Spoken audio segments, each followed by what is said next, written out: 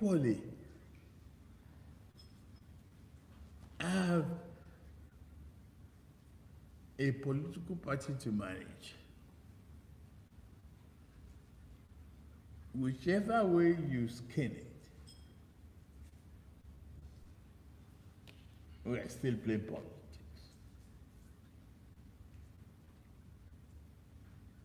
But here we are. We have inherited the asset and liability of our predecessors. Nayaram, we have inherited asset and liability of our predecessor, including satanism and everything, Boko Haram, backwardness, everything, you know, where Buhari left behind. Now only God go help you now. If you are expecting anything good from APC, you they dream. I'm telling you. It's not even about Tinubu anymore. Let's focus on the satanic party. I'm telling you. Tinubu came to meet people there. People they decide the way he come meet. We already decide the government before he can become president. But those people, you know, they see them. Me know they see them. Make I play that part again on a year. Whichever way you skin it, we are still playing politics. But here we are. We have inherited the asset and liability of our predecessors. I will campaign for the job. We can't complain. We got it. In a country that works, this is the president admitting publicly that he have inherited asset and liability satanism from the previous satanic government, right? Now, in a country that works, how come this regime, this administration, the same way it declared removal of subsidy within 2 minutes, how come it did not declare Buhari arrested? A president that requested for $800 million in just 7 days left for him to leave the office. The same president that borrowed 22.7 trillion, if I'm not mistaken. Buhari should, because this is what I'm talking about all the time. Why is it that these people, they don't arrest each others? I don't know. Why is it that these people, they don't arrest each others? Is that not giving you the reason for you to know that they are only working for themselves? I don't know. Because if our country works, as you just came in, you should order the arrest of the previous president immediately. But they don't arrest each other. Tell me, how many governors does he say the other governor probe? Obaseki saying go probe Shomole 3 years ago. Now he talked that word before 4 years ago. Now we did, so he not probe anybody. I brought it here. I played the video so many times.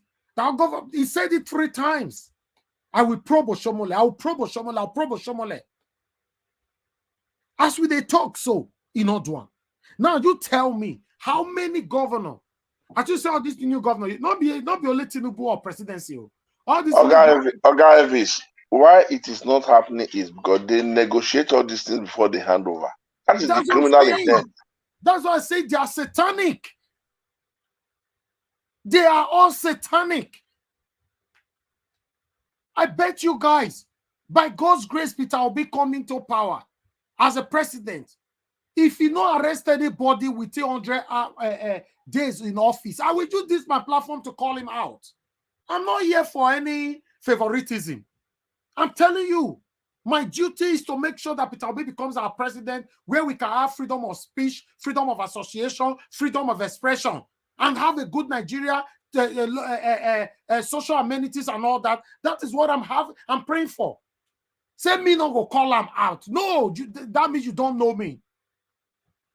I supported Governor Obaseki to come back in office for the second tenure. I am the only media till tomorrow that have called Obaseki consistently out. Many of you can testify to that. I'm not here for anybody. Say you do the wrong job by pretend, say because I support you. I'm not like that. I'm a very different person. That's why I consistently say I will stay alone. I prefer to stand alone as long as I know I'm saying the truth. So nothing says, no, we dey talk about Tinubu today. Tomorrow, by God's grace, we don't win the judiciary. Peter Obi come win. First 100 days in office, we don't see anybody where they arrest. I know so many of you are not going to like me again.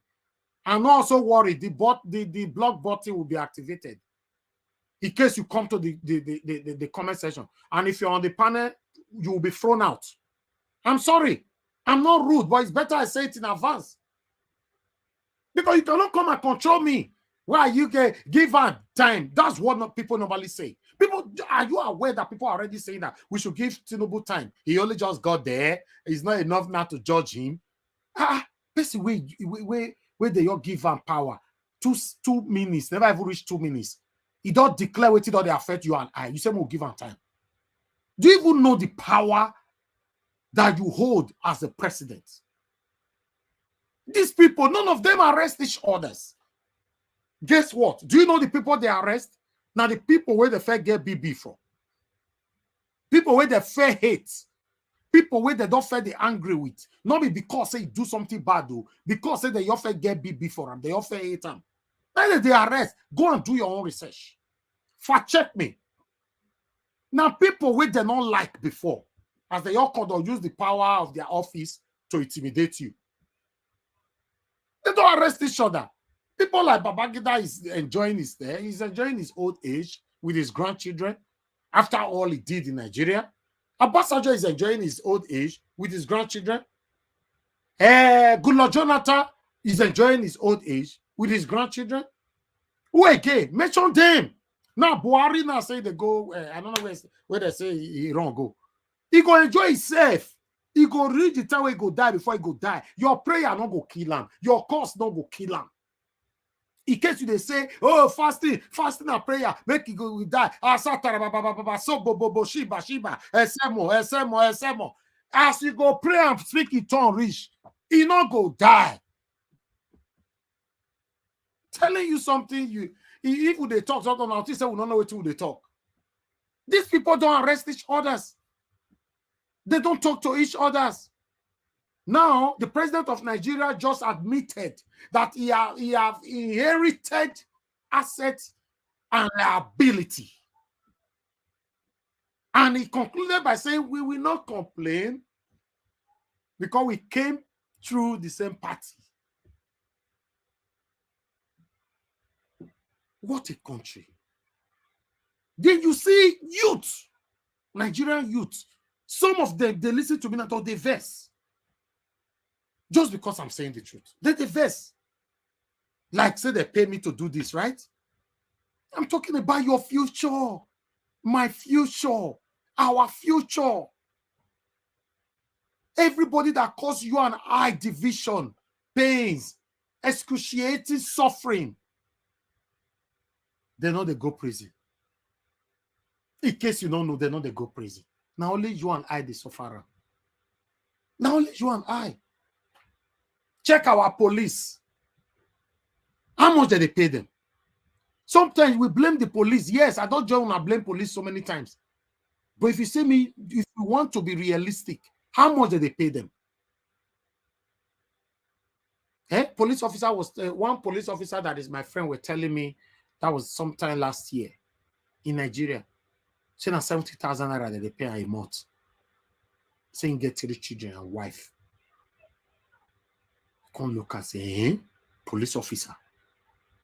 Do you know if our country works? Our police officer shouldn't be any less than at least 300,000 upwards. Minimum. Minimum wage for police officers shouldn't be less than 300,000 naira monthly. What about our armies? Minimum wage currently is now 43,000, sir. You see? For them. That is for police. Yeah, for a couple, plus couple. You see now? Now, they say police now go, they intimidate you, collect money, collect bribe, we they blame them. We are not looking at the whole thing that led to it. What kind of life is this? Both the one way they hate you, say you they talk, they suffer them. The police, they suffer them. The army, they suffer them. Everybody, they suffer them. Some of us just pretentiously just want to ignore it. Nobody, they go prison. Sad. Sad. I want us to talk, my people. I don't want to continue with that video anymore. Get where I be one me when I listen again, but no need. Because it is everything they make me vex. They make me vex to know that nobody they go prison. You know what? You know the people where they use this power to intimidate. Now come on now, so come on now, where they tell the truth or where you not do anything. You go, you know, now are you aware? Say now only Nigeria they call police, use your phone, call police, say, hello police, I beg help me arrest my neighbor. He insult my wife yesterday. Police will your call, say, madam, you're under arrest. Oh, guy, you're under, just like that. Done. What a country where everybody intimidates everybody. Everybody oppress everybody. Since you were born, the oppression, suppression, intimidation have been there, still there. Probably will continue to be there. If Peter Obi cannot become the president, it will be there. What are you saying? What are you saying? Oh, they're paying for ESI, they talk about it. Now, so, you know, everything that they talk, you don't feel to move anyone from inside. It's just the truth. You feel you come from abroad, now, person will hate you. If you don't know, so you not get level, you just say, make police arrest you. Police will come arrest you, they don't tell you why they arrest you. They'll very take you, go and say, put you for inside back counter.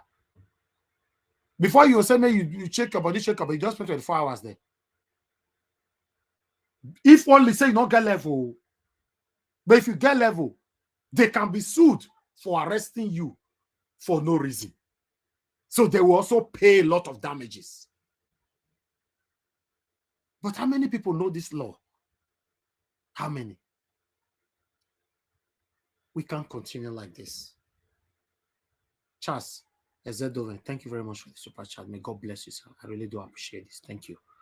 Thank you. Guys, like and share. Like and share. You know, Nigeria doesn't look like a country to me. I'm sorry. I love my country. Don't get me wrong. I love Nigeria so much. I really love Nigeria. But the only thing that we are enjoying in Nigeria today as citizens are what we created by ourselves, not what the government is doing for us. The government don't care about us. A minimum wage normally at this moment shouldn't be less than 100,000 naira. Even 100,000 naira is still too small. Just that I don't want to exaggerate. If you ask me, say what kind of minimum wage do you think that will put a smile on Nigerians' faces? It's 200,000 naira. Then some people say, well, get inflation, you're not gonna work, you're not gonna work. It's supposed to be 200K. Guys, press on the like, but we have 267 likes. We have over 800 people watching us. Please press on the like button now. You know, I'm not gonna take and go 400. We currently have 267. Press it, please. Thank you very much. God bless you all. How long are we going to continue like this? How long? Nothing is working. Do you know that sometimes you look and say, ah, God, how long will they talk like this? We will talk, even though we know that our talk is affecting them, but the changes, we are not seeing it. We are not seeing it. We are not seeing it. Let me hear from the people on the panel. Good morning, good afternoon, good evening to every one of you once again. I'll go on a quick break. When I come back, I just want to hear from others because maybe I might be wrong with everything I'm saying. Maybe let's hear from other people's perception over what I'm saying. Thank you. You are the pillar that holds my life. You are the pillar that holds my life. Master Jesus, you are the pillar that holds my life. Lily of the valley, you are the pillar that holds my life.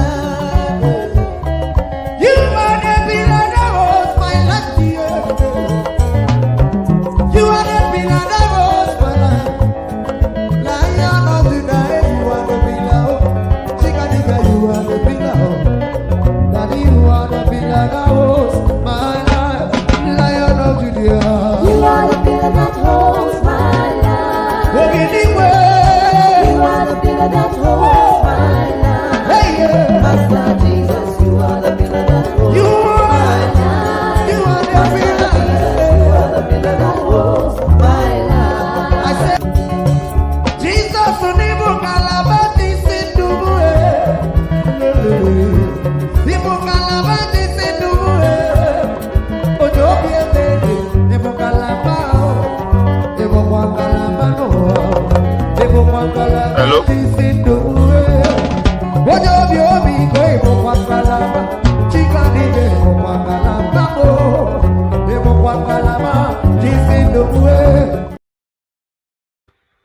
All right, thank you very much, my people. I appreciate you all. I already have somebody calling in. Let me hear from this person. Good afternoon to you. Your name, or rather, good evening. Your name and where you calling us from? Good evening, Elvis. Ross Elvis, good evening, everybody. I'm called from Italy. Okay, what to be your name, sir? My name is Sunny. I'm from Edo State. Okay, you they watch us right now? Yeah. Yes. Okay, yes. talk to So, us. You get 2 minutes, sir. Go ahead. 2 minutes. Yeah, thank you very much, Elvis. I just want to appreciate you. I just want to still let you know you will never lose anything. You understand? You will never lose anything. Just stand for your truth. I really appreciate you. I don't want you to feel down. You need to stay focused all the time because we are hoping you. You need to be strong for us. You need to be strong. We need to put our trust in God. You understand? Because even me, the way I feel now, I never feel so before. I feel that sort of, but now I really put hope for God. I really believe God will do something. Yeah, I really believe. Thank you. Let be strong all the time. Yeah, I really believe that process is God will do something. I want you to be strong for us. So, yeah. Thank you, sir. Very much. Thank you, sir. God bless you. I really appreciate you too. Thank you. God bless you. Thank you. God bless. Wow, that's I'm happy I picked that call. That's very, very encouraging. May God bless you. Thank you very much, sir. All right, Nicholas Madu, thank you very much, sir, for the super chat. I really do appreciate you. Thanks. Yes, I'm very, very strong by God's grace with people like you supporting us, encouraging us with your kind words. Yes, I appreciate you, sir. Thank you, everybody that supported us. Please, guys, continue to press on the like button. It's very, very important to us. Let me prioritize callers at this particular moment. Good evening to you. Your name and where you calling us from? Hello? Hello, sir. I can hear you. Your name and where you calling from? Yeah, I'm here. I'm Abdul. I'm calling you for Czech. You are calling from Czech? Yeah, Czech Republic. Okay, Czech Republic. Okay, talk to us, sir. Yeah, I really appreciate what you are doing because you are highlighting the youth of Nigeria. You know, the problem is that they are not civilized there, understand? They are not wise, they are not exposed. The problem is the youth there. They are the major problem. Just take away this subsidiary. They put it there. There is nothing like protection. Understand? They don't protect. They can't protest. What are they waiting for? Understand? Is that they are dumb. Understand? They don't know what they are doing there. The problem is from the youth. Thank you. It's sad. Yeah. It's very sad. Thank you, sir. Anyway, for calling in. God bless you. Thank you, sir. All right. Yes. Callers, hold on. Okay, let's go on back. Let me go back to the panel. Please, guys, like and share, and let's do this. I appreciate every one of you. So I posted on the private chat for all my panelists. Please read and accept.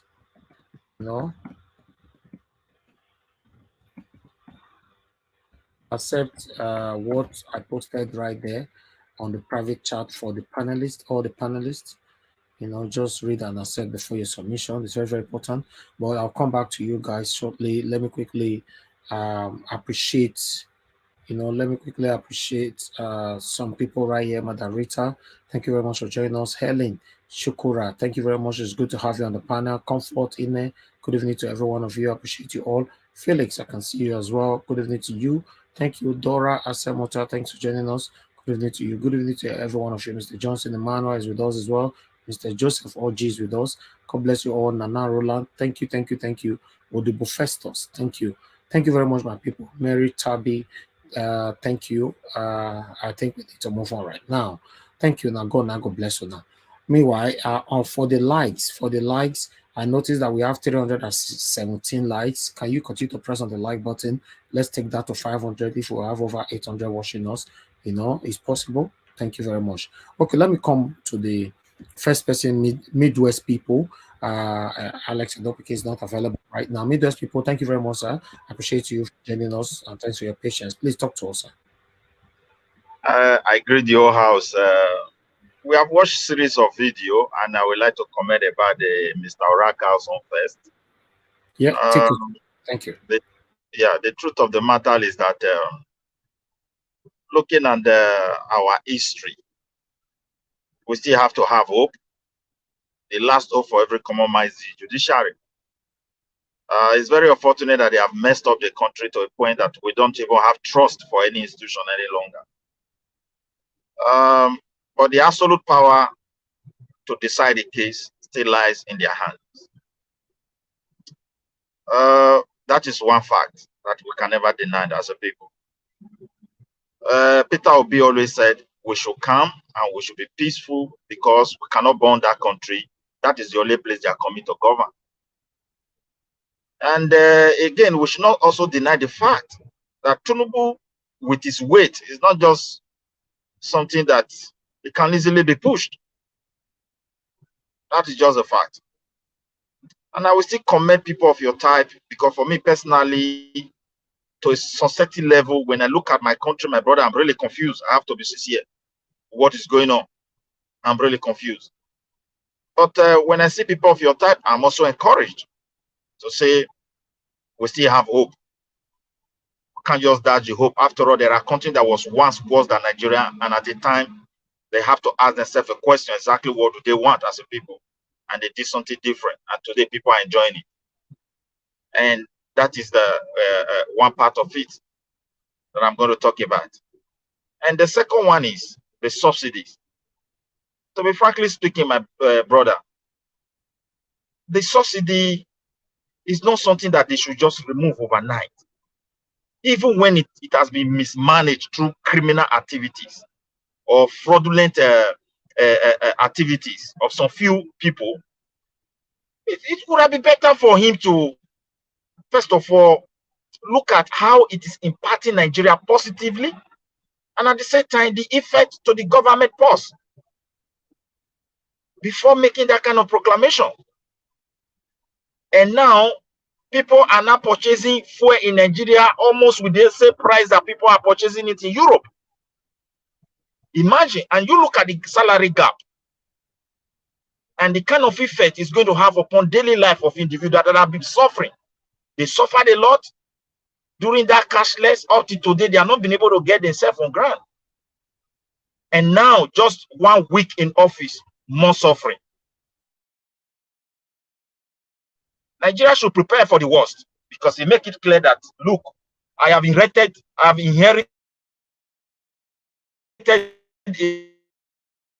a very bad liability. So that is just a fact.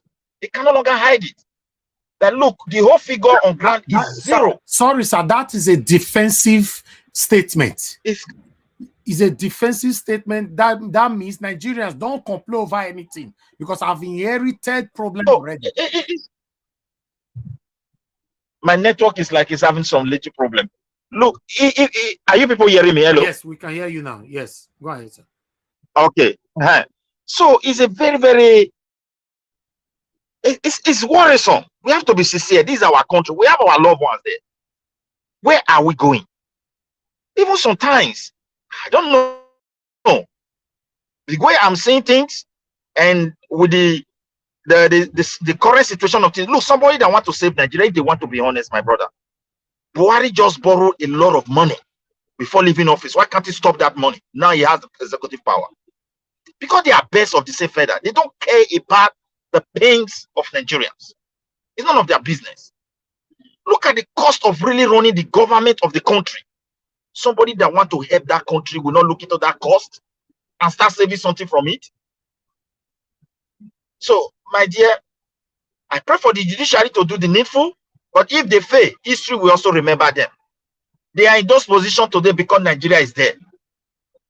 If all of them turn blind eyes, and may God forbid everything take a different dimension, they are also going to suffer it. It's just the fact. Because it's only truth that can save a country. Jesus even said, he said, when you know the truth will set you free. You cannot know the truth, and at the same time, you want to engage in lies. So they should do the needful, because there is no way this same set of people. When I see Tinubu and the old people that surrounded Tinubu, they were just the same cabas that were completely with Buhari all the 8 years. They are just the same.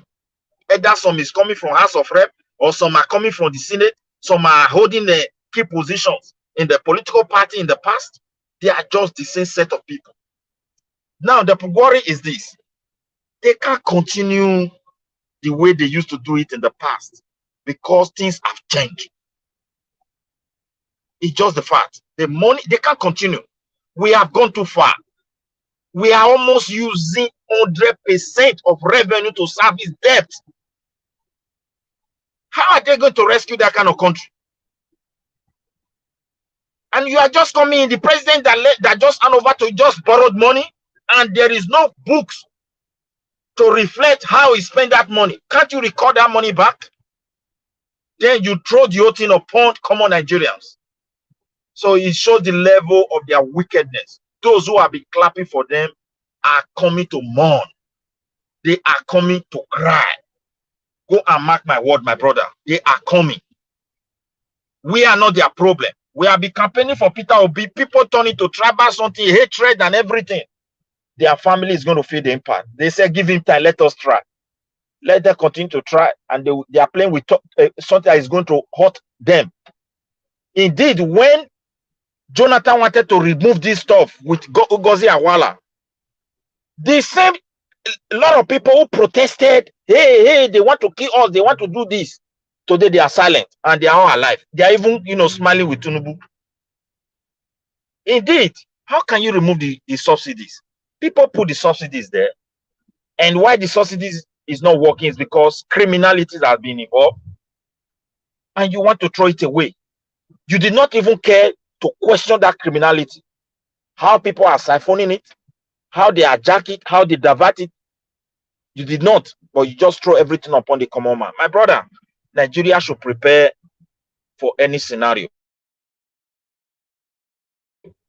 Economic hardship, a joke. Once the country defaults, I don't know. We don't even have food. We can't produce our food. Everything is imported. So it's a delicate situation whereby you cannot question the past leader. What kind of immunity? You come into office, you discover that the past leader have mismanaged the wealth of the country. You can't talk to them. From president to governors, from governor to appointed ministers, you can't call them. May God have mercy on us and help us. That's just my submission. And I will give the floor to another person to also make his or her own contribution. Thank you, my brother. Thank you, sir. Thank you very much, my big brother. I really do appreciate you, Midwest people. Thank you. All right. Let me quickly move on to the next person. I don't know if Alex is ready now. When you are ready, just let me know. I'll call on the next person right now. Appreciate every one of you on the comment section. Thank you for joining us. Continue to press on the like button and share. We are currently talking about the state of the nation. How long are we going to continue like this? Thank you. All right, let me call on a lot of you have left, so I don't know the position you belong anymore. So as you come back, you get another position. I'm sorry, because your network have been balablu and buloba. Okay, let me call on AJ. AJ, you're the next the way it is on the panel. Let's talk to us, AJ. Are you there? Okay, AJ, you're not available. Yes, I'm here. Okay, talk to us. Thank you. Yeah, thanks everyone. Thanks, Mr. Niger Watch. Greetings to all. First, I want to touch on Mr. Oraka. I agree with him with his submission and his video, the video he made. And one thing I just want to emphasize on that again is that though we have seen the judiciary kind of, playing to the gallery, as far as I'm concerned, what they are doing in the past few days, and I believe they will continue doing that throughout this trial. The ultimate will be their final decision, their final judgment.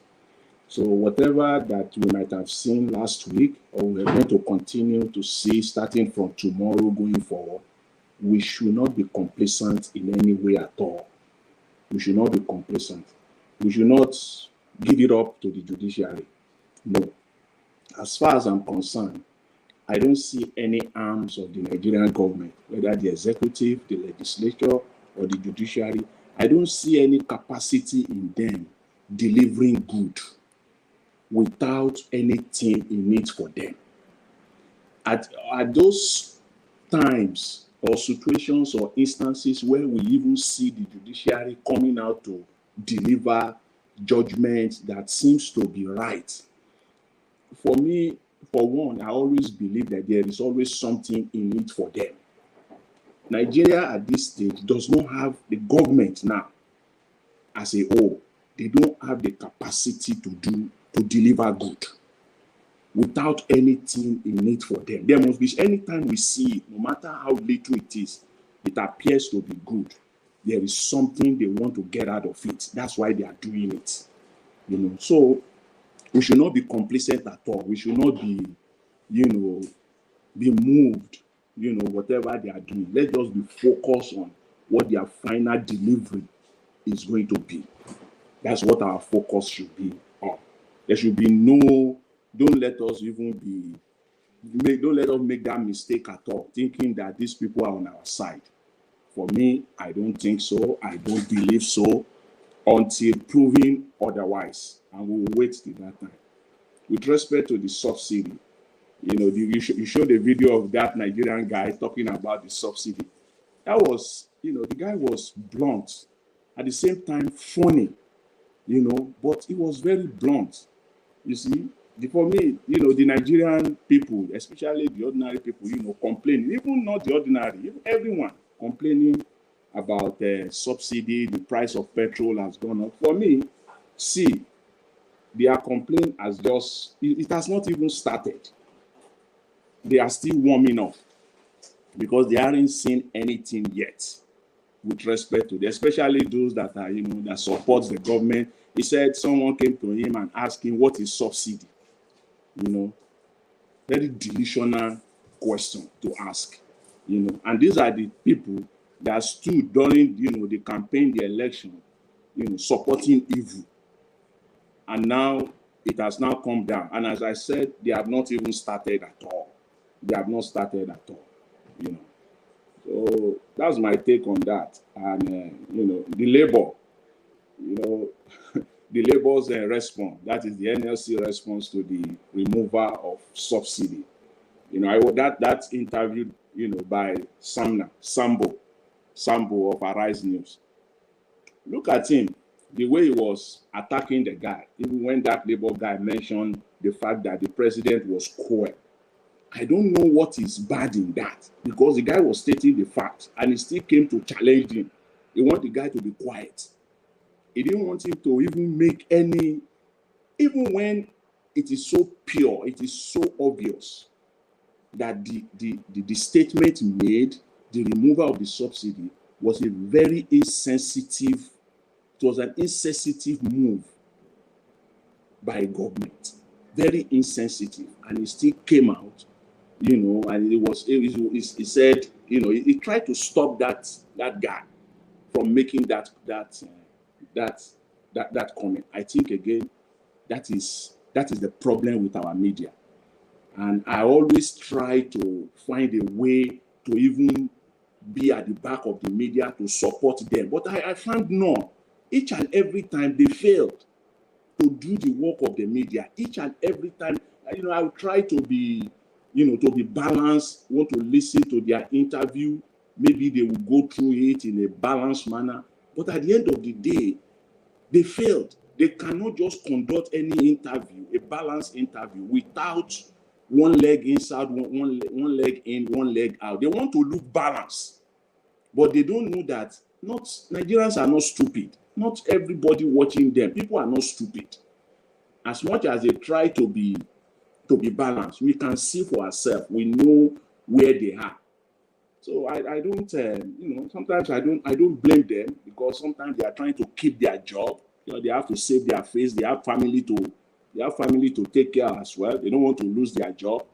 Probably they've given them first warning, second warning. This is your last warning. If you do that again, you are out of here. So but regardless, the truth is the truth. Tinubu's comment talking about asset and liability, that's another delusional statement. Because all of us know during the campaign, throughout the last 10 months, the videos are there. I believe you have that video. You have them plenty. Tinubu said he's going to continue on the legacy of Buhari. So why are you now talking? You want to continue on his legacy. So why are you now trying to shift the blame now to Buhari again, as if Nigerians are stupid? That's what they take Nigerians for. They believe that people don't care and they don't even follow them. People don't follow what they are doing. So if they can say all these things and go away with it, saying that he inherited the asset and liabilities of his predecessor. My question is this: where is the $800 million that Buhari got, in the last days of his administration? Where is that 800 million? A government that is sensitive, at least if it is true indeed that they have 800 million, and the 800 million is sitting down somewhere with the federal government of Nigeria, that is something to work on with before this insensitive announcement of subsidy removal.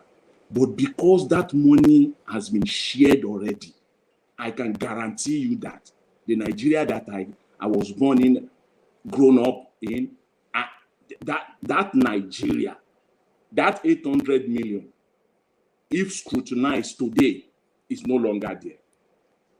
It's no longer there, because a good government will, that's a basket for you that you can even start working with day one.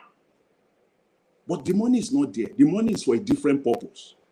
Again, as I started, I said they have no capacity to deliver good. Because if you have capacity and you really want to do good, that is a basket of opportunity for you, something to start working with. But the money is not there to even help the ordinary Nigerians. And they are talking about palliative. I've been hearing this palliative thing. Each time I hear, I say, what palliative are we even talking about? Is it a distribution of 10,000 naira to ordinary Nigerians? They said, they mentioned that also when they got, that was one of their reasons when they got the 800 million, that they would distribute 100 million naira to 40 million Nigerians. Who is fooling who here? Who are those 40 million Nigerians? How did you get them together?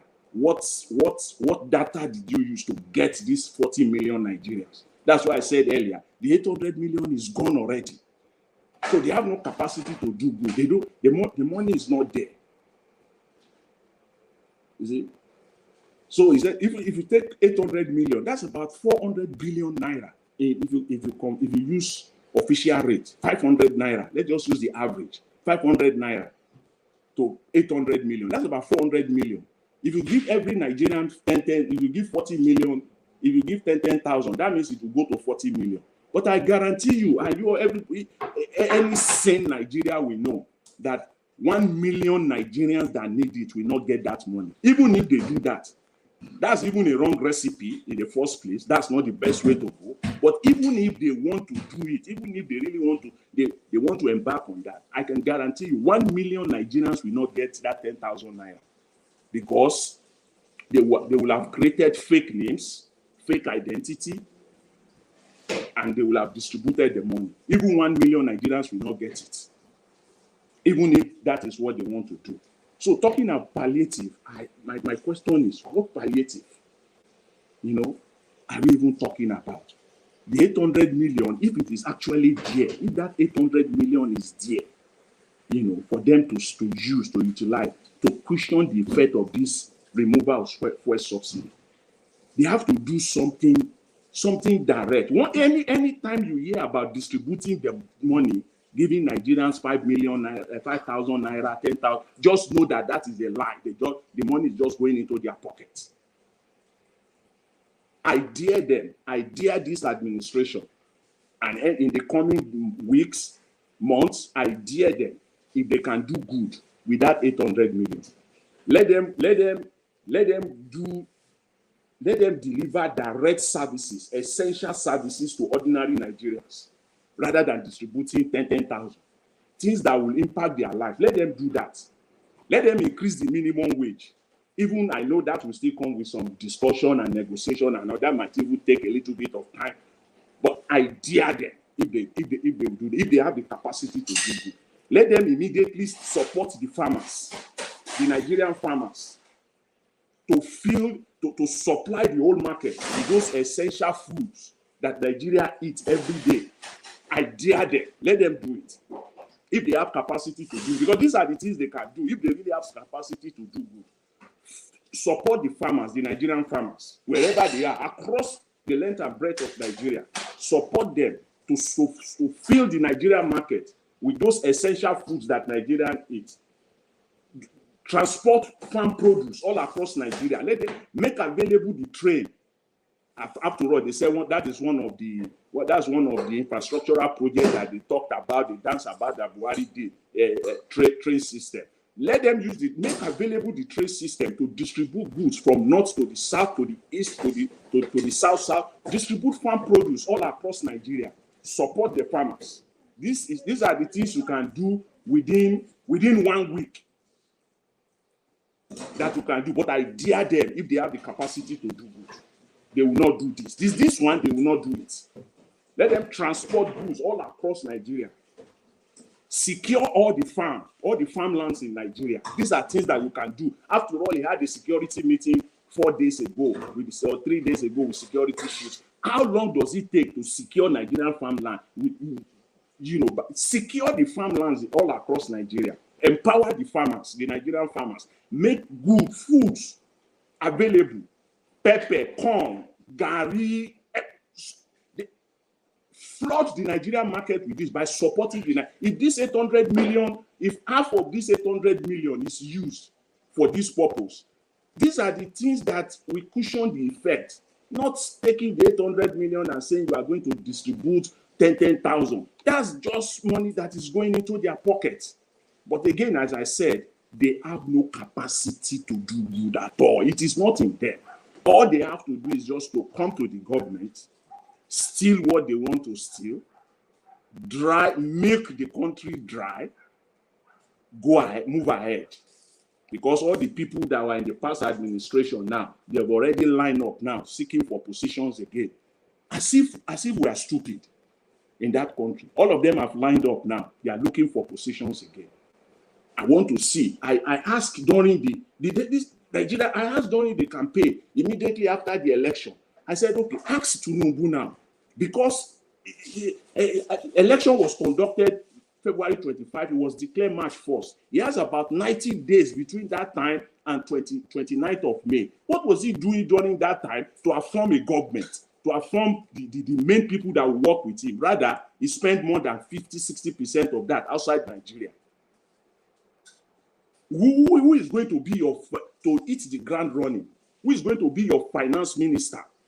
Who is going to be your transport minister? Who is going to be your attorney general? Because they cannot do good, they don't have the capacity to do good, they have to lobby for it now. If someone will have a good president, that you say you are president, you have vision for the country. The day you are elected, maximum within a week, there are 3 to 5 positions that you will have announced. These are the people. Let people from that on to the time you are sworn in. But they can't do it because it is gamesmanship for them. They have to play it and then look for who to appoint. And Peter Obi said, if you are flying a plane, you are entering into a plane, and you discover that the pilot is actually a bricklayer or a mechanic, what will you do? You will get out of that plane as fast as your leg can take you. Because we are going to see now. Let us see who they will who is going to appoint now. The people that will come on board. I guarantee you, it's going to be one Malam, whoever, from northern, people that are not fit. Very Because, sad. yeah, these are possible because what they are doing right now is that they are now, job. I don't know. They are now strategizing, just to put it mildly, who is going to man this position, because it's not going to be based on competence in the first place. If it is going to be based on competence, the secretary to the federal government, are you kidding me? The former governor of Plateau State, that's the starting point. You can see that. Bajami Amila as the chief of staff. These are all indications for us that it's just recycling and recycling again. But again, as I said, the bottom, the highlight of my submission. All right, please round off. Yeah, the highlight of my submission is that I dare them to do good, because I know they don't have the capacity to do good. But our focus is on the mandate, and with God's help, we'll get there. Thank you very much. Really appreciate it. Thank you very much. Thank you. God bless you, sir. Thank you. All right. Thank you very much. I can see my dear sister Patricia Enofe right there on the comment section. Good evening to you. Thanks for joining us. Fighters, I can see you. God bless you all, my people. Freedom Simple, I can see you. Thank you. God bless you all. Continue to press on the like button, help us to share. Let's listen to Mr. Ike. Mr. Ike, sir, is your turn. Please, I'd like to hear from you with all we've presented so far. Elvis, I can come in after Mr. Ike. All I right, will be ready. Okay, sir. Okay. Thank you, my brother. Let me start with Magnus Oraka. I've always been a believer of the effort of Labour Party in the North. I've never been one of those people who think that P2B or Labour Party did not do well in the North. No. It was strategically planned to rig the election in the North, to make P2B look bad, to make him look like he was not accepted by the North. And I think that if this tribunal will be able to be honest themselves, by the time we begin to see the real result that Labour Party and P2B got in the North, that is not going to surprise me, because I know some state in the North that I know that P2B get more than 30%. But in order to make it look bad, they decided to do the game of rigging in the North, so that it wouldn't have people who say, oh, no, he's only in the South. People don't know him, they don't love him in the North. It's a lie. If they've allowed the election vote to be counted, you would have seen that we would not be here today. We will not be talking what we are talking here today, because we know the facts. There are states that the Labour Party and P2B knew that this is a home run for them in the North. And they did very well in those states in the North. So I'm not surprised from what Magnus Oraka is saying. And that is a factual fact. And I know it myself from day one after the election. I know it was strategically rigged in the North to his own disadvantage, to say, oh, it's only in the South that they love P2B, but we know the fact. But I hope that the judiciary will do the needful, because when the overwhelming evidence that we have seen already, and we have not seen what actually those figures are, but we have seen that the state that they have submitted already as one of their evidences can be able to tell us what is really going on. And I know that in the shortest possible time we will see and know actually what were the true figures of P2B in some northern part of Nigeria and even in the West. So I'm not surprised. It's part of the game. It's part of not making him to win. But the masses has the power, and the masses show their power. They came out. First of all, they started rigging the election by making sure that they denied a lot of Nigerians their voters' card. Not only that, even those who got their voter card, they were denied from voting. So all these things had been pre-planned, But upon that, the masses, the Nigerian youth were able to overpower them, and show that they want a new Nigeria that is going to be headed by Mr. P2B and Dati Baba Ahmed. So all the same, I am confident of recovering our country from this cabal, these satanic people, according to my brother Elvis. So that is on the issue of Magnus Oraka. On the issue of subsidy, we talked about this a little bit yesterday, brother Elvis, and it has always been what it is. These people, there is no plan, there is no program, there is no, there is no arrangement for when you take over government, what are going to be your, decision making in the first 24, 48, 72 hours. Nothing was that, nothing like that was in place. And this is why you see scrambling. This is why you see confusion everywhere. And by the time you begin to see the people that have been, appointed, or the people that have been coming near the Asarok, we tell you that this is the kind of government we are going to get. And, I'm not surprised. Nigerians, all of us are paying the price.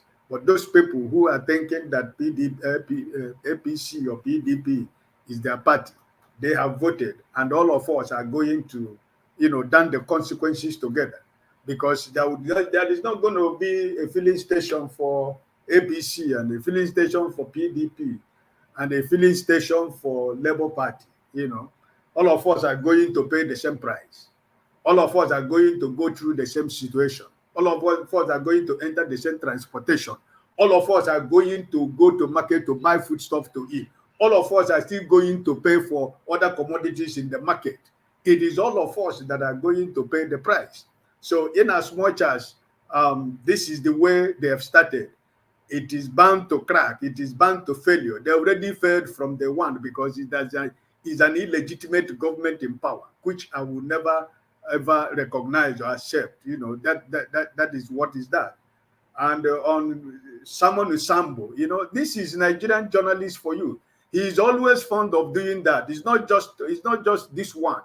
Go rewind your videos of Simon Usamba in Arise Television, all the interviews he used to do. He will always want to cut you when you want to hit the point, because he is afraid of his job. When you are ready to deliver the punch, he will walk in and begin to tell you, he begin to lecture you on what to say, on what not to say.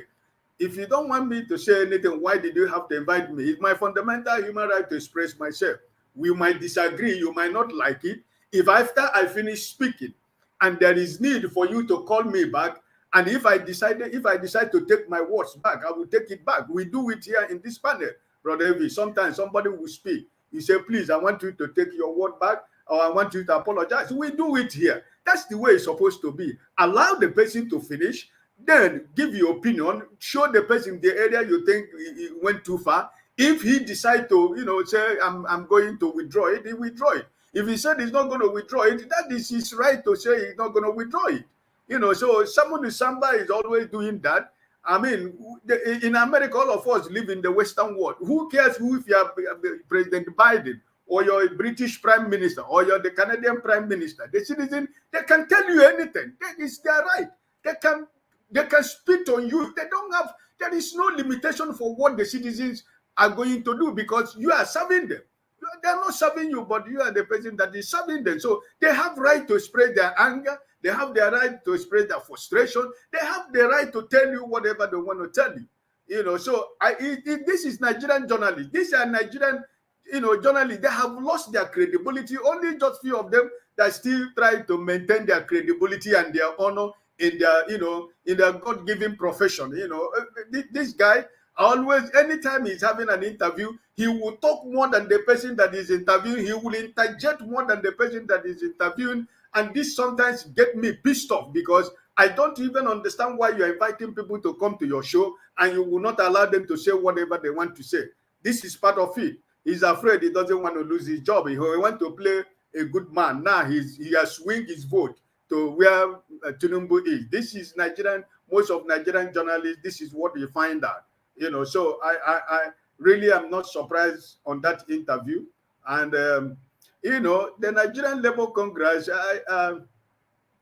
I said it yesterday, Brother Elvis, that I really do not, for all these 8 years, I didn't really see what they did, and I don't think I don't think they planned or they programmed to face this government from day one. I don't think they have a program, because if they had a program in place for what is going to come, I think it wouldn't have been surprising what is going on now.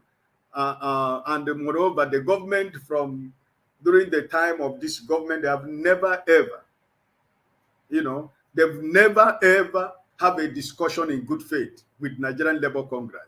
It has always been, one of those things, they go, they talk, and somebody will say one thing and everybody will walk away with anger. It is me and you that is suffering.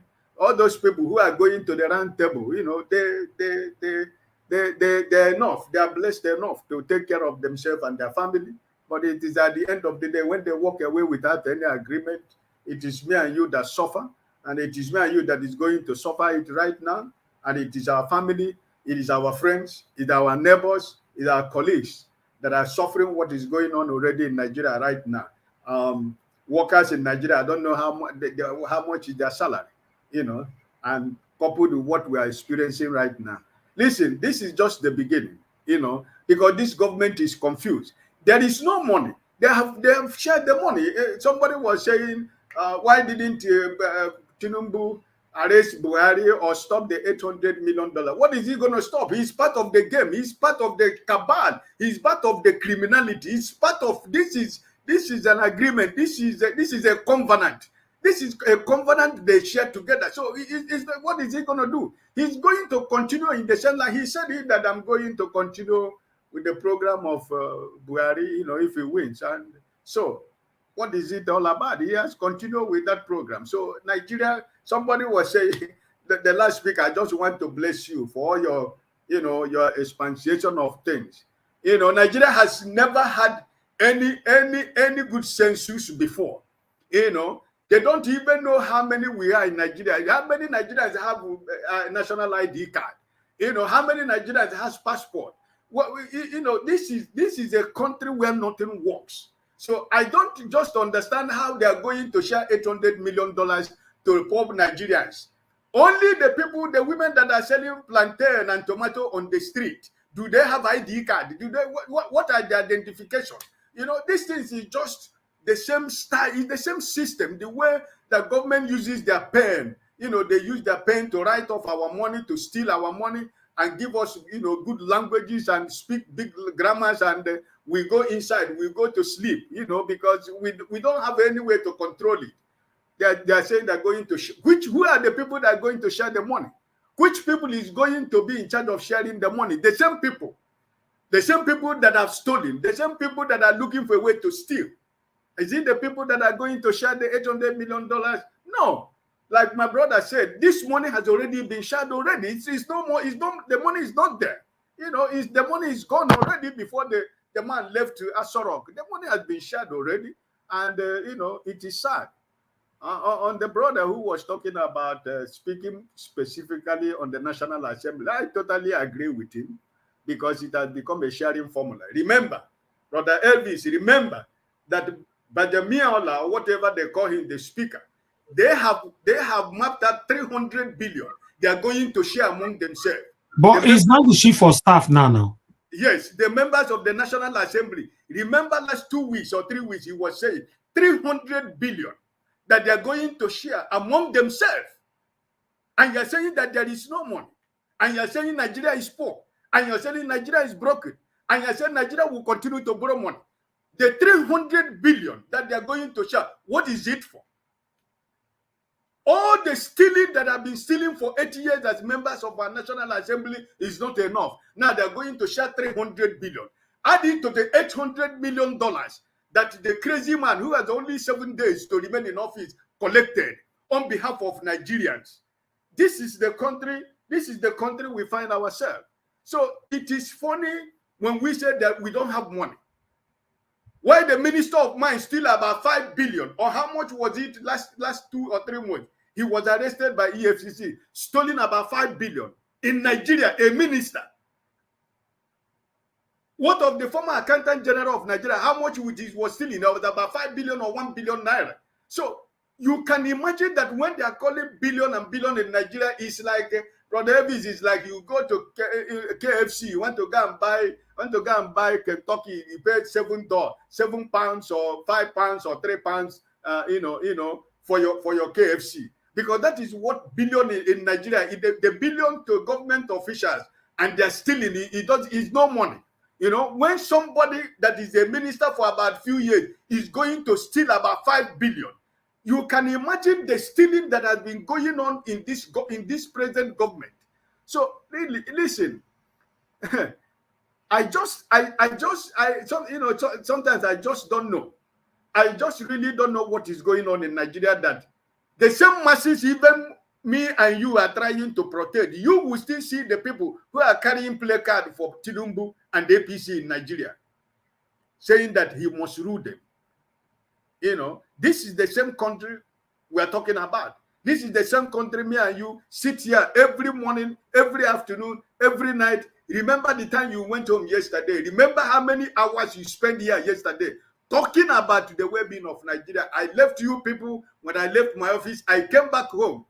You people were still talking. I went to church. I came back. You people were still online. What are you doing? Nobody is paying any of you. Nobody is paying you. But you are just concerned about a better country called Nigeria. But most of the people we are trying to fight for, they are the people that are fighting us. They are the people that are pretending that they don't know what is going on in Nigeria. So, at the end of the day, Peter Obi said, let us not set the country ablaze, because it is the same country we want to recover. It is the same country we want to rescue. So, I think all we have to do is to become, follow the due process and see where we go from here. But I know that this thing will never continue. I know that something is going to happen in Nigeria.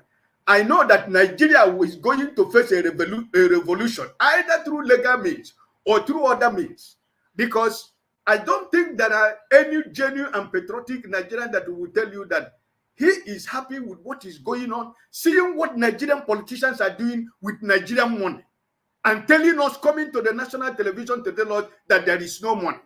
I mean, it is unimaginable, So I just feel that something will give in, and when that thing gives in, everybody will sit up. Everybody will know what is what in Nigeria. I yield for now. God bless you, my brother. One moment, sir. Thank you very much. I appreciate you. Thanks very much for your submission. All right, guys. Thank you. I just thought I should quickly sort out something here. I appreciate you, Mr. Ike, for your submission. May God bless you. Thank you. I appreciate you. The truth of the matter is we were fighting for a better Nigeria, and I don't see us having a better Nigeria through APC. Let me pick this call quickly. Hello. Yeah, good evening to you, Madam Deborah. Thanks for calling in. Please talk to us. Hello, good evening, Mr. Nanjawad. Thank you, Madam. Go ahead, talk to us. To all the panelists. I just wanted to make a slight contribution to the broadcast. Go ahead. I kind of saw your part of your broadcast yesterday, where you were reflecting on everything that has been going on about Nigeria, how the leaders are for themselves and nobody is standing for the people, and Peter Obi alone and the people. You're correct. Anybody seeing what is going on, it's clear, obviously, that these politicians are not willing to relinquish power anytime soon. And if you actually look at everything that is going on, like you said, Obasanjo, nobody was really 100% on the side of Peter Obi. All of them, they are all after their personal interest, and it's only the masses. It's just that, unfortunately, the masses are not doing enough. The only people who can rise up to put an end to this oppression is the masses. And from what I'm seeing, the masses are not willing to do anything. They are not. And if I must say, even this tribunal, I must say, I'm not having any confidence much in the tribunal, seeing everything that they have done, how they cannot hold Tinubu and INEC accountable. They allow them. Okay. At the moment, INEC instead of being an independent.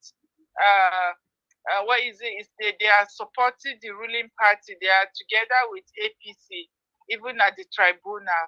And then the way the whole thing is going, I don't know.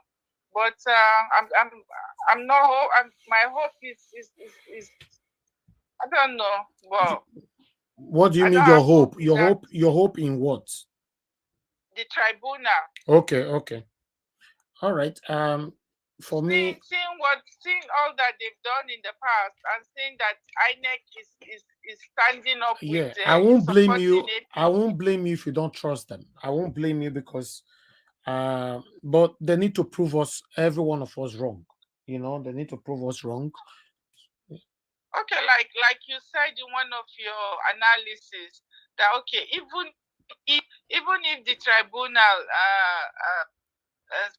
come out with anything to show that they are, even if the tribunal come up with anything, Tinubu is not going to leave power.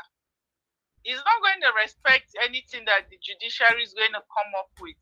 Even when they wanted him to come, he didn't come, and the judiciary didn't do anything. So at the end of the day, he has shown it clearly that he has no respect for the judiciary. Even the media cannot hold him accountable. When he wasn't turning out for campaign for anything, they never did anything. So how is it now that he's the president is going to respect the judiciary? He's definitely not going to respect any decision that will come out of the judiciary. And who is going to enforce it? Nobody. So except the Nigerian people would I don't know what is going to happen, but honestly. Thank you, Madam. I don't know. Madam Debra. I understand how you feel. Thank you so much. It's really blank, and this, like you rightly said, these satanic people. Yeah, but let me just conclude with this. I just want to say that I hope our people from the south now, initially they have this feeling that it's only the Igbo people that are being victimized, but obviously we all are victims. We can see clearly now that we all are victims. 8 years of a Fulani president and somebody from the West, vice president, and another tenor is coming with a Fulani vice president and another Yoruba president. So what happened to the other tribes in the country? So all of us escort Fulani and Yoruba people come. Are we not important? Are we all not part of the country? So this is clear victimization and oppression. So anybody trying to say otherwise, this is injustice. And like you rightly said, one of the reasons why they don't want is because Peter Obi is an Igbo man. And he won the election and they're taking it from him. And I think this is a wake-up call for everybody. Even the South, this is not about Igbo, or this is a wake-up call for every one of us to know that these people are taking everybody for a ride. Okay. It's not only Yoruba people and Hausa Fulani people that own the country. We all have equal stake. And the fact that they are doing this, handing over to themselves, vice president and president 8 years, okay, and another turn again, Yoruba president. Fulani vice okay, president. Madam. What happened to every other tribe?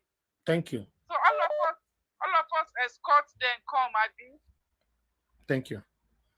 Sad, very sad. Thank you so much for your good work. Thank you very much as well for your submission. Thank you. All right. Let me see if I can speak to more people right here quickly. Hello. Yeah. Good evening to you. Your name and where you calling us from? Hello. Good evening. ahead, please. It's Dozier from London. Okay, thank you very much, sir. Please talk to us. Yes, thank you. I've just been, I'm a regular listener to your program. Just give me a couple of minutes. Unfortunately, for the past few days, I haven't actually been, I'm so upset with the situation of what happened in Nigeria. I've not actually not that I've been paying attention, but when you're very angry. First of all, thank you for, like I said, you're a very consistent man, and keep it up. That lady that just made a call now, in fact, the caller, that last caller, yeah, she made a very, very, very valuable point that if somebody pay attention to what that lady was saying, those words carry weight. First of all, 100%, this government is an illegitimate government. We know it. This government is an illegitimate government. The government did not win an election. The government did not respect the Constitution, what the Constitution laid. None of everything about Tinubu is legitimate. And what is happening now is actually I don't want to go through the tribal sentiment, Igbo, Yoruba. The biggest mistake I would say Nigeria made is to allow the governorship election to go on, because that's where they would have stopped this nonsense that is going on. But I can assure you, this government will not be successful, because almost 70% of Nigerians did not support this government. It's not the way people feel matters a lot. I'm telling you, you need to carry people along. And absolutely 70% of Nigerians do not support. What do you mean? What do you mean needs to carry people along, sir? Carry people along is that when a new government is formed, and if that government, so the same government that you are disputing, that you did not support, you're also encouraging them. That's what I'm telling you. Let me. That's why I said this government will not succeed. Yeah, but you just said it needs to carry people along. You are contradicting yourself. When I mean people, I'm not talking of this government. Sorry, maybe you misinterpreted me. When I mean people, I'm not. Had it been, it was the government of Labour Party. And then now you are talking. You can't say the same satanic government to carry people. That means one way you are supporting them, that they are into the government. They need to carry people along. God forbid bad thing. Who are they going to carry? People that despise them, despise what they stood for, how they murder people. If what Buhari has done, had it been Jonathan did the same thing during his regime, where would Nigeria be today? Where would Nigeria be today? Anyway, the Fulani Caliphate conspired and chased Jonathan out of power. But even the Jonathan was not good. None of them was good, sir. Please talk about where we are now. All of them are satanic. None of them were good. Jonathan's time, they were packing money with trailers. So all of them are corrupt. They are satanic. Well, don't praise one over one, please. Yeah, I agree with you to a certain extent. But when APC was formed, APC has no agenda. That was not based. What APC formed was purely vengeance to revolt against the government that was there. They have no plans for Nigeria. And that's why Buhari came and ruined Nigeria and walk away. That's what I'm saying. PDP also ruined Nigeria, sir. It looks like you are one-sided. The PDP was satanic. Everybody were praying for something else. And something else came in, they were even worse. So what are you talking about? As long as I'm concerned, APC and PDP are satanic equally. Both of them are the same. Yes, but okay, I understand what you're saying, but what I'm saying to you is that my main issue that this government will not stand, and this government will never work, no matter whatever happens. Thank you, Oga. Let's hear from another person. Thank you, sir. Tinubu will never be my president, and Tinubu is not the president of Nigeria. He's the president of Nigeria who selected him. Thank you, sir. Not for all of us. All right, thank you. You see, let me get this right. Listen, guys, if you are calling into the show, you must be prepared what you want to say, because a lot of people are listening to you. You cannot be against Tinubu's government at the same time you are calling on Tinubu to carry everybody along. It's just like the video I played earlier on. It looks like some of you missed that video. The video I played from, let me see, from this man here. Let me put it on the screen again. We are begging all of you, This that man. the authorities today, you are obedient, you are whatever, you should know that is a reality. You see this man that is talking, I don't know his name. The same man said is against Tinubu, and he was calling Tinubu to carry everybody along. Exactly what Mr. Doze was saying just now. This man is against Tinubu. That's what he said. I've played a couple of his video in the past, you know. Now he's already calling Tinubu that in the Senate and all that you carry everybody along.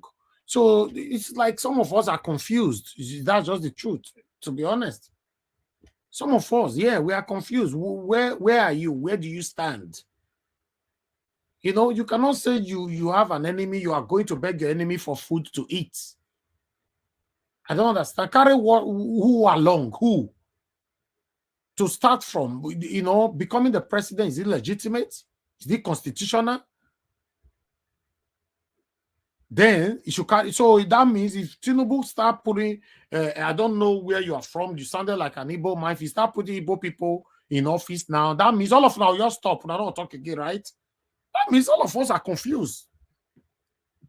I don't know. To be honest, it looks like everybody's confused. We don't even know what we want. That means then give Tinubu the clue. Then just give him the clue. Oga Tinubu, Mr. President, start employing the people that is complaining. Put them in a better office. I bet you nobody will talk anymore. Mr. Elvis, can I interject just for a second?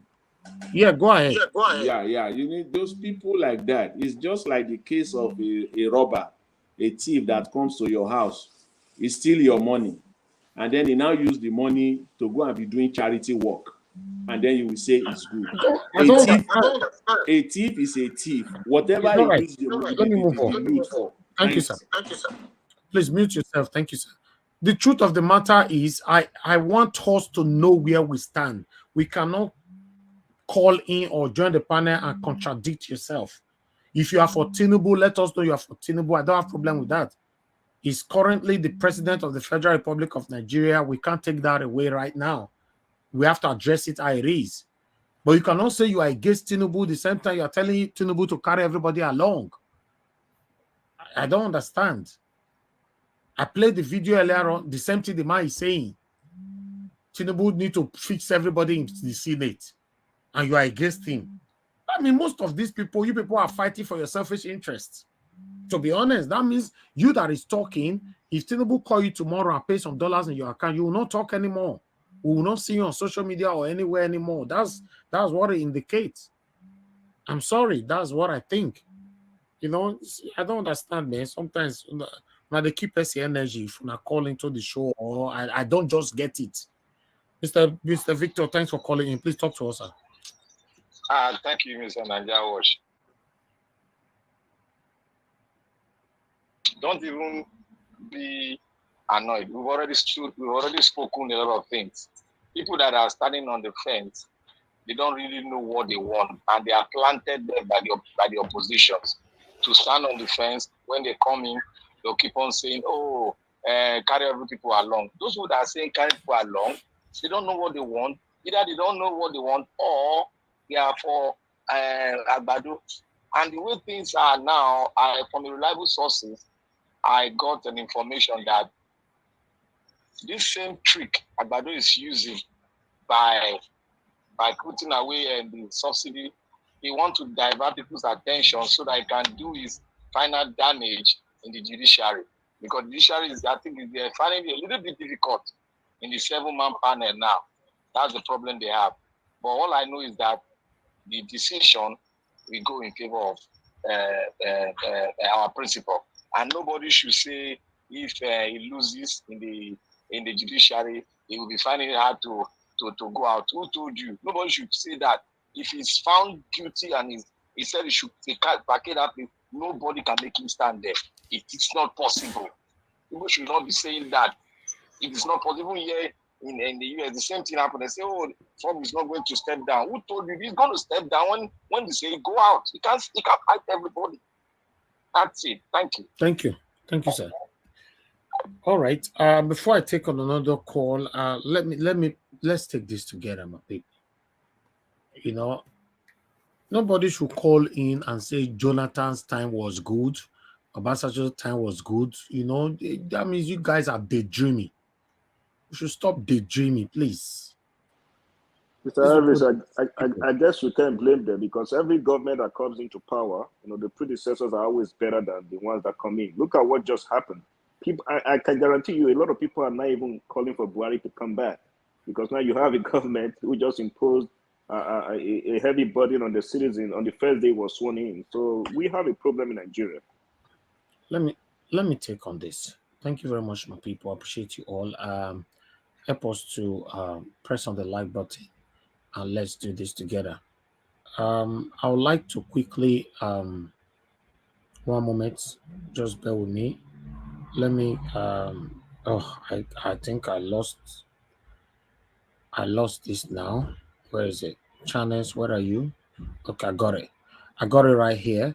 As you all can see right there, probe missing $2.1 billion, 3.1 trillion naira subsidy payment or face legal action. Sarah tells Tinubu.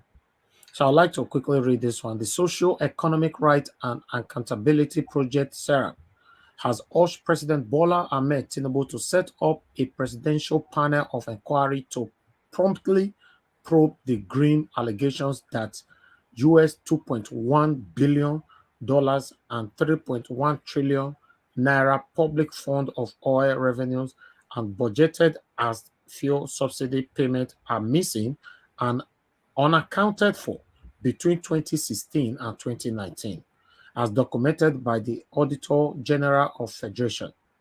Serap urged him to, unquote, name and shame anyone suspected to be responsible for the alleged widespread and systematic corruption in the use of oil revenues and management of public funds budgeted as fuel subsidy, and to ensure their effective prosecution as well as the full recovery of any proceeds crime.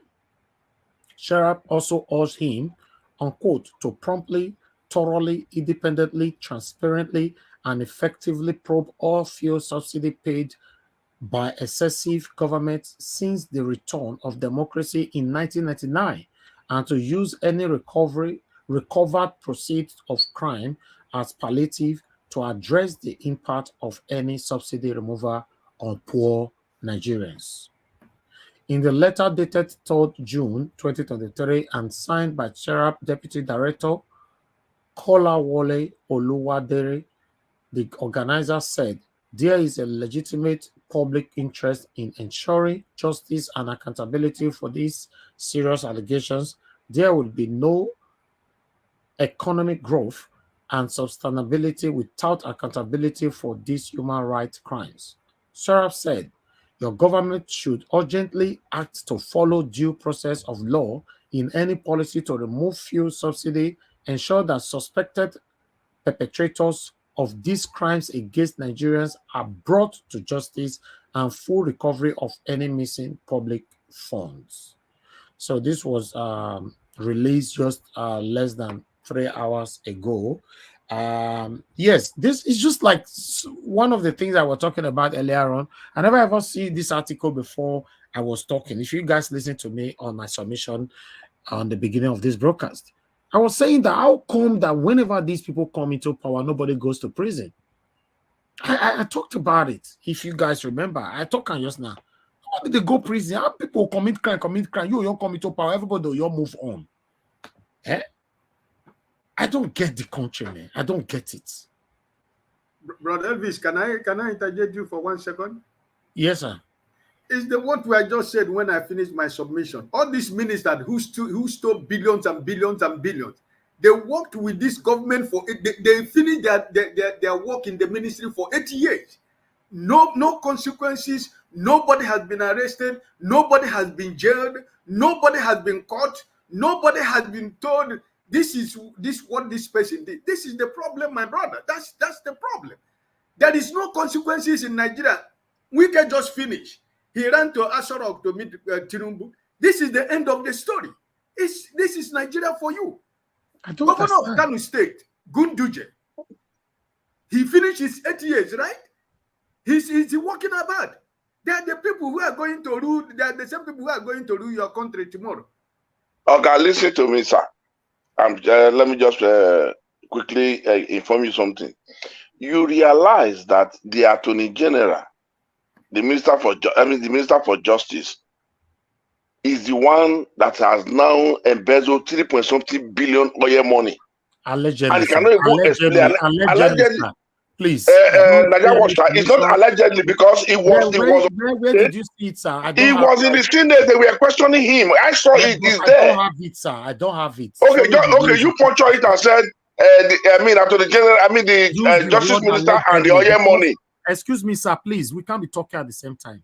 You know the rules of this platform. When you don't have the article with you, just use the word allegedly, please. You know, it's the rules of the platform. Thank you very much. Anyway, but why I'm saying what I'm saying is that it's not a hidden news anymore. It's all over there. They're sitting in the House of Senate when they were questioning him. They're all out there. I know. I've not seen it. So because I've not seen it, you use the word. It's okay. That's always your projection. You always advise everybody what you've not seen or what one have seen. Don't say everybody have seen it. I understand that. That is exactly the way you are. So it's the rules of the platform. It must be respected. You know, I say things. The reason why they can't take me to any court, because whatever I say on this, I will never mislead anybody. I say it how it is. I'll put it there. I'll talk about it. I'll put it on your front. I'll let you know. You'll see it. You know, so that's what I want us to do here. Thank you very much. Can I suggest a little bit? Just a little bit quickly. Okay, go ahead, sir. Okay. It's just a kind of question that we should reason, wrap our heads around. We said, just the article we put out there regards to Missy $2.1 billion US and 3.1 trillion subsidy payments. You know, now if you look at it, what if the president or the administration in office right now, they were also part of those who stole that money? How would they really prove exactly? Because by proxy, Tinubu is an oil marketer too, licensed oil marketer. Maybe you all don't know. He imports fuel into the Nigerian space. So what if he himself is involved in stealing of that money? So how would they really prove it? So all these things been happening a long time. So we should just somebody will, don't worry, somebody will also come and tell us tomorrow, maybe when Tinubu is out of there, that Tinubu's administration was better than the other one. Nigerians are confused. You know, we all are confused. I'm telling you. Somebody should call here and be telling us the person administration that was good. Yeah. Since you were born, what have you enjoyed in Nigeria? Mr. Elvis.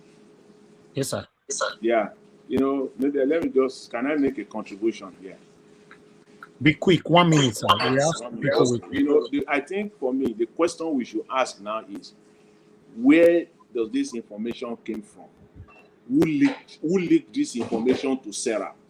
Is Serap just getting this information now, today, in the last 24, 48, 72 hours, or they had this information before Buhari administration, was completed? So how did they get this information? But no, you are asking now, but nobody is asking this question. No. For me, the response, when I put something up like that, I like at least to put out some kind of response to it from my side. I believe this is EFCC leg and hand in all this game. This is how they do it. EFCC has all this information. EFCC, someone within the EFCC is the one that leaked this out. The guy want to keep his job now. Please, Nigerians, don't let us be, be sleeping. No, this is the game. The guy wants to keep his job. You will see in the coming days and weeks now, you will see what will be coming out. He wants to show that, he's there. This is all right, what thank you. Thank you, sir. Thank you. Please, Sir Elvis, the news was carried by TVC News 9 days ago. Share it to the comments, to the private chat, sir. Let me see. Okay, sir. Share it to the private. Don't share any blogger thing to me, sir. Share directly from TVC News, I said. And that's what I'm saying. Share it on the private chat. God bless you, sir. All right, let me move on now to Mr. Alex at Dopikin. Are you there with us? Please talk to us. Yeah, can you hear me? Yes, we can. Go ahead, sir. All right, thank you very much. I've been having some network problems, but I will try and make this very snappy. I've been listening to all the contributions, and I think we should tailor it to the right direction. We should join heads together to really say things the way they are. The first point you just made that I want to stress on is nobody should ever come up with any government that was better than the other. They are all on the same, what's it called? Put before the same panel, all of them, right from independence. We've never had anything good.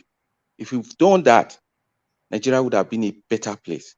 So don't tell me better of the two devils. They are all the same satanic people. So that's a fact I want us to establish. And I hope everybody will get that one. This whole discussion we are having today, I am seeing something in different perspective, and I have to add that right now.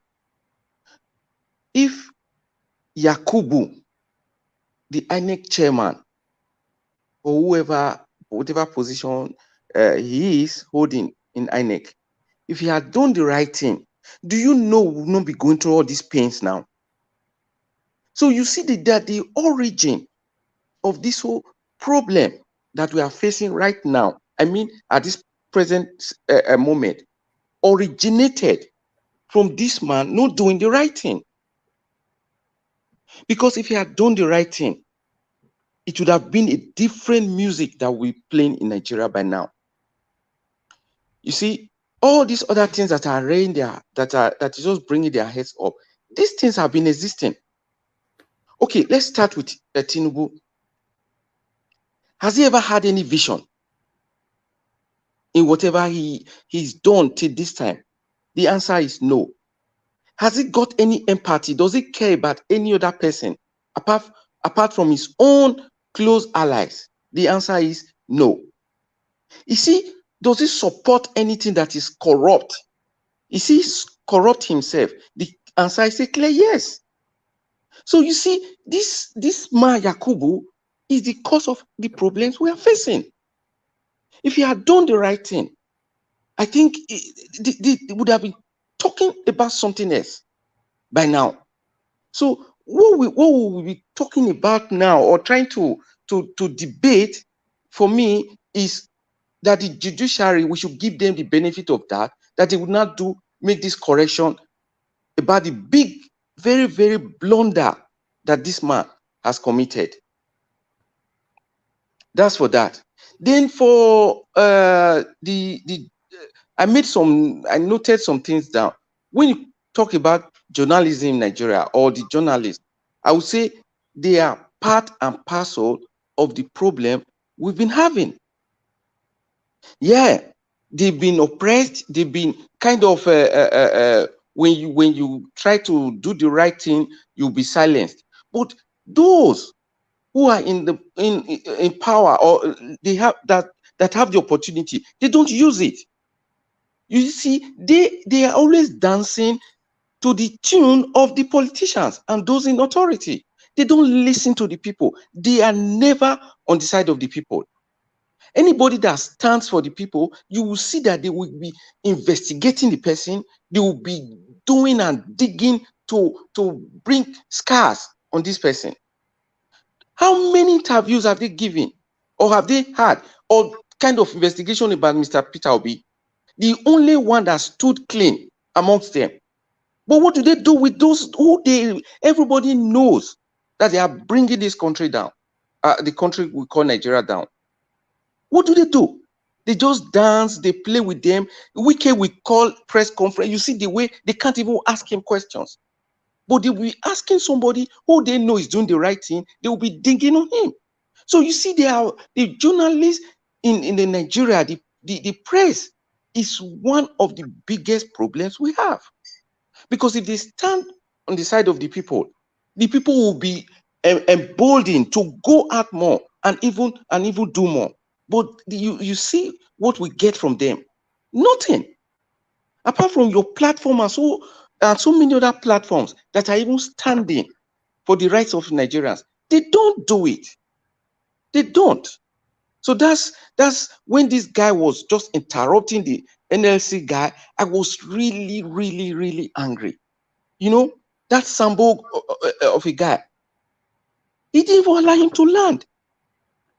He's trying to tell him that the strike is going to cause more pain. What are you talking about? So you mean they should just sit there and watch and the people begin to suffer for their own commonwealth that God bless them with? Come on. In fact, I'm really kind of I don't know, fed up with this country called Nigeria. Then for the subsidy, everybody knew or knows that is a scam. The only thing that we are talking about now is that the NLC, we should give them the chance to go with this strike. Let us see how the people are going to come out and fight for their rights for the first time. When you sit down there, you see that hunger will come and take over your house, or one thing or the other.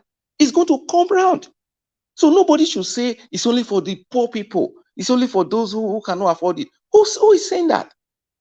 So you mean you are going to be fueling your house with all the generators you have for 24 hours, even when you are a billionaire? Come on, let's stop deceiving ourselves and just say it the way it is. So all those who are standing on the fence, it is time you declare your support where you belong. If you are for them, you be for them. If you are against them, then stand out. Let us know where you belong. So this wishy-washy thing, there's no room for it anymore.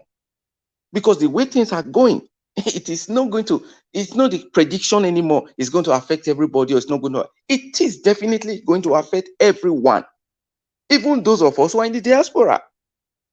So nobody should take this and say it's just for some group of people. No. So the citizens, they have every power in their hands. They have to use it now. This is the chance. Somebody pushed you to the wall. You have to decide either you stay there or you turn around and fight. So that's what I will say for now. And I hope that the benefit of that we're giving the judiciary, that they will live up to it and they will see a light at the end of the tunnel. Thank you very much, and God bless you. Thank you, sir. Mr. Alex Adopikin, God bless you for your submission. Thank you. Okay, let me quickly ask you guys, please. The likes have stopped. We currently have 412. God bless you all that have liked. Can you continue to press on the like button if you just joined the broadcast right now? If you know you've not done so, press on it. Let's take it to 500. We can do that. I appreciate every one of you that have done that already, and those of you that have already shared the broadcast as well. Let our voices go far. You know, please hit on the $sign, support what we're doing here, encourage us on what we're doing. Nobody's paying us here apart from you guys. So I appreciate you all. God bless you. I'd like to call on the next person right here, which is, let me see. Okay. The next person that needs to speak to us is One Love. One Love, are you there with us, sir?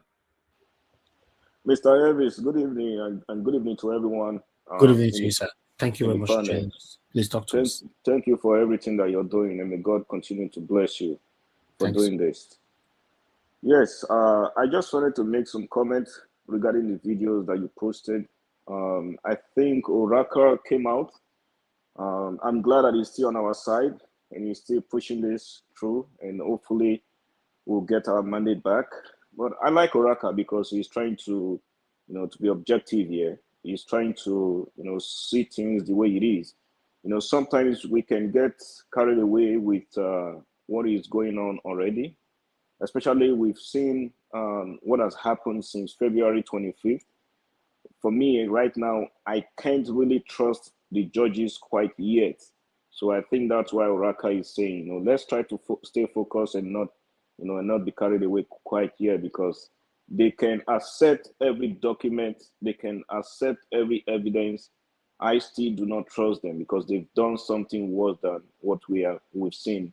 They've actually, did some manipulation that we were all against in the past. And even back to INEC, we saw what happened when we were all sleeping, how the guy kept saying, I assure you, I assure you, I assure you, I assure you, is where we are today. We are still in the court fighting for our mandate. So for me, I know everybody has their opinion. I do not trust this process quite yet until the day I would see the handwriting of those judges and the proclamation being made that Peter Obi is the president of Nigeria and is the guy that actually won the election.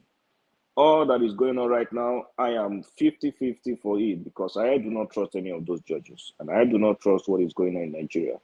When you look at the body language of Tinubu, he is as if right now he is a king, that nothing is going to happen, and nothing is definitely going to happen, because he has pretty much, I'm sure by now, he has bought over everything that he can pay for.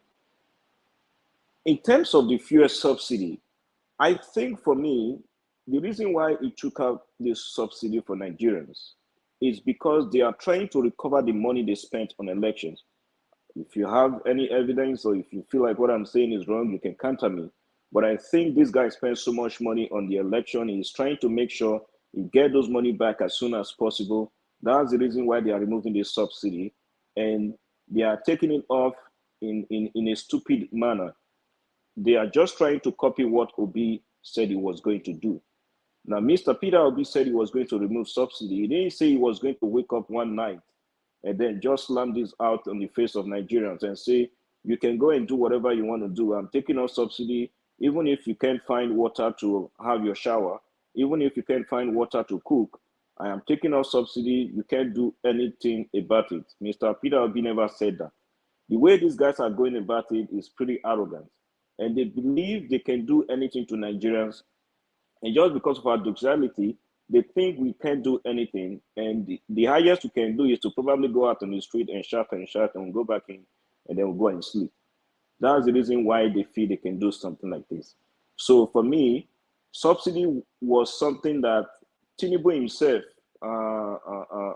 Shoyinka and the other guys, even the guy that was just arrested and get locked up, the fella son, they were all against this subsidy back when Jonathan was there. So you can see what is playing out here, that they actually know what they are doing, and they are just trying to recover some money quickly and pay off whatever they spent on election day. And with all the tricks and manipulations that they did with INEC, they have to try to make sure they settle some people. That's the way I'm looking at this. I don't think they are taking off this subsidy for any reason. They are trying to take off this subsidy so they can get some more money back. But it's pretty sad that Nigerians are the ones that have to pay for, for their criminality. Nigerians are the ones that have to pay for this this whole thing that is going on in terms of imposing suffering on the people, in terms of trying to make sure the people do not survive, in terms of trying to make sure that people cannot go to work, people cannot cook, people cannot even eat, in terms of trying to make sure people cannot even go to their workplaces and embark on daily routine. They are trying to make sure they seize on that in order for them to be able to get that money back. Fuel subsidy is a scam. We know that. But you cannot just wake up and out of nowhere and take off that subsidy when you have no provisions for it. You don't care about how people are going to survive. You know that when you take off for a subsidy, the price is going to jack up from 180 naira per liter to almost 600. A reasonable government would think about, how are these people going to survive? We have to make sure we provide something for them to rely on before we can take off the subsidy. The guy on Arise News pretty much nailed it. And the other guy on the right was trying to oppose him all along. I said, what is this guy doing? You have to let someone speak. We have freedom of speech. You have to let this guy have his view. He pretty much said everything that is wrong. You are not going to see that happening in the US. You are not going to see that happening in the UK, because the government actually have the interest of the people at heart. The ones that we have right now, we know they are temporary. They are going to leave that office. You know, they are the ones that are just going there to try to make sure they get money. Why do you have to cut subsidy just like that? You can cut off the salaries of those in the House of Representatives. You know, a Nigerian senator probably earns more than what President Biden earns every month. But they go to the assembly and do nothing. All they do is go there and sleep and talk and sleep and talk. They do nothing, you know? So for me, I believe they are trying to take off this subsidy arrogantly in order for them to be able to get the money that they want. And I don't see this subsidy matter going on very soon. And I applaud the Nigeria Labour Congress for trying to, you know, come out and speak for the people. Even at times, some of them can be for this illegitimate government, but they have to stand up for something at some point, because at the end of the day, we all have to come up to the truth and learn that our country is falling apart. So for me, I applaud them for coming out, and I think they are going to be carrying out a protest on Wednesday. And now they are calling they are calling on all Nigerian workers to go on strike. I think that's a good way to go. That is the first thing that they should do, because by now I believe they've tried to resolve this issue by talking to Tinubu to take off this to bring back this subsidy. I don't think that is going to happen, because they've actually stand on what they are going to do even before he was sworn in, that they are going to take up this subsidy. After all, this is what Obi said he was going to do. Obedient are not going to be able to complain, because this is what I have seen some guys on YouTube now saying, why are they complaining? This is what Obi said he was going to do. Why are they complaining? I just look at them and laugh. But Obi was not going to go about removing subsidy, you know, stupidly, just like they did, you know. So I think at the end of the day, we have to learn that we have an illegitimate government who is ruling Nigeria currently, and who is going to be leaving that office in a few months. But again, we have to make sure we are focused on what we have right now going on in the courtroom, because they will try to do everything possible to divert our attention from what is actually going on. You know, they will try to bring so many things at this point. I think the other day I was reading through Mr. Peter Obi's Twitter's page. He was, you know, saying something about they might come up with so many things to try to attack him. They might come up with so many lies and, you know, so many stuff just to make him look bad to the people. They will do that because these guys are not ready to leave power. That is where they eat. That is where they steal money. That is where they take all this money from and send it to the West to do all kind of stupid things that they do. So for us, we have to remain strong. We have to remain steadfast. But I still do not believe on this judiciary. But I know if everything goes okay, we'll come out victorious. I'm just going to be following, but at this point, I do not believe on this judiciary. But I know at some point, if everything is put in place, just like what Mr. Peter Obi is going, and if everyone can come together and be able to stay on one voice and resist this government, because the way they are going, they are not for Nigerians. If we can come up together, resist this government so they can, you know, step down from this illegitimacy that they are practicing right now, I think we will have a chance to be able to go up there and get our country back.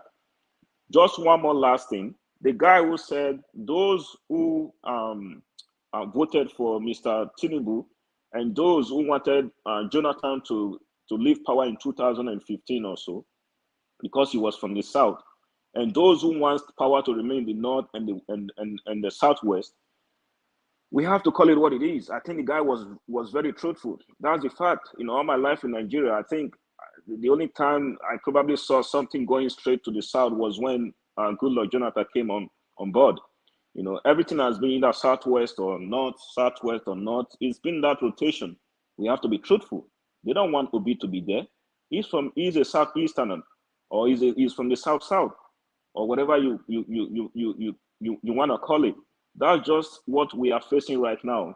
They don't want the guy to be there because he's an Igbo man. Let's call it what it is, you know, and people can oppose me, but yeah, that's the fact, you know. Things have to change. If you want Nigeria to get better, you have to carry everybody along, not with this government that is there right now. I believe Obi is the only guy that will come to table with everybody and bring everybody along and say, hey, we have to face this country. If you're an Igbo man, you have to come to the table.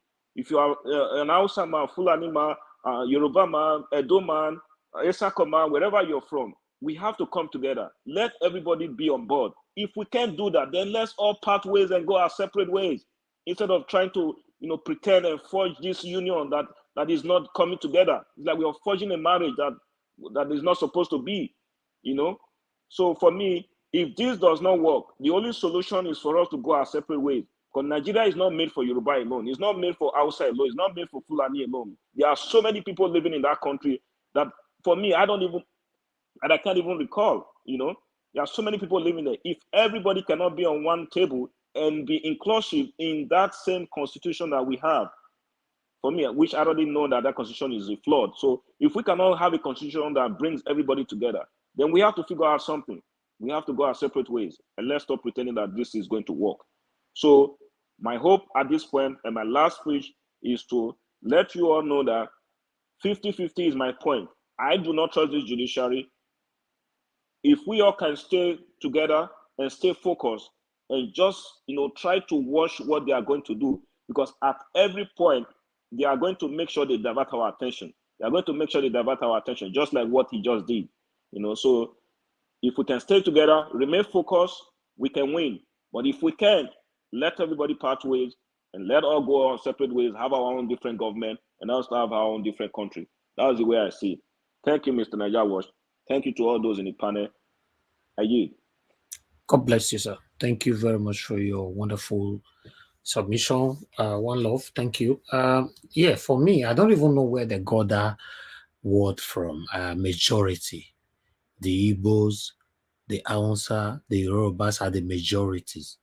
What's that? What does that mean? You see, the problem started way back, years ago, and that's the same problem we are still facing today. That's what Barrister Michael Sekome was talking about the other day. Say, out there, they call on, they have a majority on just 3 tribes. That's the problem we're having today.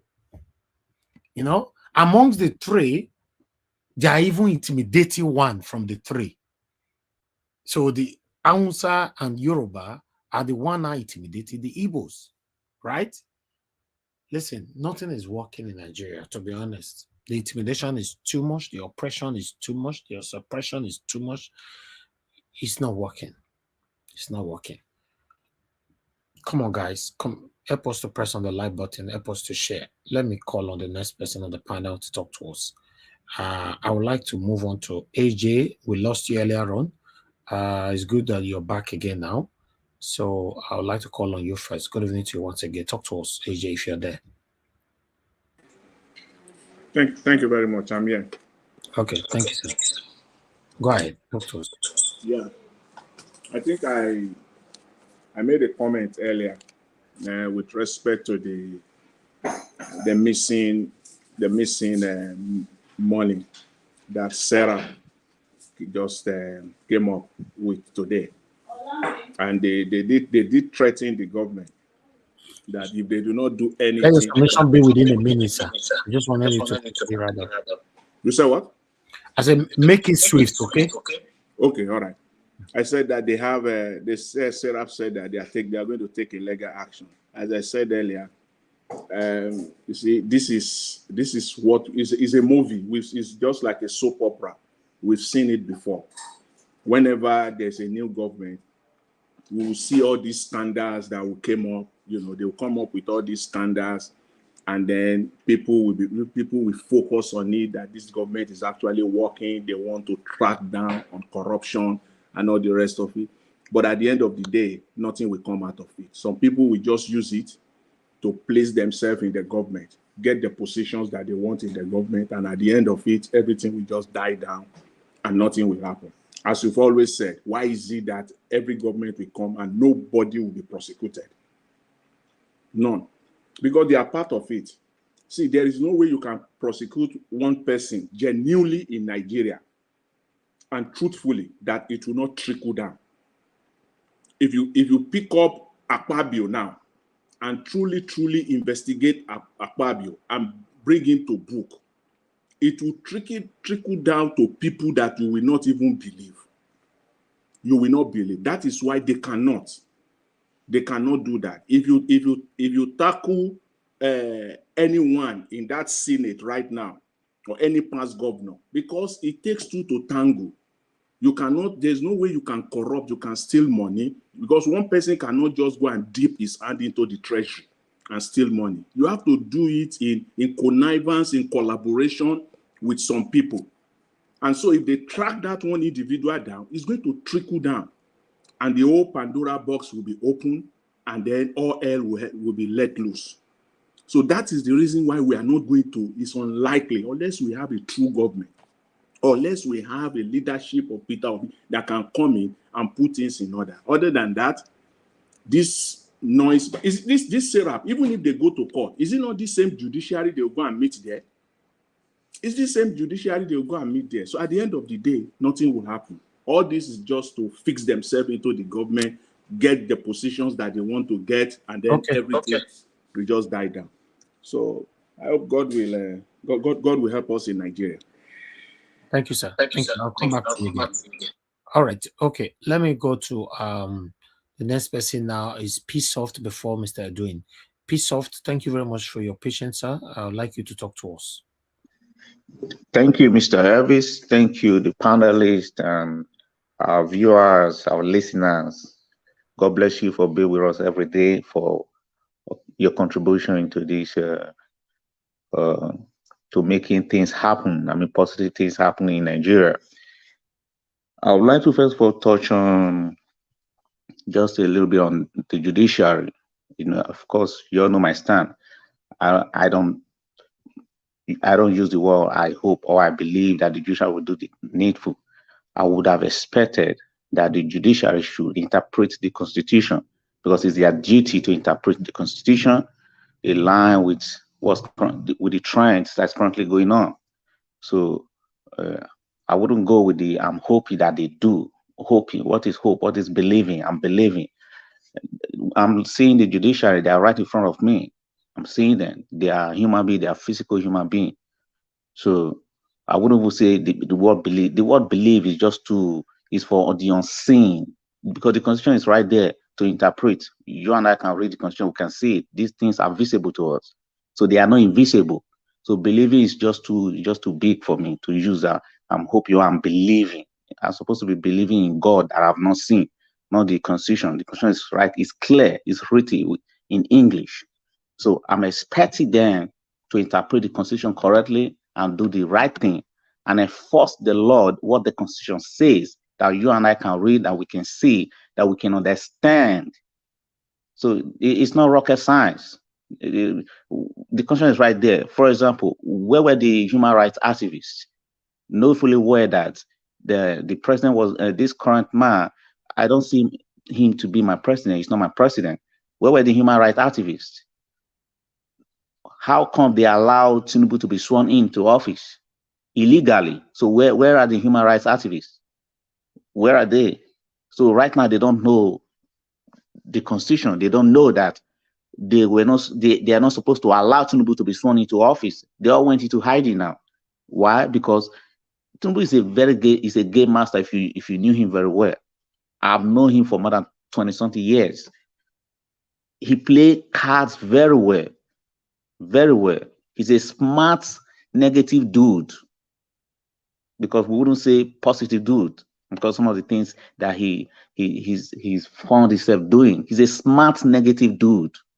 You see, now I'm not saying, okay, if this guy is brought back to the office now, brought into the office, what's his name, PO, you're going to see all manner of human rights activists everywhere. All manner of human rights activists. But now that they were supposed to act, or even stop, they're the ones supposed to actually stop that inauguration, because they are human rights activists. They're supposed to follow the Constitution. But they never did that. You never saw any of the human rights. They all went into hiding, talking from their houses, or kind of stuff. Let's go back to the fuel subsidy. As I was saying yesterday, in regards to the subsidy, you see, you can't just remove a subsidy without making a provision for the people already. Even countries that have numerous refineries still subsidize petroleum products. America has 137 functioning refineries. They refine petroleum products every day, every blessed day. They have 147, but 137 is functioning. Refineries spread across the United States, yet they still subsidize petroleum products. That's why we're able to buy petroleum products at the rate of $3 something, $2 something, sometimes $4 per gallon. They still subsidize products. These are countries that have refineries spread across the nation. So to refine petroleum products is not that cheap. To refine a barrel of petroleum products is around $3 a barrel. So if you're moving, if you do not have your refinery in Nigeria and you're going to transport 1 million barrels from Nigeria to Germany or to China, look at the distance. If you are transporting it to China to refine, the prices goes up too, because they charge per barrel, maybe 15 cents for transportation. So if you multiply that by 1 million barrels that is being moved from Nigeria to China or to UK, or to I don't know if UK got refinery, but I know France got, Germany got, there's a little one in Italy and Belgium, something like that. So if you to move these cargos around, vessels around, it costs money too. So for a government to just wake up one morning and says that they are taking up subsidy without making provision, you're not producing any petroleum product in Nigeria currently. You are saying to us that Dangote is going to be buying in market price, which means in dollars. So I want you to think about this. A company, a native company, will be buying their native products in dollars. And are we saying that Dangote is going to then want to lose money? He doesn't want to make profit. Then he's going to start to sell it to you or to the Nigerian people in Naira. How is that possible? Definitely, he's going to give the allocation to independent marketers too. He will give the allocation to people. Then those will then be the one to now break it down to you in your local currency. Definitely, which means it's still going to be more expensive. How many petroleum products do you get from a barrel of oil? That's 158. I'm talking based on data. This is reality. There's no way you're going to take out. I do not even think they've taken the full subsidy out, because the government still peg it. They're still the one in control of the price. So if you took out the fuel subsidy, why are you still controlling the price? So they're just playing on everybody's intelligence. Why are you still controlling the price? You don't control the price if you took out subsidy. You don't control. You have no power to control the price. There is supposed to be a free market, but you're the one telling people, okay, peg it at 540, which means you only took out a fraction. But the truth is, if they actually took out a fuel subsidy, you buy 1 liter at the rate of close to 1,000 plus naira. Believe me, if they truly took out subsidy. So what they did was just to take out a fraction. I made a couple of calls. I called some of my friends who are in the oil industry down there in Nigeria. They do important stuff. They told me, listen, if they truly took out fuel subsidy, you buy a liter more than 1,000 naira. And it's true. I looked at the calculation. I opened the data. I checked everything. It's true. So which means government still controls the price, which means they only took out some fraction of the subsidy. So we should be very, very careful in some of the things that we support. We should try to have more knowledge in some certain things before we jump into some conclusion, because these governments, they are trying to recoup their money. Like one of our panelists said here, that he believes that they want to recoup the money they made from they spent during the election. Believe me, 100% I believe that, because if you look at how subsidy works, every day, for example, right now, that yesterday, if since they've made that public announcement, so if they stop paying that subsidy, so they are recouping those money. That's how it works. It's every day. So the number of days that they're able to sustain this, the more money they're going to make individually into their private purse. That's how it works. So they can be pushing, the NSC can be pushing them, say so, but the number of days it actually passes until maybe they finally come back to, okay, because Nigerian people, okay, let's even think about it. How can Tinubu, who imports petroleum products, who is a beneficiary of subsidy, be telling us that he is removing subsidy? So I think it's all games. They are looking for a way to even reenact back the subsidy, so that they will say, when maybe they heard Peter Obi said he's going to take out subsidy. They don't know the plan that Peter Obi has to take out, because there has to be a provision. I don't think Peter Obi will just come into office and start, oh, subsidy is gone. No, he will have to make a provision. He will have to look at the number of modular refineries being spread across the country. He will have to enable licenses. He will have to enable a lot of stuff, a lot of productions, kind of stuff. You have to enter into partnership, with some, foreign investors, you understand, who would like to do things in Nigeria, and that will be guaranteeing under the state of the nation's security, because nobody wants to put in money into a country where you have disaster, we have kidnappings, some kind of stuff. No investor want to do that. So currently, everybody is just trying to, patch up. Even some companies are already there. They are just one leg in, one leg out. Imagine MTN. Let's take a look at MTN, for example. I think every 4 years, MTN move out about how many trillions of naira? About 6 trillion. Just imagine that a country where you're making money. Can any company move out billions of dollars from the United States just because it's a foreign company? Can they do that? The law does not permit it. The money will be invested here. Whatever money you made in the United States as a foreign company, the policies here says that you're going to invest the money here to create jobs opportunity. MTN, every 5 years, I see them moving 6 trillion naira out of Nigeria. Where is that money going to? Why making money in my country and you're taking the money out? You're supposed to invest the money back. That's why you invest money back into factories. They give it out as medium SMK loan to people to be able to invest, to be able to, you understand what I'm saying? Come on.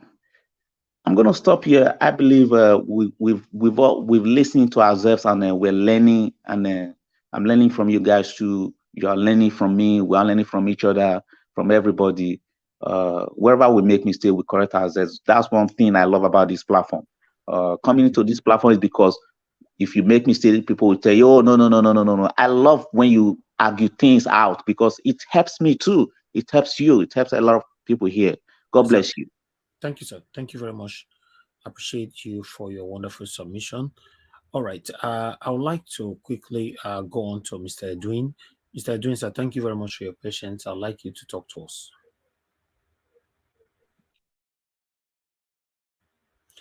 Mr. Edwin, thank you very much, Naija Watch. I'm grateful. Go ahead, sir. Thank you. Yeah.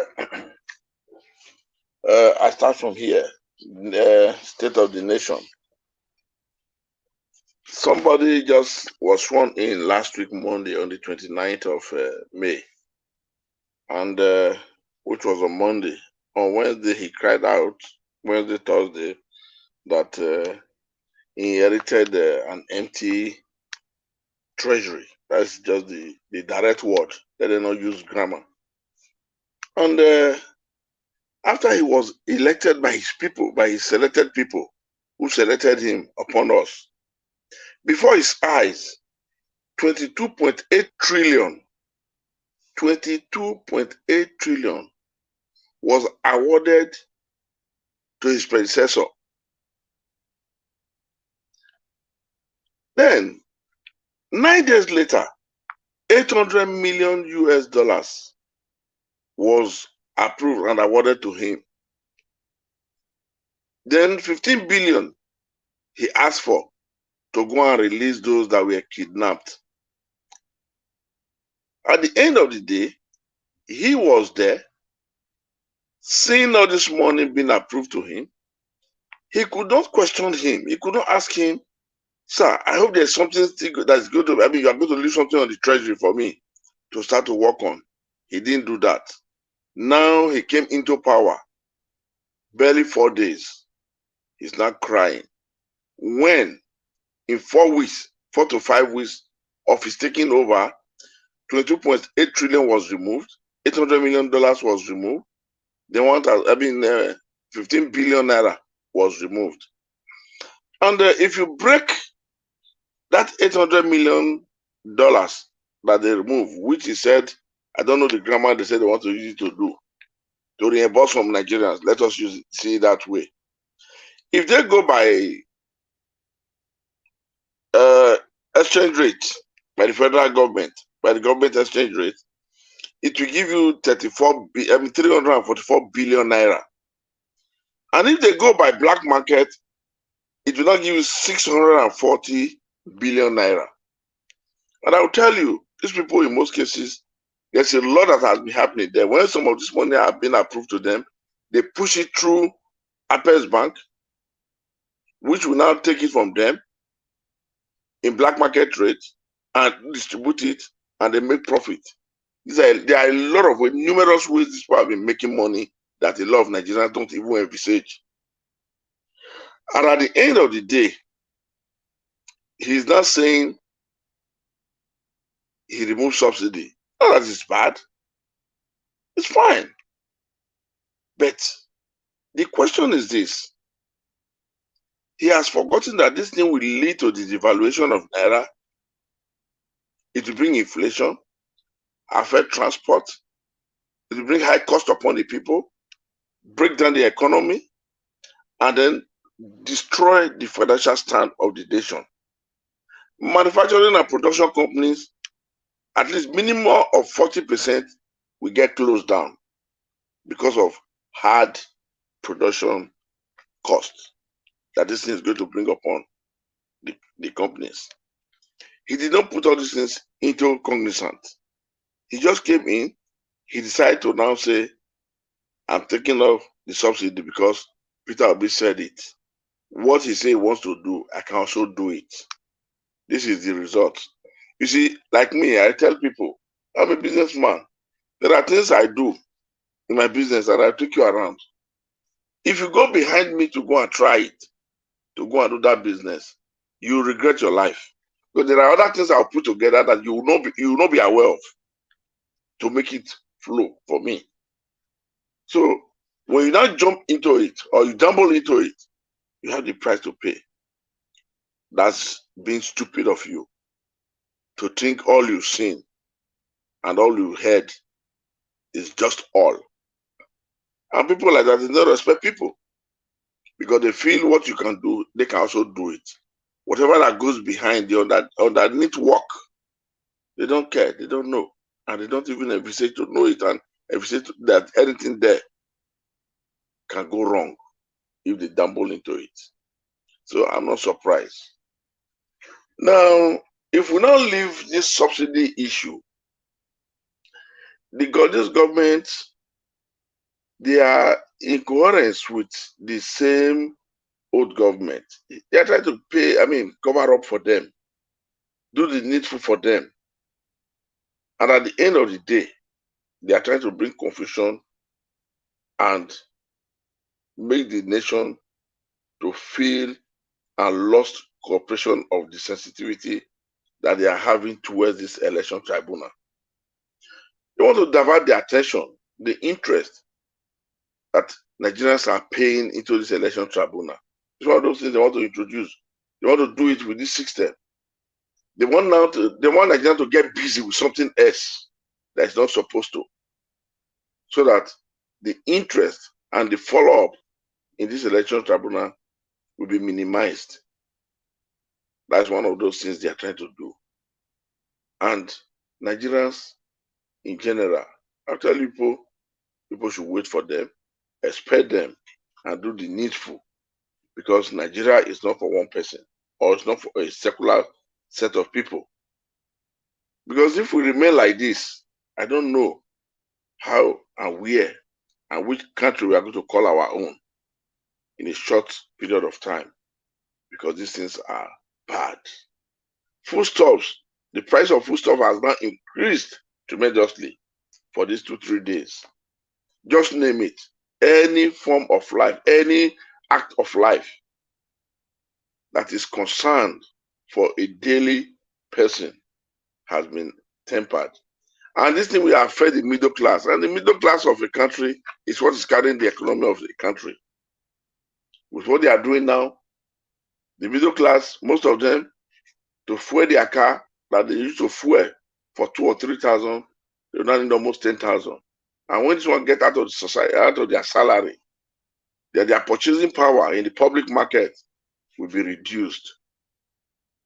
So we are heading into a total chaos if the needful is not done. Now, I want to go into the sector by saying the tribunal, we should not tell them to please or plead with them to do the needful. Yeah, these people, they don't care. They don't care. As allegedly, this afternoon I was reading, and though I saw the video, I would say allegedly because it's not well confirmed, when they now said the son of Mahmoud, Yakubu Mahmoud, has run mad in Dubai. So we don't know how far it is true, but the video is out there. And these are the people that has put Nigeria into this total mess.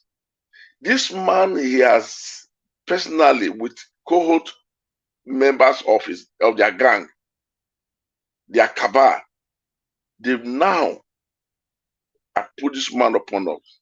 And the person they put upon us now, whom we refuse to accept because he's not our president, we don't know him. We never voted him to power. Look at what it is now. It's now misleading the nation into a doom. At the end of the day, Mahmoud can understand now that he is the man that has caused this pain upon Nigerians. Because he now single-handedly pronounced him and gave him that ticket upon Nigeria as a country and upon the citizens of Nigeria. So he is the one now that is causing Nigerians pains. Because if he has not done this, this man would not have been there. And this man would have been, if this man was not there, he would have been able to do this. So this man, Mahmoud Yakubu, this is one of those things you've caused, and one of the pains you've caused and you inflicted on the entire Nigerians by your selection, which you've done. Now, when we now live there, we now come to see that the Nigerian Labour Congress that says they want to go out by Wednesday for demonstration is also out there right now in the net. That the Northerners and the Westerners of Nigeria said they will not partake in that demonstration. You see that Nigeria is getting divided clearly in the tribal line. Now they are now saying they will not be part of it. At the end of the day, Nigeria Labour Congress is a part of Nigeria and they stand for the Nigeria Labour Union. If they now say the northern part of Nigeria and the western part of Nigeria are not going to take part in this, protest, Mr. Edwin, what are we, sir? Mr. Edwin, sir, let me help you. In case, because I noticed that you are very good in diverting out of topic, that's fine, it's a normal thing. But in case of next time, if you want to reference to other topic that is out of the topic from this media, then you can say on Arise, on channels, on TVC, on Vanguard, the Northerners said they are not part of. Don't say it's out there on the net. Nobody go on the net to search for anything. Okay, thank you very much. It's not a source. Thank you, sir. Okay, thank you very much for drawing my attention to that, and it will be done accordingly from now on. Thank you very much. So at the end of the day, we are all saying we are one Nigeria. Section of Nigerians are agitating to break out. You said they are going nowhere. When there's anything that has to do with the entire country, and it is not in your interest, you people will now say you are not going to be part of this thing. Where are we heading to? Where is the one law? Where is the one Nigeria we have been saying? It's not like, it's not out there. I don't know why. We cannot continue like this. And I want to clear also when the people were now saying, oh, some people now say the three most popular, populated Nigerians. That's not what they were saying. They said the three major languages. Let us get it. There's difference between the most populous Nigeria and the major language. They said the three major languages that's most spoken in Nigeria is the Igbo, the Hausa, and the Yoruba. That's how it was defined then. And that's why they use the main word by saying wa, zo, bia.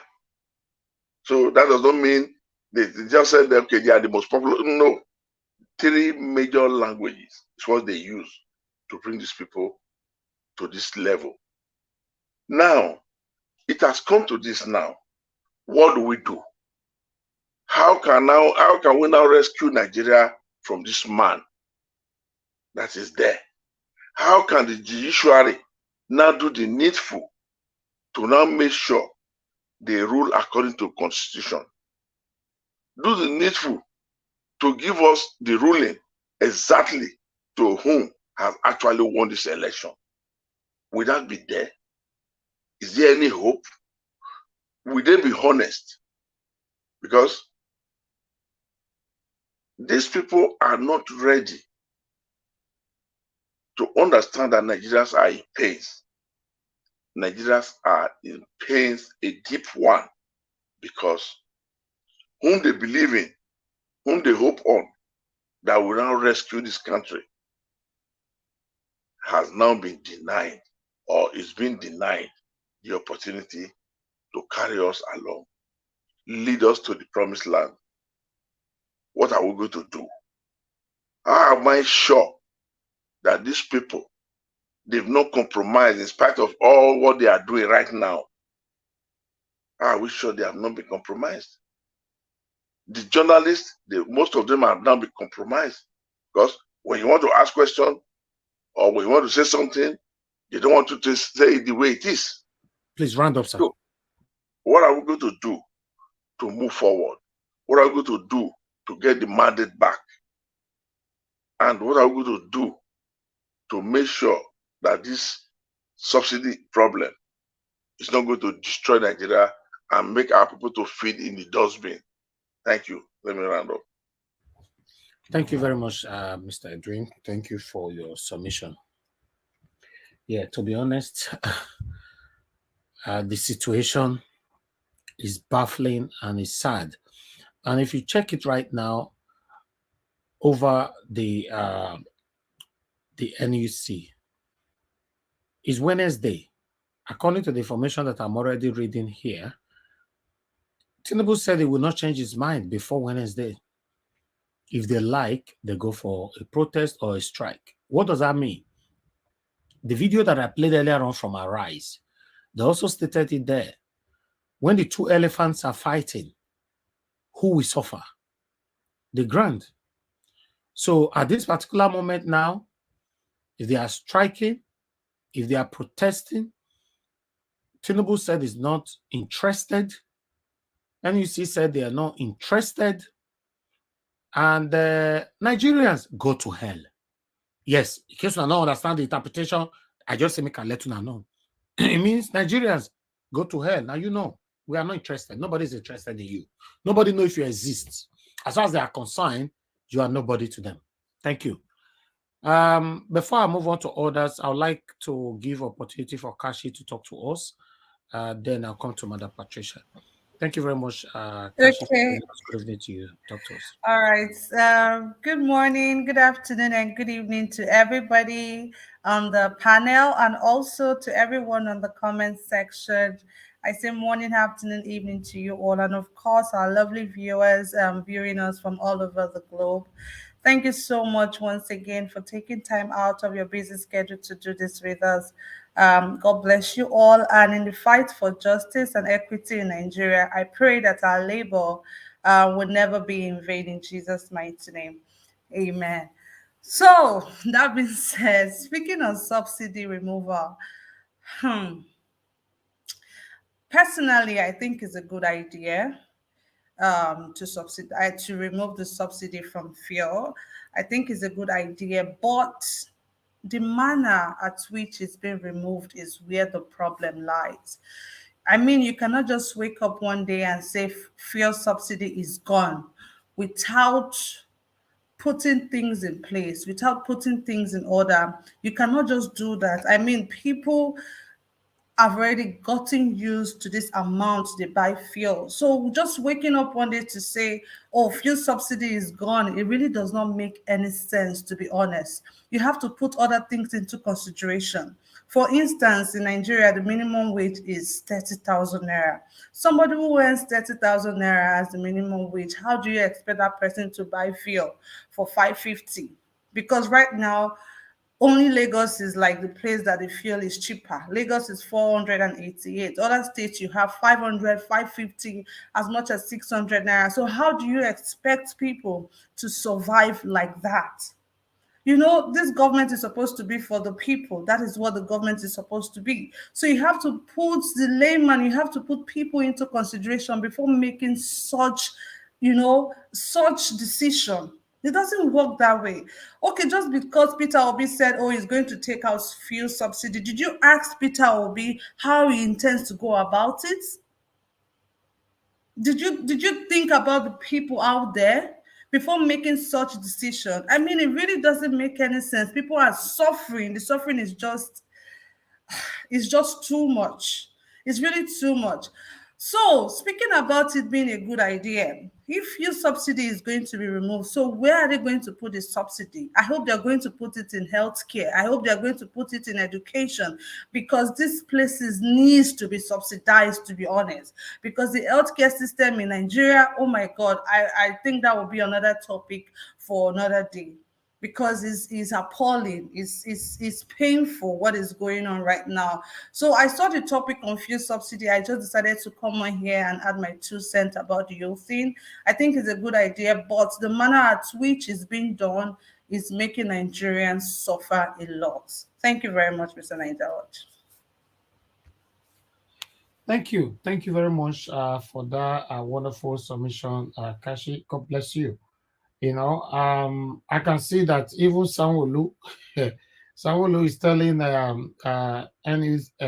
NLC, according to what I have here now from the cable, saying that Sanwo-Olu to NLC don't go on strike over petrol subsidy. Tinubu means well for Nigeria. According to him, I would like to quickly just go to his speech. His quote. Okay, let me take it. Babajale Sanwo-Olu, the governor of Lagos State, has asked the Nigerian Labour Congress (NLC) not to go on strike over petrol subsidy removal. During his inauguration speech on May 29, President Bola Tinubu said petrol subsidy is gone. The president's pronouncement immediately led to the resurface of long queues at fuel stations and a hike in the pump price of the product across the country. On Friday, the Nigeria Labour Congress NLC issued a 5-day ultimatum to the federal government to revert to the old price of petrol or face a nationwide protest.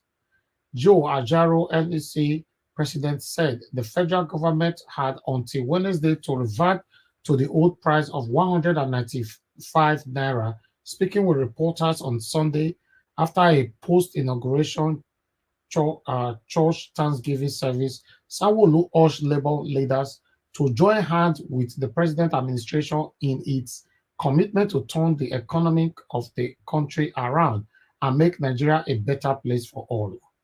We are thankful that Mr. President is a product of Lagos. We will pray for him and everything that he stands for. We believe he will replicate all the good things he has done in Lagos, in our country, Nigeria. Sanwo-Olu. That was the statement from Sanwo-Olu. I want to wish and plead with our citizens. Even NLC has said to us that they want to go on strike. It is not the time for a strike. During the campaign trail, every one of our presidential candidates did say that the first thing they are going to do is to remove the subsidy. So what has changed? What has the current president said, or what has he done that is different from what any other aspirant said they would do. Can you imagine? We need to be very patient. President Tinubu, has not even done a week. So let us talk to ourselves and say that we shouldn't turn it political. Let us wait and support him. He has not done a week on the job. Let he go. In fact, someone low up is laughing. I can't continue with this. So are they concurring to the fact that they are basically copying Peter Obi's manifesto? Exactly. That's what he just said. That's so what he's trying to tell us that they are practically copying his manifesto. That's what they're saying. But how you go copy finish? You know, go ask the person, say, how do you intend to implement? They're supposed to go ask and say, okay, we won't copy you, or how we want to implement this thing when it go affect Nigerians. How can you tell people to cooperate? Something where you don't know, you go cooperate, put. Like this article you just read is just freaking annoying, to be honest.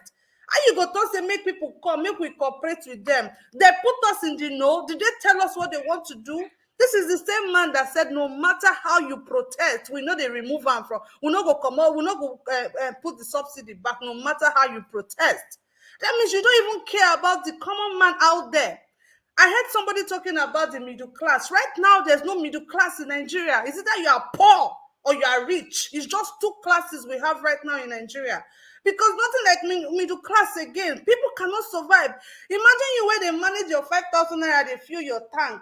You're going to spend times 4 of that money and your salary no increase. Nothing has increased. How do they intend? How do they want people to survive?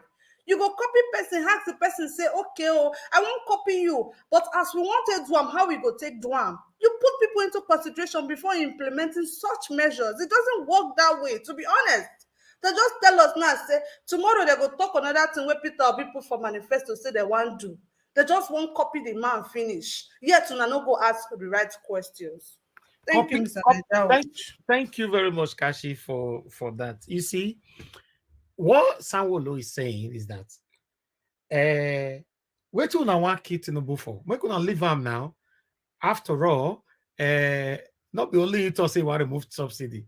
Obi talk say he go remove him. That's why he used the word that other presidential aspirants said the same thing. So as for me, Mr. Tinubu has not done it wrong. Mr. Naija Watch. Yes. So as they remove the fuel subsidy now, why is the price not unified all over Nigeria? Exactly. They are confused. The price is still not unified. Lagos zone is 488. Other places are buying 500, 550, 600. Why is the price not unified?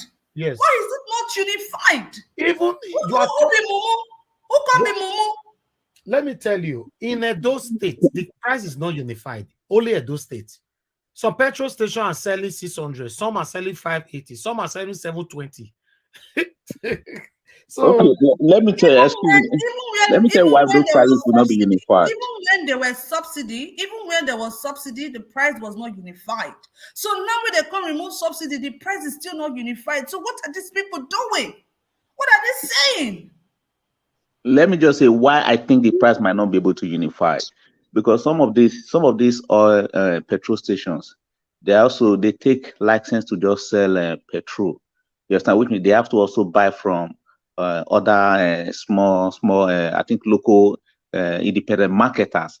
Which means it's not directly coming from independent marketers straight to the petrol station. Because the system doesn't work. Yeah, because there's no system. There's no system put in place. So the common Nigerians should be the one to suffer for the inefficiency. It shouldn't be like that. It's because our system doesn't work. How can I buy petrol in a different price in Cambridge, for example, then I'll buy another one in London, I'll buy another one, a different price again in Manchester. So everything is wrong in Nigeria. Everything. It's not working. You are telling us now that other presidential aspirants or candidates, they stated it, they will remove it immediately they come into office. But how? Did you work it out? Why didn't they ask Peter Obi how he wanted to do it? Why did they go and meet him? to ask him. Naija watch, sir. Thank What you very Nigerians much are for that question. Why didn't they go and meet him to ask him how he intends to implement it? Thank you very much. Naija watch, sir. Naija watch, sir. Yes, sir. The oil, the barrel they steal every day in Nigeria can even give Nigerians fuel to drive without even paying in tanking. They are not even thinking about all those things. They want to suck Nigeria dry. The whole of these people, I said it 3 days ago, the first problem they had with Jonathan was when their license expired, Jonathan was no more renewing it. Said, why is it that the whole Northerners are people carrying this license, this oil well license? All right. He refused to renew it for them. And now they are not turning around again. What do they want to do? Let them destroy that country and let's see what will happen to everybody. The truth. Let them continue to destroy it. The truth is, we are in big trouble. That's why I said nobody should applaud any past government, say Tinubu was, or Jonathan was good, or Basajo was, or the whatever. All of them are the same people. They are the same thing. Because look, what I'm even expecting from Tinubu now from the next how many days he will be there before the judiciary will take a decision over the whole thing is to start arresting people, especially the people in the same class with him. Put them in jail. Don't use your power to intimidate common citizens that have been pouring out their plight. They have been crying for so long, for decades, for the continuous suppression, oppression, intimidation by your intoxicated power. Use that same intoxicated power to oppress the same people in your level. The people that have caused the excruciating situation that we find ourselves today. Get them, arrest them. We can't continue like this. We all are deceiving ourselves. Let me call on the next person to speak to us. Thank you very much, my people. I would like to call on Madam Patricia. Thank you for joining us. Good evening to you once again, Madam. Please talk to us. Madam Patricia, it looks like you're not available. I'll come back to you. Let me go to Michael Abba. Michael Abba, are you there with us, sir? Yes, please. Okay, please talk to us, sir. 8 minutes. Thank you. Thank you very much, Elvis. I want to thank you for all that you've been doing, and God will continue to bless you and your family in Jesus' name. Amen, sir. And I want to thank all our brilliant panelists there that have been doing wonderful job, especially the ladies, all their contributions. I appreciate them all. Men, I appreciate you all, and thank you for all that you've been doing. The struggle continues until we see the end of the situation. Always, you've been, you spoke about, Tinubu arresting, all the other officials that have embezzled money. Where have you seen it happen in Nigeria here? Even the money that they stole and they recover, have you been able to see a penny out of you? Have anybody been able to account for what they recover from the various political officials? So you see, when you talk, tell me, is it Tinubu that is been yearning for power, for Buhari to hand over to him, that you wanted to go and arrest Buhari? It can't work. What about the senators that approved this money, $800 million that they are talking about? In 1 week time, they know very well that Buhari was leaving the office, but they went ahead to approve the $800 million, and Buhari withdrew the money and left. So how do you expect that Tinubu will arrest Buhari? Arrest him for what? What about himself when you be leaving the office? If the same APC man is taking over from Tinubu, God forbid, anyway, are they going to arrest Tinubu? It's not going to be done. Nothing works in that place. Forget about it. When we talk, it is hurting. Because who is going to arrest who? Everybody knows what each and every politician has embezzled. So if you arrest me, I will tell you what you have taken. That is just the story that is there. And the video that you showed us earlier on about the Tinubu's statement, you can even see. He said he took over the asset and the liability from Buhari. So what do you expect? And looking at the government, that the government is illegitimate in the first place. What does Nigerian expect out of the government? To be kinded, the suffering is just beginning.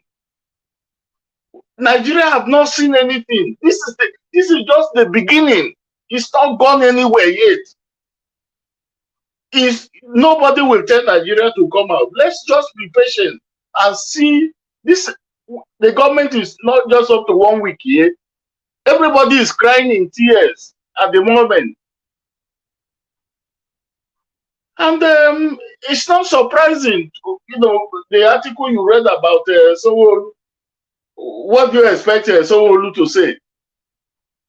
That it's good the NLC should go on strike. The son of Tinubu. So you want him to say NLC should sub-pedal, not to go on strike. I'm not seeing that happening. Yesterday I spoke almost in the same line with Mr. Oraka. The fear that he has not in his heart. I spoke about it yesterday. And I said vividly that as I look at Tinubu, it's not the person that you can be thinking. Even if the tribunal has asked him to quit, it's not the time that he's thinking, looking like somebody who is going to quit. The man is bent on staying there, whatever happens. That is not his problem, except he's being forced out of that office.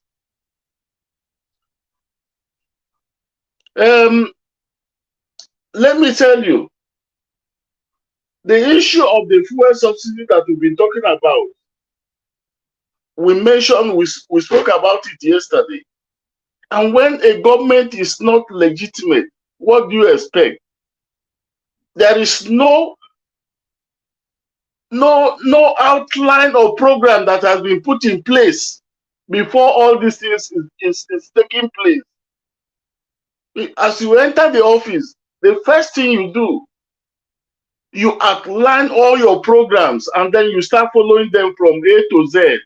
But it's not like that because the government is illegitimate.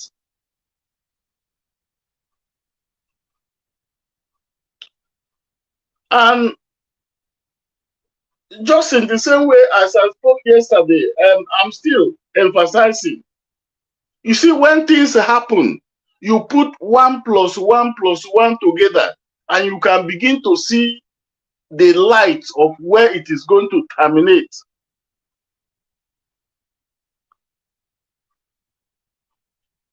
This is the same judiciary that is supporting the INEC, Mr. Yakubu, or whatever you call him.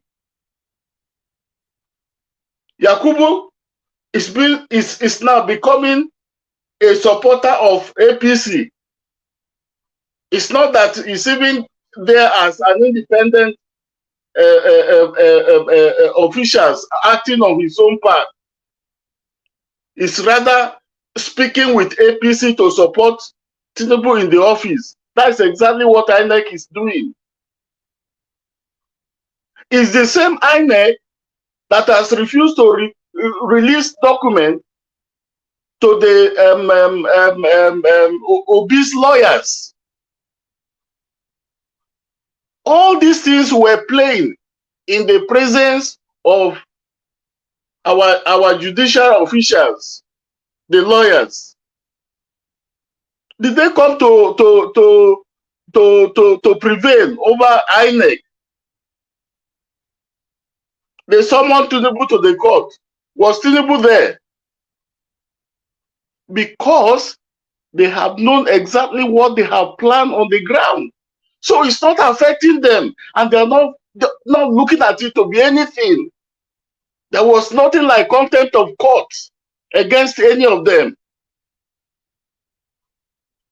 So the country there is a place that you see nothing works practically. Nothing. You do it, you go free, and that's it. And I keep saying, my confidence is not there with the judiciary whatsoever. Well, is until I'm able to hear a pronouncement.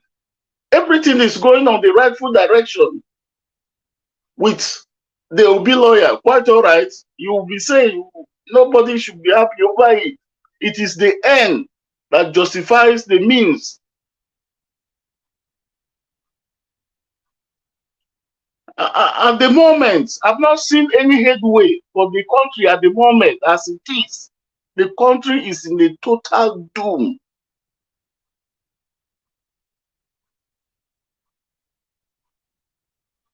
Honestly, my only prayer is the judiciary, as I keep saying it, the judiciary should do the needing to save the country, to save the Nigerian populace from the hardship that is on the ground at the moment.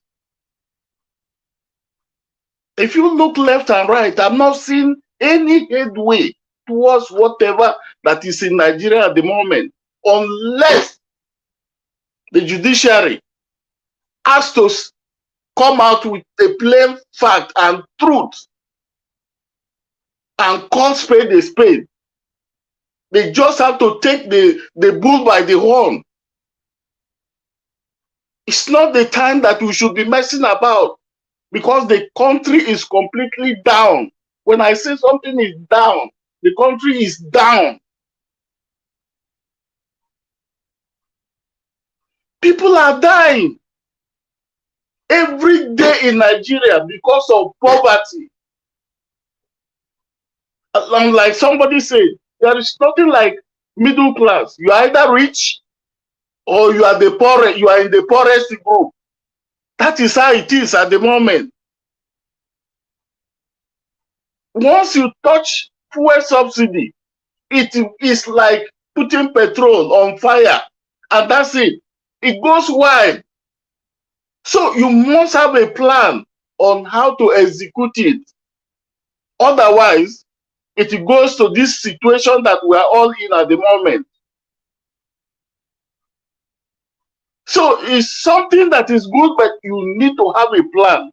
Has there been any plan? The answer is no. No plans. It's not just by pronouncing and you just say it is gone. That is it.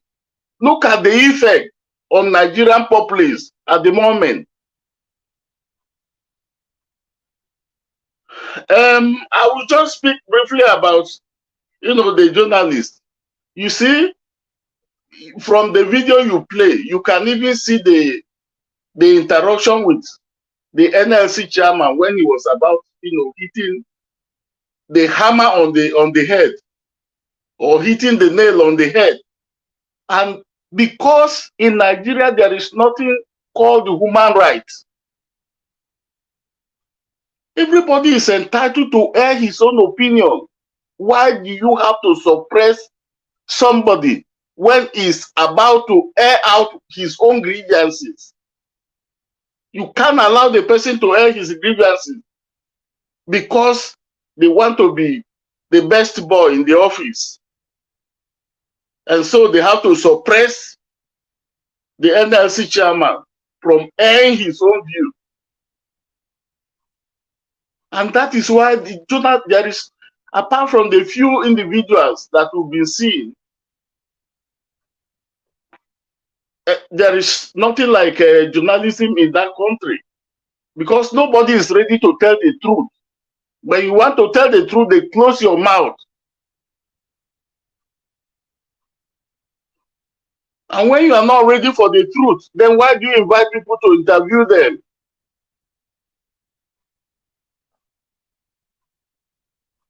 That is it. So, on the whole, my prayer for us to come out of this doom, for Nigerians to come out of the doom, is the judiciary should do the rightful thing. The evidence is overwhelming. It's not something they can just, if they make any mistake, I'm just very sorry for Nigerian country, that country there. It will be terrible. It will be disastrous. And their name will go down in history as well. Are you there, Elvis? Thank you very much. Thank you, sir. Thank you, Mr. Michael Abba. God bless you for Naija Watch, sir. I have a question for you. Okay. Sir, we are talking of $800 million, 22.7 trillion. Naija Watch, do you realize if they decide to share 5 trillion among APC top chieftains, no one will go home with less than 50 billion? Okay. And we are talking of 7.5 that they will use to run subsidy for a year. And somebody in 5 weeks to leaving office took 22.7 trillion. Meaning that money can be able to finance subsidy for 3-4 years for Nigerians to live. It was taken. And people are just mentioning the $800 million. What is $800 million compared to this 22.7 trillion? APC alone will share just 5 trillion. Each member will not get less than 50 billion. I don't know if people really know what happened in the past 5 weeks before when Buhari was about to leave. Yeah, we've talked about it, yeah. So we know. We are aware. Thank you, sir. We are aware. Everybody's aware. We know what these guys are doing. Guys, press on the like button. Help us to press on the like button, please. Let's do this. Okay, let me quickly thank George Blueshell. Thank you very much for the support. And Nicholas Madu, thank you very much for the support, financial support. I appreciate you all. God bless you. Charles Zedoe, thank you very much. Thank you very much. God bless you all. Thank you for your continued support to this platform. Yes, let me call. I don't know if Madam Patricia is available right now. Okay, let me move on to give us a mandate. Give us a mandate. If you're there, please talk to us. Good evening to you. Good evening to you. Good evening to everyone on the panel. Depending on your location, good morning, good afternoon. Hope everyone is having a nice weekend. People in the comment section, greetings and greetings. Nice weekend. We fire the bomb for house. See, whether regardless of whether fire the bomb for us or fire no bomb for us, I will continue to reiterate there are some things that we will not be able to see on the platform because we respect the policy of the platform and what the platform stands for. And based on the fact that we already accept a disclaimer to speak on the platform, there are some things that I personally will not say because I don't want to break the policy of the platform. But whether you believe it or not,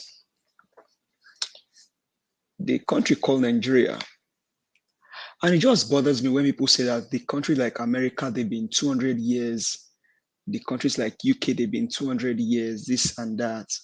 Hey, stop deceiving yourself, people.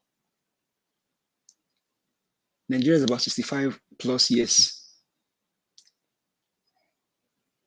The reason why you have elders before you is so you can learn. With due respect to elders in Nigeria, Nigerians don't learn.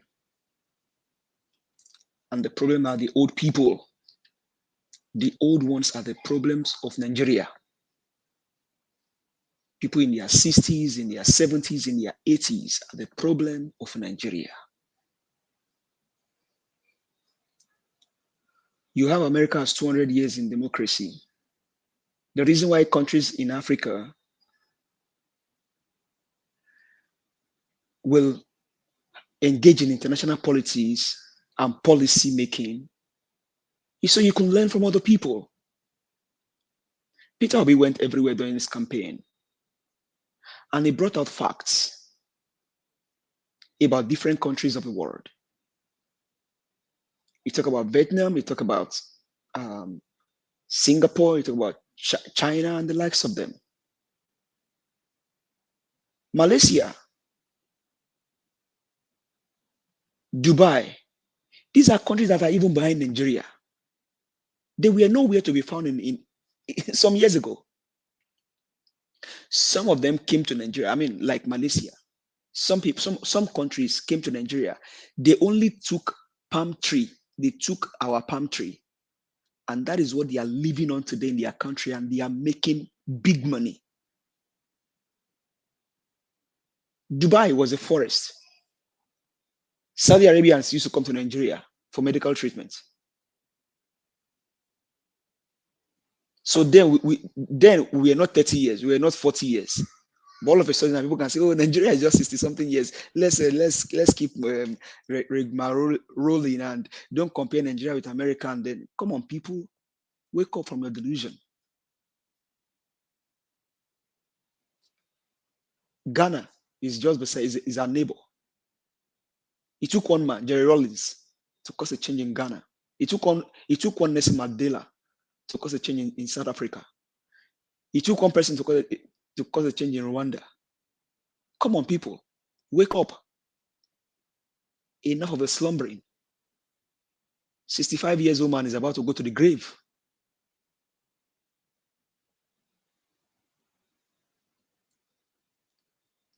You have Nigerians virtually all over the world that are doing great. You have a Nigerian sitting as the president of the World WTO. You have one as the one sitting in charge of African Agricultural Bank or things like that. You have Nigerians littered is on Silicon Valley in California. You have Nigerians building AIs all over the places. And you have these old cabals, all these old wicked men, satanic individuals that have hell bent on destroying the nation. What can you tell me? A drug baron is sitting as a president selected by INEC. The man that was convicted some years ago by a citizen in Nigeria, James Ibori, strolled into House Rock because they are looking for somebody that can actually cover their and you have a chief of staff now, someone that used to steal from his own clients when he was in the United States of America as chief of staff. What has basically happened now is that what has happened basically now is the fact that Nigeria is being ruled by criminals. Nigeria is being ruled by criminals. And you think criminals can do anything for you? Nothing. Nada. Nada means nothing. That's a Mexican language. They cannot do nada, nothing. Because their mind is delusion. Their mind is wickedness. They're looking for the next way of exit. You know how much Gabriel stole from National Assembly before he left, allegedly? Buhari basically told Emefiele, go and print money for me. Print money. Print it, boku boku. And they will sign it. And they did sign it. Somebody came on this platform, told us that Aisha Buhari's wife is Buhari's wife, Aisha Buhari, his own cousin, is one of the people that work in minting and printing. And so they can print money boku boku and National Assembly, they will sign it. These guys don't know anything to do. They lack the economic mind. They lack the willpower to do it. Nigerians, wake up from your slumber. You slept enough. You slept enough. And when you tell them, oh, maybe this is the will of this is not the will of God for you to suffer. No, God does not wish us this evil. These men are evil. They are bent on destroying the nation. They are bent on killing people, destroying destinies. They don't care. If they can amass wealth for themselves and their families, they're good. They don't care about you and I. They only care about themselves and their families. So whether fuel subsidy removal, whether they plan for it or not, these guys know what they want to do. They have a plan. They know what they are doing. How can you take off fuel subsidy and then minimum wage is still on 30,000 naira, and then you are taking off subsidy, then that person still remain on 30,000 naira minimum wage. So they make 30,000 per month. How much do they spend to go to work? Because their workplace definitely is not behind their backyard. They have to jump on public transport, because obviously someone that earns 30,000 cannot afford to buy a car in Nigeria. So how can they live? So people, whether they plan for, whether they stole Peter Obi's vision or mission, that's not what we are saying here. These guys are just bent on destroying the country. They're bent on taking everything. They don't care. What can you say of a man that basically is not coherent? He was on the stage working on inauguration day, like they are telling him to go to Amagba Junction. He wants to go to Orilowe Junction. Disorientated. And this man is, he's one of the elders, the wicked elders in Nigeria, destroying the nation. They don't care. The people that I have a challenge with are the Nigerians. Shina like this, you go the day. Nigerians. Ukraine fought for Ukraine. Koreans fought for Korea. Chinese fought for China. Americans fought for America. South Africans fought for South Africa. Ghanaians fought for Ghana. Peter Obi asked a journalist during his press release after the election, can they accept this shenanigan in Ghana? The guy could not provide any answer because he knows that they cannot accept the shenanigan that happened in the election in Ghana. Your Ghana that is behind you. They will not. They will never. They can never. Because Jerry Rawlings taught them a lesson. Until people learn in Nigeria, we ain't going nowhere. You see those that are parading corridor power now, the likes of James Ibori, the likes of Bajabia Mila, Bajabia Mole, the Daily Alake, Bayo Noyoga, the Fani Kayode, all of those Oju Yobos and thieves, all of the senior advocate of conscience, they are the one in charge of power now. So, my brother, whether you believe it or not, these guys don't mean well for the country. We Nigerians have to decide what we want to do with Nigeria and with our future. Thank you. Thank you. Thank you. Give us our mandate. Thanks for your submission. Okay, let me see if Mother Patricia is available right now. Mother Patricia, are you there? Yeah, good evening to you. Thanks for joining us. Yeah, yes, good evening, everyone. Sorry, before I could reach the unmute myself, Give us our mandate started talking already, so that's why I was there when you called me before. Sorry about that. Okay, that's fine. Every one of our panelists today. I guess you guys are fine. Good evening, commentators, you guys that are making things happen on the background. I'm proud of you. Please keep pressing the like button, share, and also support. Mr. Harris have been there for long now. I haven't seen this super chat. Please do it. Thank you. We are grateful. Yes. Oh my God. I came late today, so I'm not really going to have so much to say, but at least I'm current. So let me just give a few points. The LILC strike, I think they are coming out very late though, because they were not outside. They were not somewhere else when Mr. Tinubu and the INEC stole the mandate. I think they should have used that opportunity then to insist. It's like people that have power, they don't know they have power. You know, and now you are coming out to cry foul. I don't really know how this is going to. I heard somebody saying that it's like a blackmailing because that the NLC and the other body agreed with our principal that if he become president, that he will remove the subsidy at once.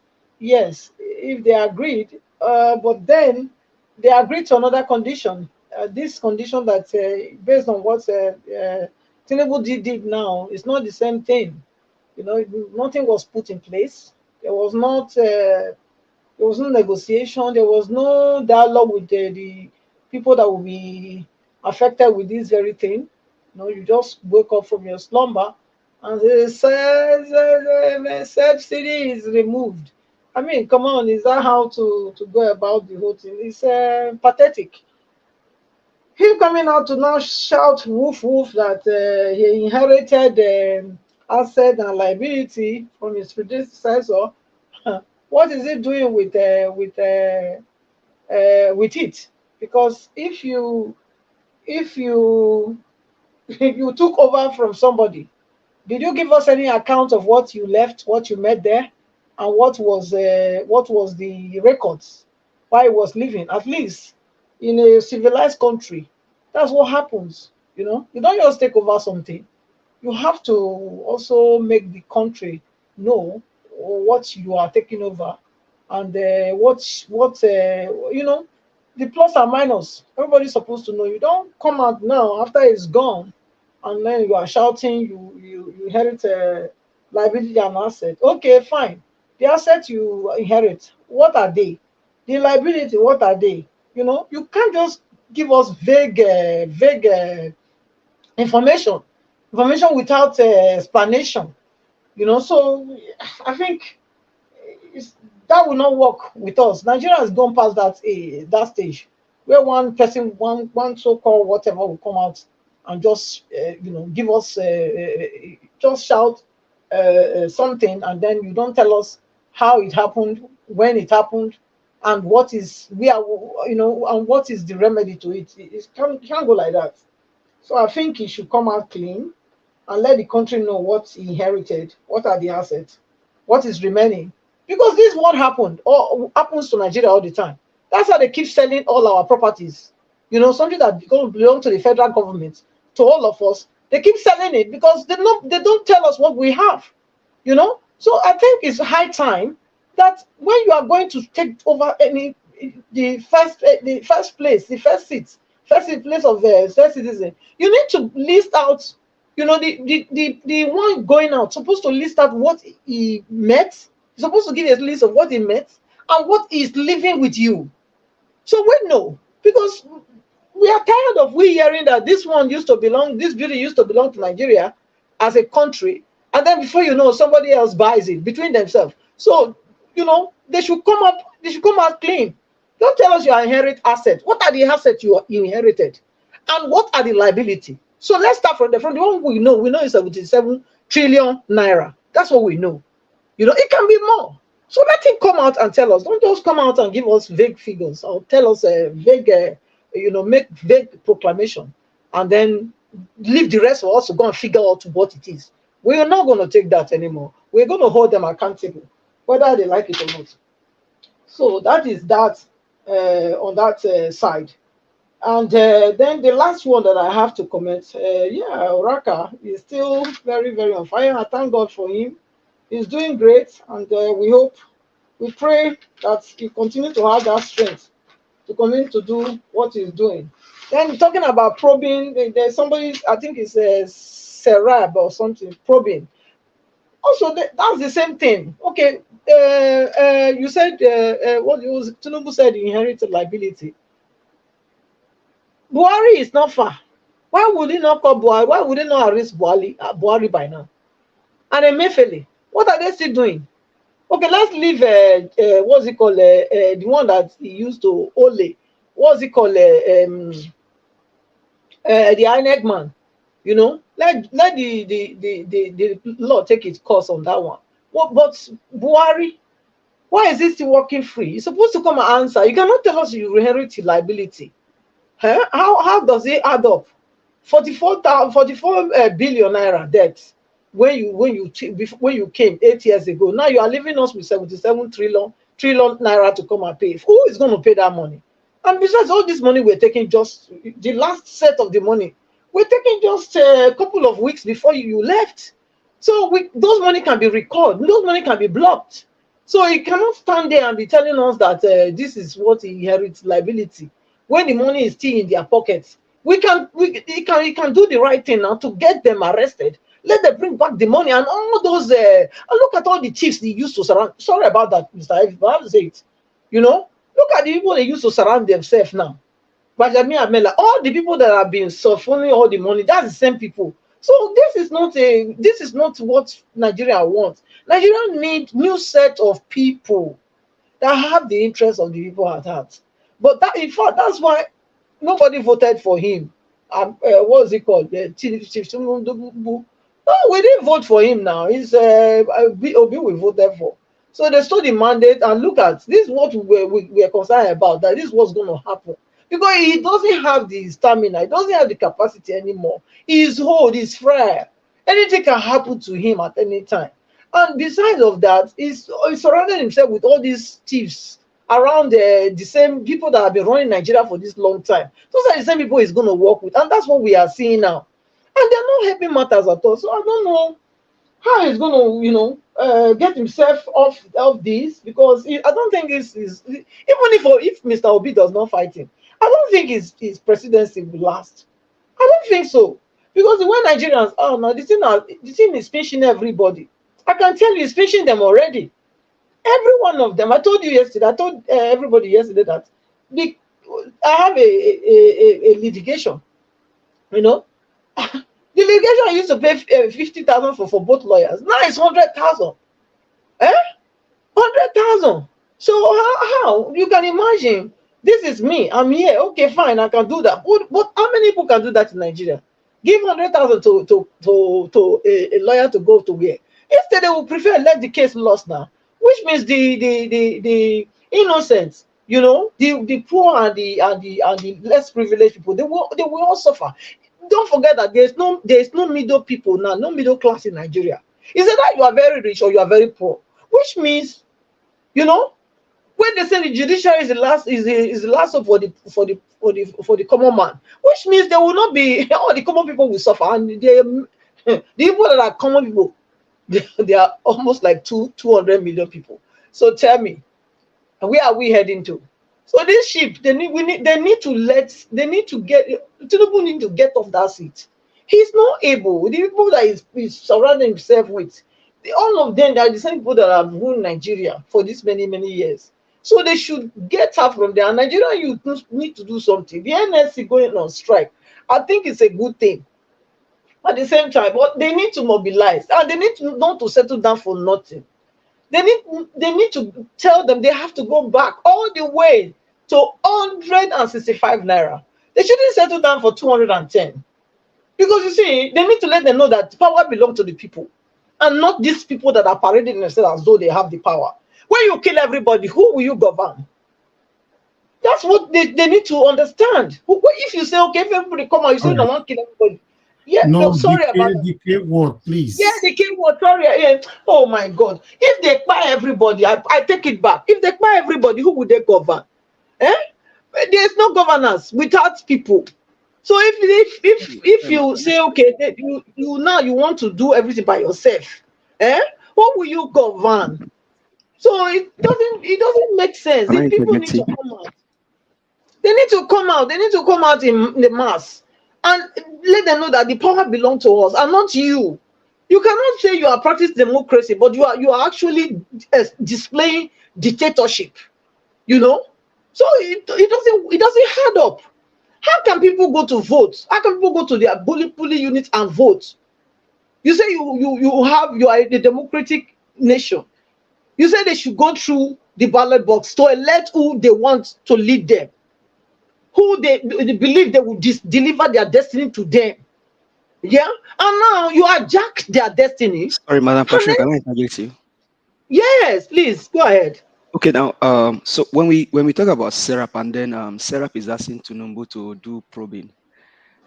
Have you seen where they send thief to go catch thief? I beg, these people should stop this, all of this thing, please. They should. If it's a joke, they should stop it. Their jokes are too expensive. They should stop it. You're asking Tinubu to probe Buhari, or to probe Bajabi Amela, or to probe who? You're asking thief to go and catch a thief. Serap, if you're listening, please stop this joke. It is too expensive. Thank you. That's what I'm saying. That they are all game players. They want their own court. That's what they're looking for.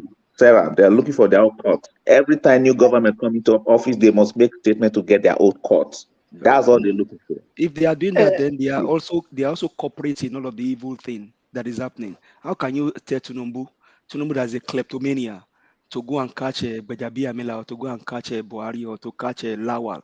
You don't see when they say make thief go catch thief. Serap, if you are listening, But wherever you are, Tinubu is Serap, a beneficiary. That's the problem. That's what I'm saying. A beneficiary of the corrupt system. How is he going to do it? Has she finished speaking? Mr. Give us a man. No, I have not. Sorry, pissed off. Black Panther. Good evening. How are you? Good evening, ma'am. Fine, ma'am. Good evening. Yes. No. Give us a mandate. If you say Tinubu is a kleptomania, which means you are even exhorting him. He's a thief. Okay? Kleptomania is somebody that does it and is like a sickness. Do you understand? It's a sickness. But his own is not sickness. He's a evil genius. He strategizes. Kleptomania doesn't need to strategize before he thieves. They can just go to the shop. Maybe they just see one footwear, maybe costing 50p.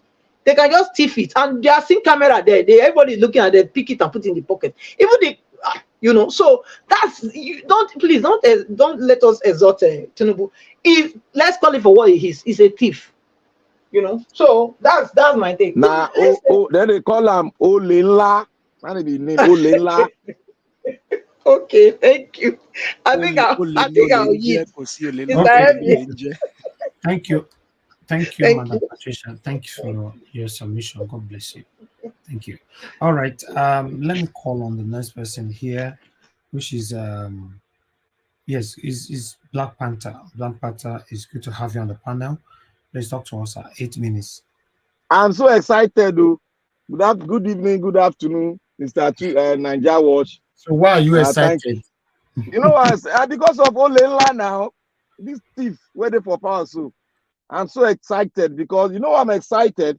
But before I go further, I want to thank all the speakers that have spoken. They've spoken very well, and I want to thank the callers.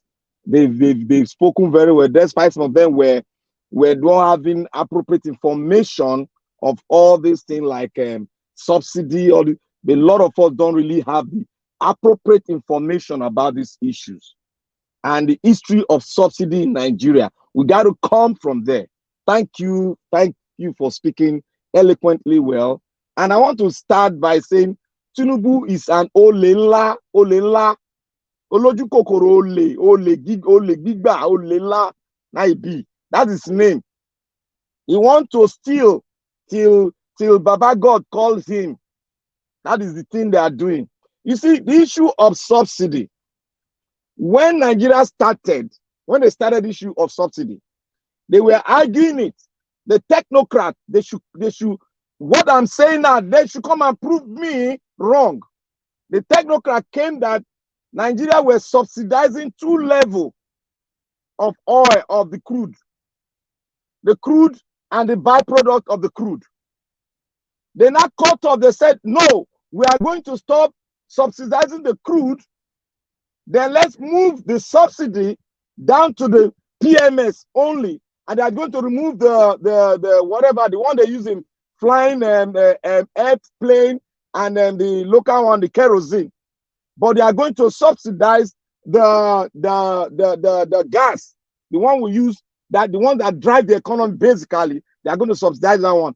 And let me tell all of you the secret. All this Western world that come around to tell Nigeria, oh, you got to stop subsidy. Subsidy is too much. You got to do this. It's very sweet and palatable to the mouth. And most of us are saying, oh, it is good to remove subsidy. Oh, yes, yes, yes, yes. We don't know the reason. We don't know what the subsidy is doing to you and I. Let me tell you one thing. The money that is being stolen in Nigeria, the gas that is being stolen, the crude oil that has been stolen in Nigeria, as we are talking now, they are still stealing it. That crude that is being stolen in Nigeria can make Ghana economy function for the next 20 years and be like Dubai. That is to tell you the amount of money being stolen from Nigeria. And people come up to tell me, oh, okay, now, if they want to remove subsidy, look at all your Western world, there is none of them that don't subsidize their gas. None of them.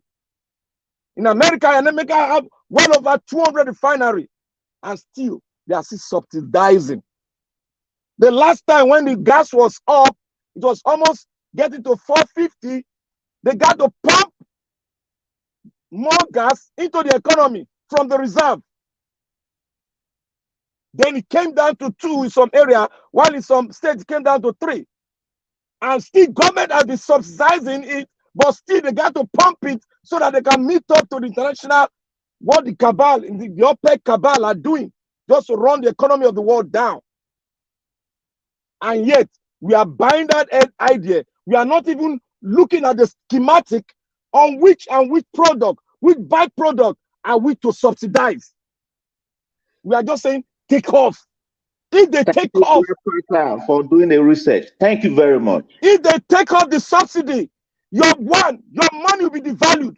2, your currency is gone. 3, you become Venezuela. That is what happened to Venezuela. That is what happened to them. Oh, remove the subsidy. They removed everything, went down, and it crushed. And now they cannot even pick peanut on the street anymore. That's why the migration is moving down to America now, because of this the vampire advice from the Western world. All the Western world, including UK, Canada, all of them are subsidizing their gas. The byproduct, they are subsidizing it. The problem we have is that if we had refinery up to 6 or 7, there is nothing bad in subsidizing your gas, the byproduct, the gas itself. You can remove subsidy in another area, but the gas itself what drive the economy, because your economy is being run by that gas. And if you remove it, your economy will go down and your currency is devalued forevermore. Can you buy a bottle of mineral for 500 naira? Is that what you want to buy? People are saying, why? Oh, they should devalue, they should remove subsidy. Remove subsidy. Okay, you want to remove subsidy now. You want to take it to the healthcare industry. Healthcare industry, they chop now food. Now food. We are talking about the basic infrastructures, the basic things. And the basic thing in Nigeria is being driven by gas. An average man that just does his business is driven by gas.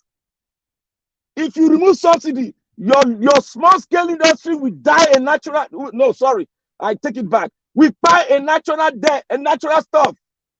It will not exist anymore. You will be at the mercy of the Western world. If people are talking about God gave you an oil, you cannot even manage it. The money being stolen is more than the money that you are budgeting in your economy. The money being stolen in Nigeria now is more than the money that your budget is. That is how high corruption is. And we are talking about subsidy. Someone came here to break subsidy down. None of us care to follow that data. He said at the long run, the man yesterday said at the long run, there's nothing bad in subsidizing the byproduct.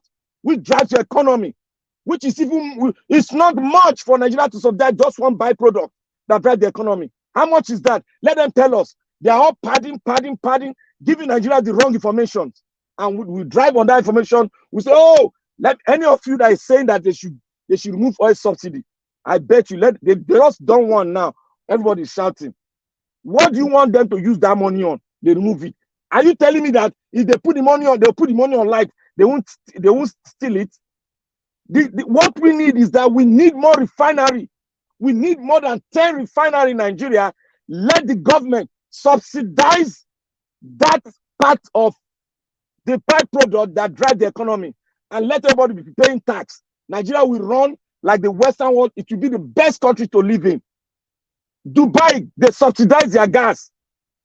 All these countries you are seeing, they subsidize it. If they don't do it, they will run their economy down.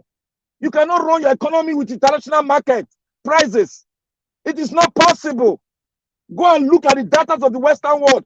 Please, everybody should go there and look at it. We should not come and just crucify our nation with our own bare hands, our mouth.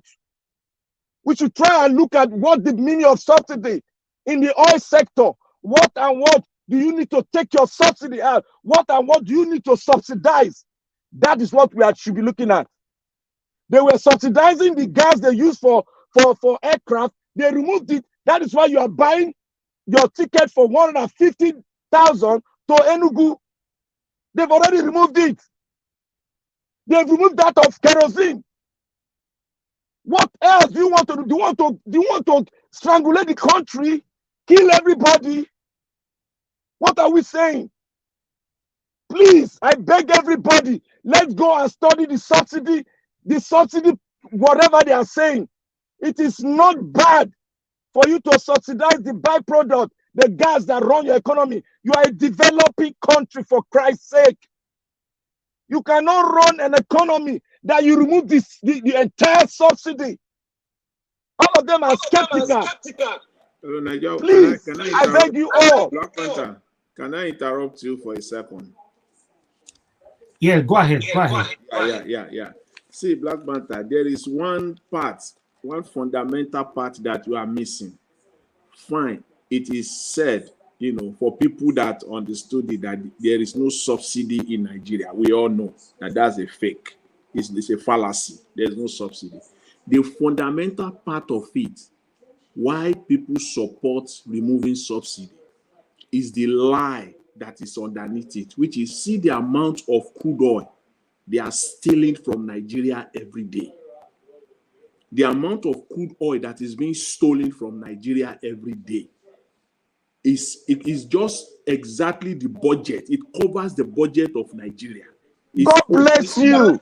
You see that 22.7 trillion that Buhari demanded that they should print for him. See, that is, if you do the calculation, in fact, I can do it now. If you do the calculation, that is exactly the amount of crude oil being stolen from Nigeria. That is the difference. That is our problem. Thank you for rescuing me out. So there is no. Can I say something 1 minute, please? Yeah. Okay. Good evening, everyone, or good morning, because it's morning here. Mr. Najal Watch. One time I told you that I work for Shell. You understand? Shell company. The level of crime in Nigeria, because I don't call it corruption, it's crime. To be honest with you, it's too high. I work in the oil sector. I know what I'm saying. It's not like they explain to me anything. I work with white people. I know what I'm saying exactly here. They are talking about, oil stealing, something like that. But when the ocean drilling, the kind of crime that is happening there, the ocean, they get the one they get from the soil and the ocean. You understand? The main crime is happening right inside the sea. To be honest with you, for me, my boss, he look at me, say, We say, James, you guys, you don't have leader here. You just have bunch of criminals. They are not leaders. White man told me that a man from Israel, like Israelis and Dutch, something like that. One parent is from Israel and one is from Netherlands. He told me that. He say the way you guys, your leaders are operating here, this is crime. This is not even corruption. This is more than corruption. You understand? It's not like the leader, they don't know about it. Even the subsidy we are talking about, when they refine oil, when they bring it, they used to bring some kind of boat, some big boats. They don't land on the port. They will stay out. They will stay outside, and the NNPC have those size medium boats that they will go there and collect the fuel from those big boats. They come to the port and put it there. From there again, another big problem is happening there again. From there, you will see they will load those tanker, go to Benin, go to Ghana. Sorry to cut you. Let me just land. Let me just finish and wrap it up. Okay. I beg everyone that knows the terminology very well to please, like what our brother is just speaking on, to please come and explain it to the Nigerian people. I have a level of understanding. I went through all the time they started doing this shenanigan of subsidy.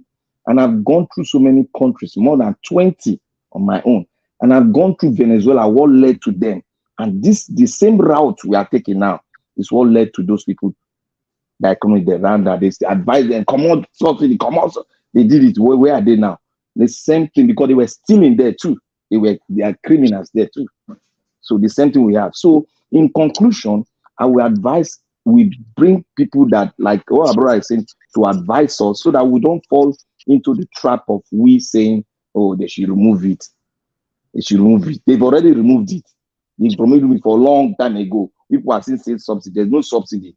But me, I want them to put subsidy on the gas itself and other things that needed, that the basic needs of the people. That's all.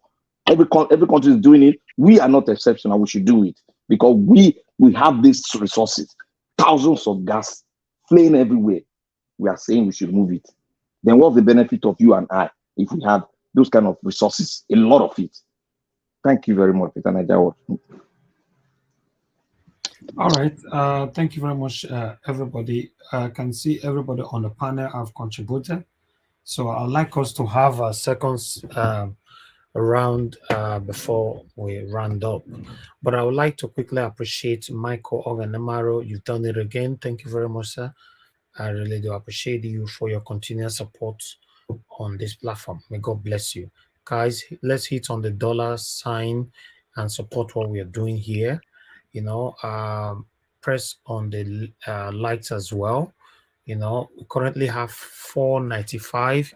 Please, let's take that to 600 before we round up. 495 likes. Please take it out of that 495, please.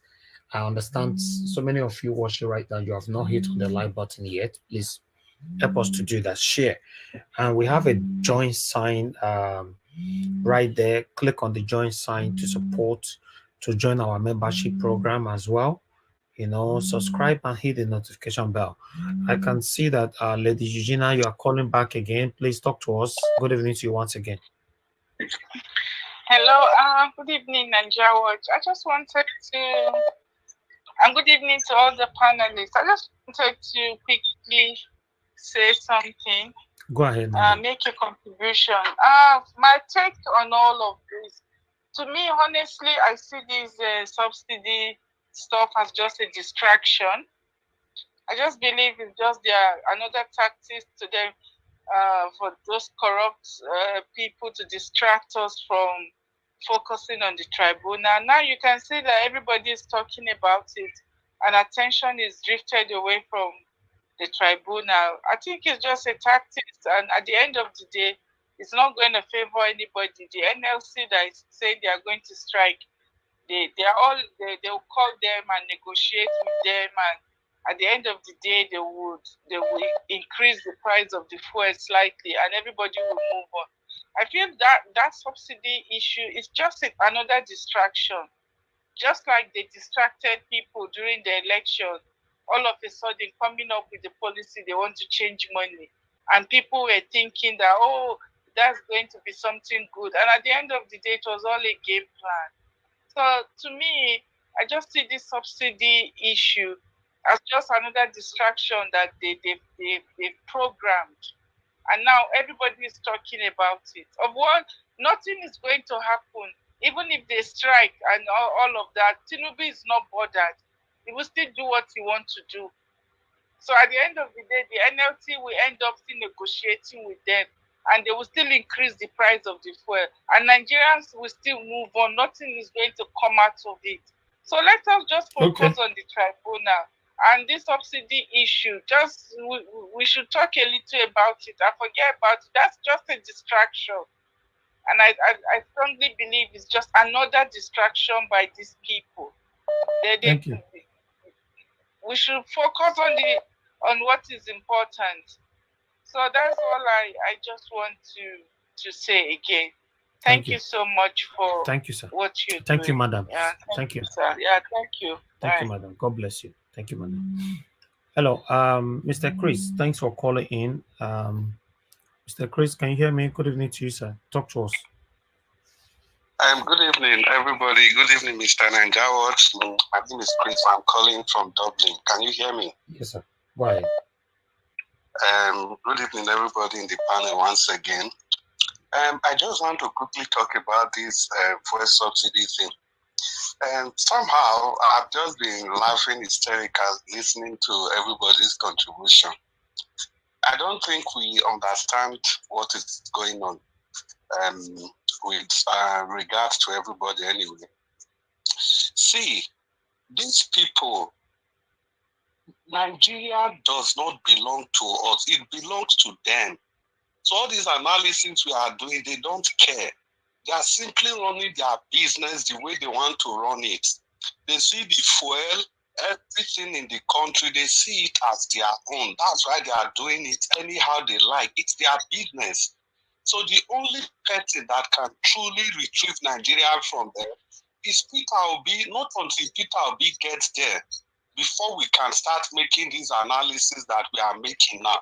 For them, they don't care about us. They don't care about the common man in this. Just like somebody said, there are no middle class in the country again. What we have are the extremely rich and the extremely poor. And the extremely rich, they don't give a damn about the extremely poor. No matter the analysis we make, they don't care. They don't simply care because they don't see us as part and parcel of the ownership of the country. They see every resources in that country as their own. So the only person that can take this thing away from them before this analysis will start giving meaning is when our own Peter Obi comes into power. But before then, how many times will they tell us that Nigeria is not for us? Thank you very much for your time. I'm grateful for the opportunity to contribute. Thank you. All right. Thank you, Mr. Chris. God bless you, sir. Okay. All right. I'll come back to the panel again. Guys, continue to press on the like button. As we come back from this break, we can take our final submission. God bless you all. I know they do competition with anybody. If I offend you, forgive me. Show me love. Go to biza. Kama bara wa lo ninu ife kan akanbi. I know they do competition with anybody. If I offend you, forgive me. Show me love. I go show you love. Kama bara wa lo ninu ife kan. But I know they do competition with anybody.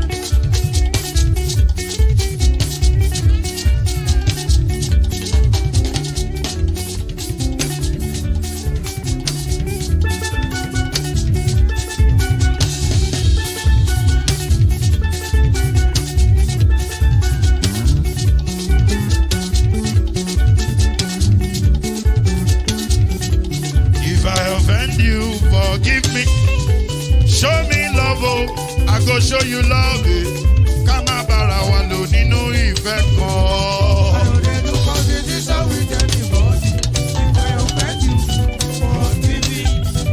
Show me love, oh, I go show you love, oh.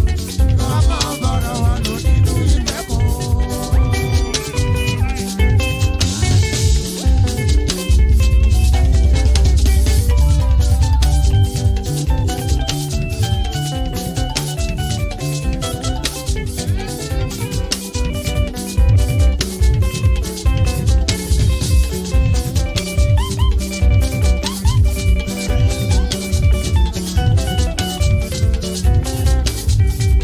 I know they do competition with anybody. If I offend you, forgive me. Oh. Tó bá ti sanwó fún Ṣẹ́gun Nàbí o. Ẹ fẹ́ jókù. Alákọ̀bí. Ṣẹ́gun Nàbí. Alákọ̀bí. Sábà mẹ́la. Anybody? Any bobo. Anybody? Mo ló ń fọlú, ó gbà mí bó ṣe rí mi láti kíníṣí. Délé mo ló ń fọlú, ẹ jẹ́ ń sọ̀rọ̀. Délé o.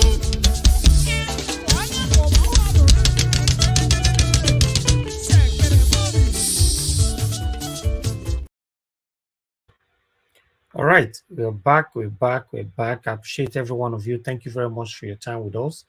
Yes, we're going to have our final submission now, which is 5 minutes from everybody on the panel, so we can round up the broadcast.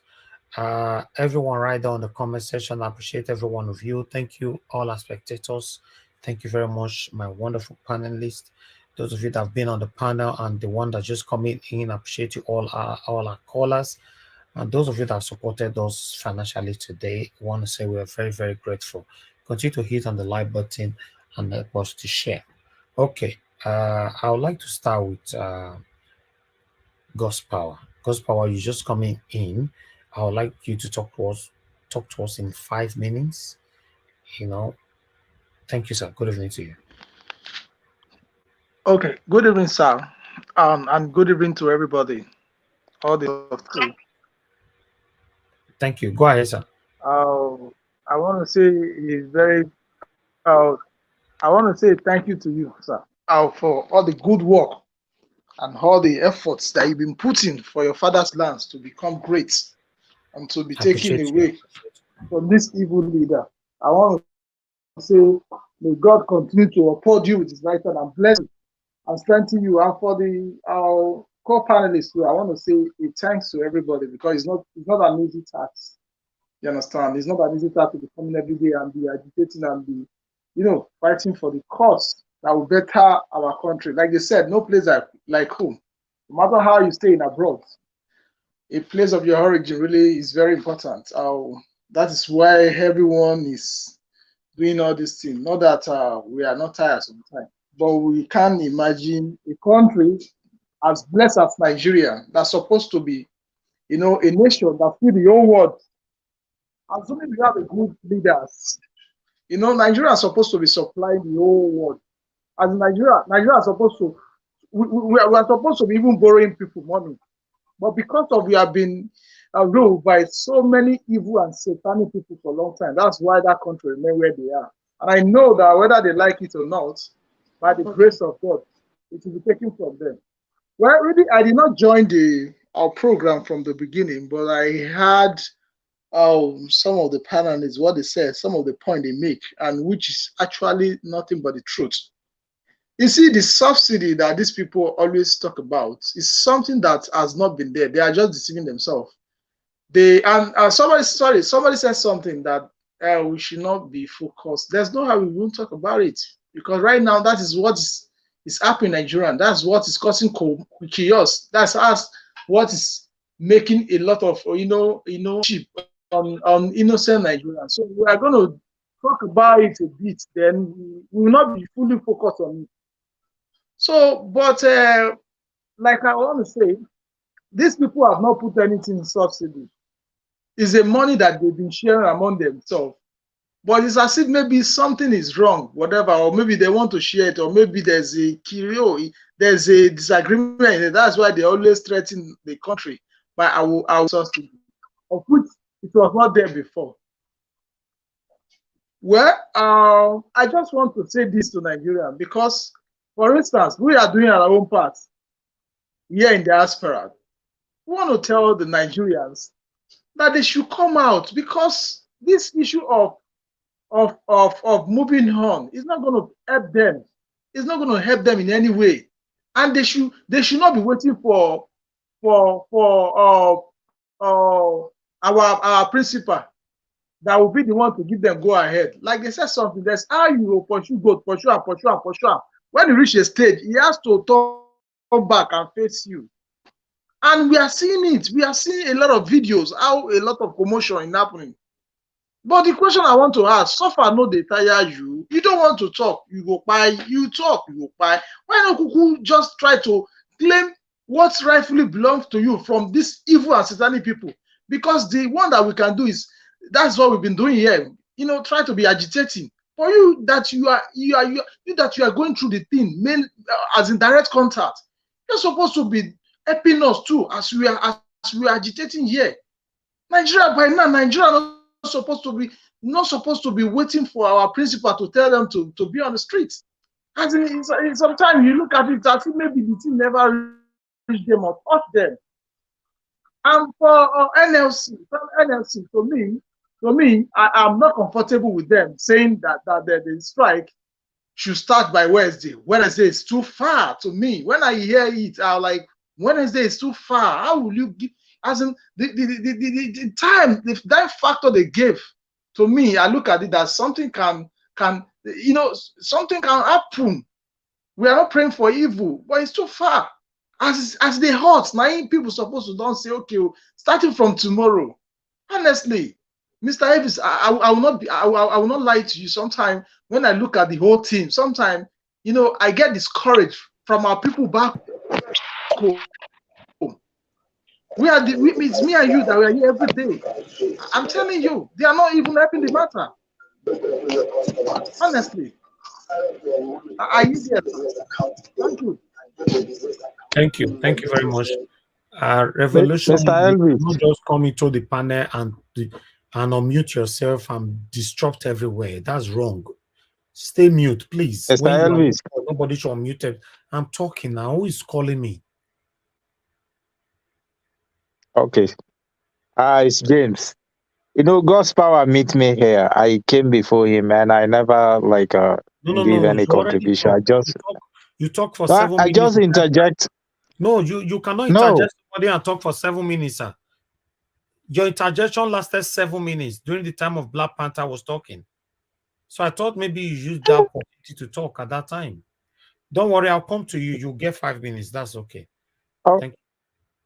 I'll come to you. I told you already because you interjected for 7 minutes. So Revolution Miracle, please stay mute. Stay mute. Nobody should mute themselves when others are submitting, please. Thank you. All right, I'll go top again. Okay, let me just come to you, Mr. James. Talk to us, give us your final submission, 5 minutes, sir. Okay. Thank you for having me again. Thank you. Yeah, may God bless you for giving us the courage every day you are here, every day I used to listen to you guy, but sometimes I don't really come up because of one way or the other. You see.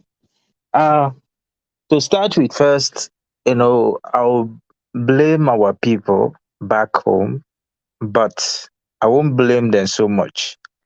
I'll put these old things, the old problem that is happening in Nigeria right now, I will send it back then to the military era.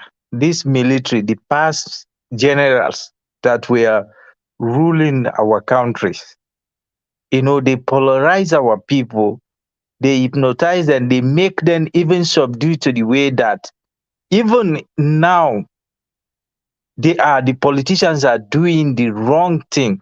No one have the mind to come out and protest for their right because of the legacy this military, this past general left behind.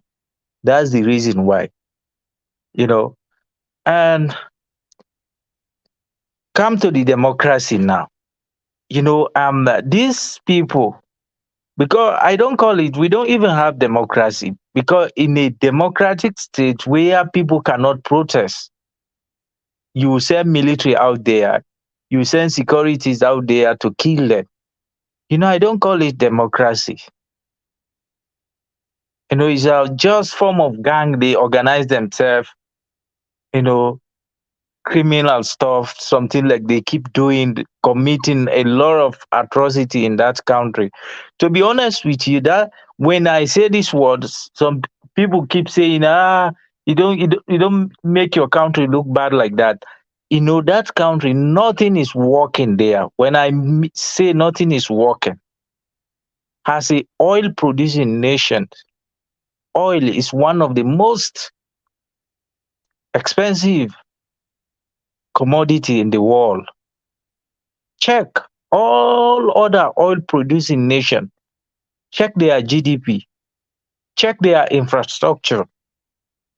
You know, Iran is under sanction, but go to Iran, ask for fuel price and see how much it costs there. It's almost next to nothing.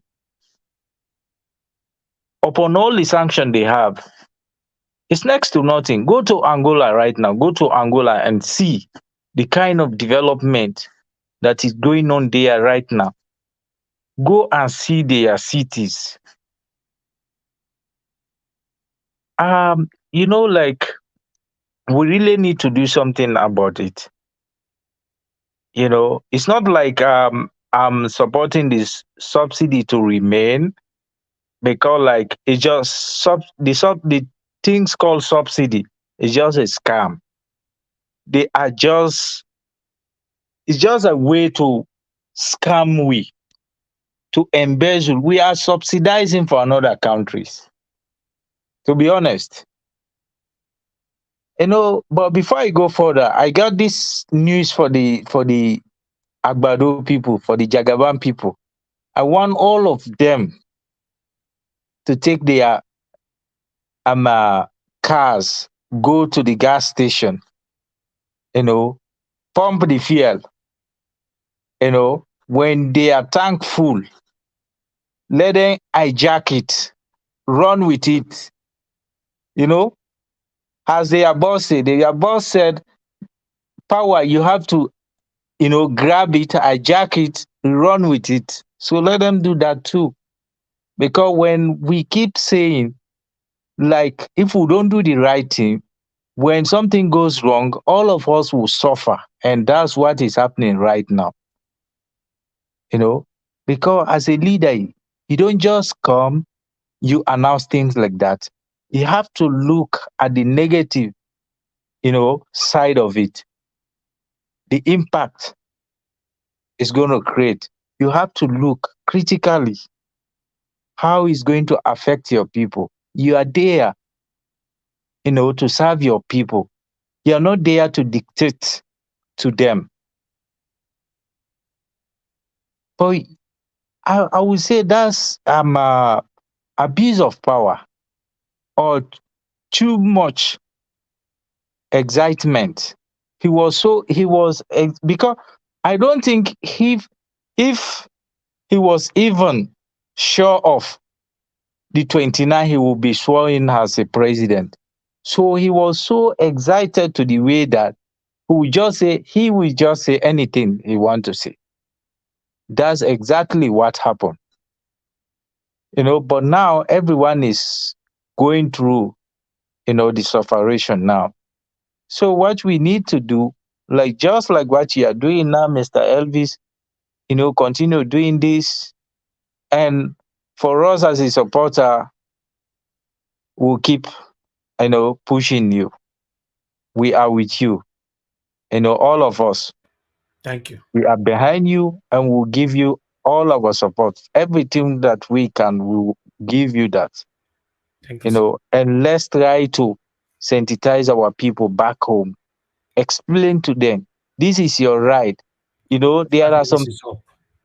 there are some things you really need to sacrifice yourself. Most of this country we are living in right now, some people die for this for this, some of these countries. Thousands of, if not million, but thousands of people die. Thank you, sir. You're welcome, sir. Yeah. Thank you, Mr. James. I appreciate you. Yeah. Thanks for the encouragement as well. God bless you, sir. All right, let me come to Revelation Miracle. Are you there now? Okay, I'll come back to you. I'll come back to you since it takes time for you to unmute. Mr. Ike, please give us your final. Revelation Miracle, are you there? Oh. Okay, Mr. Ike, please, your final 5 minutes, sir. Thank you. Can I divert attention from what we are speaking and close with something else? Of course, yes. Okay. First of all, I want to thank you for today, and I want to thank all the panelists today. Those of us that are with you in the panel, and those are the comment sections, and those that are calling it. They are making it fun for everybody, and I know that our voices are reaching to nooks and corners of the world, more especially our country, where we are crying for a better country. First of all, I want to say that nobody is going to distract anybody because of the first subsidy for us to forget the court case we have tomorrow. Our mind is prepared. We are made up. We have people that are working over the court. So as an obedient, as a Labour Party member, as a patriotic Nigeria, we are not distracted for the main goal that is our goal, getting our mandate back. And tomorrow is another day in court. And we are believing tomorrow is going to be another good day because of the overwhelming evidences that we have. And okay, because I'm hearing my voice back. It's okay now? Yeah, you are good, sir. You are good. Go ahead. So what I'm trying to say is that obedient, let's get focused. What another thing I have to tell Nigerians and all patriotic Nigerians is that we are not going to put all our egg in one basket. I said it here some time ago, maybe 1 month or 2 months ago. I try to encourage people. That's what I'm doing right now for over 2 months. I'm encouraging people in Nigeria to go and register with Labour Party because what we are suffering today, I believe that if we get to the local level, we get to the wards, we go to the communities, there are so many opportunities for young Nigerians and patriotic Nigerians to become, candidates in so many elections that is going to come up. Because, like I said here last week or last 2 weeks, Obedient is not a political party. You can only belong to a political party to make an impact. So I'm encouraging young Nigerians, wherever you are in Nigeria, go and register with Labour Party. Become a card-carrying member. Become an officer in your ward, in your local government, in your town, in your city. Let everybody get involved because government starts from the local level. We get chairman. There is going to be a lot of by-elections, I believe, this year or next year. We need credible young patriotic Nigerians that are ready to serve the Nigerian masses to get involved because APC and PDP, they are satanic political parties. So I want us to continue to encourage people, let people get registered. Let people go in mass and get registered, become a member of Labour Party. Prepare yourself for leadership role in your ward, in your state, in your local government, in your village, because this is the way we build a structure, but we need a structure that is being built on credible people, young Nigeria, young, vibrant future generations of Nigeria. So while we are fighting in court, while they are trying to distract us with the so-called, subsidy removal, let us not take our eyes away from the fact that we need so many people to get involved in political activities at the local level, because that's where the politics starts before it comes to the federal. So please, I am appealing to Nigerians at home. It is time for you to take back your country, but you can never take back your country to go and become a member of APC, because we have seen nothing is going to come out from APC. The PDP that we're supposed to be an opposition, they are part of the cabal. So please, I am encouraging everybody, all obedient, because obedience is not a political party. I don't think that our principal will jump tomorrow to go and start a new political party. So please, for now, we have Labour Party. Go and register. Go and become a member. Prepare yourself for leadership. Prepare yourself to be part of it. Nigerians outside will be ready to support the credible candidate through this platform. A lot of people that were supported, they won the election. And I think that is what we need to do. Not we have to spread, we need to spread our thinking. We have to think outside the box, because we want a better Nigeria where the Nigerians themselves will be able to take over their country by themselves. But they have to start at, the local level. So please, let us be mindful. Let us be attentive. Let us be committed. Let us continue to trust God, and let us continue to work towards receiving and recovering our mandate. Remember, tomorrow we are going to the court. Let everybody know what you can do. As many, continue to pray for the lawyers of Labour Party and Mr. Peter Obi, for God to give them good health and sound mind, because attack can come from everywhere. So many things is happening. So, but we believe and trust God that God is going to protect all the lawyers and all the people that are fighting for a better Nigeria through Mr. Thank Peter you. Obi and Dati Baba Ahmed. God bless you, my brothers and sisters. Thank you for today. I hope God give us life. We see each other tomorrow. God bless you. Thank you very much, Mr. Ike. God bless you, sir. Thank you. All right. Let me come to P-Soft. Please talk to us 5 minutes, sir. Okay, thank you very much. I appreciate all the speakers. Let me say very quick thank you to our viewers and to Black Pattern for taking his time to do a research to understand first and foremost what subsidy is all about. Sometimes I wonder the side of the brain that our politicians use to process information, even though they are being told or they are given a script to read.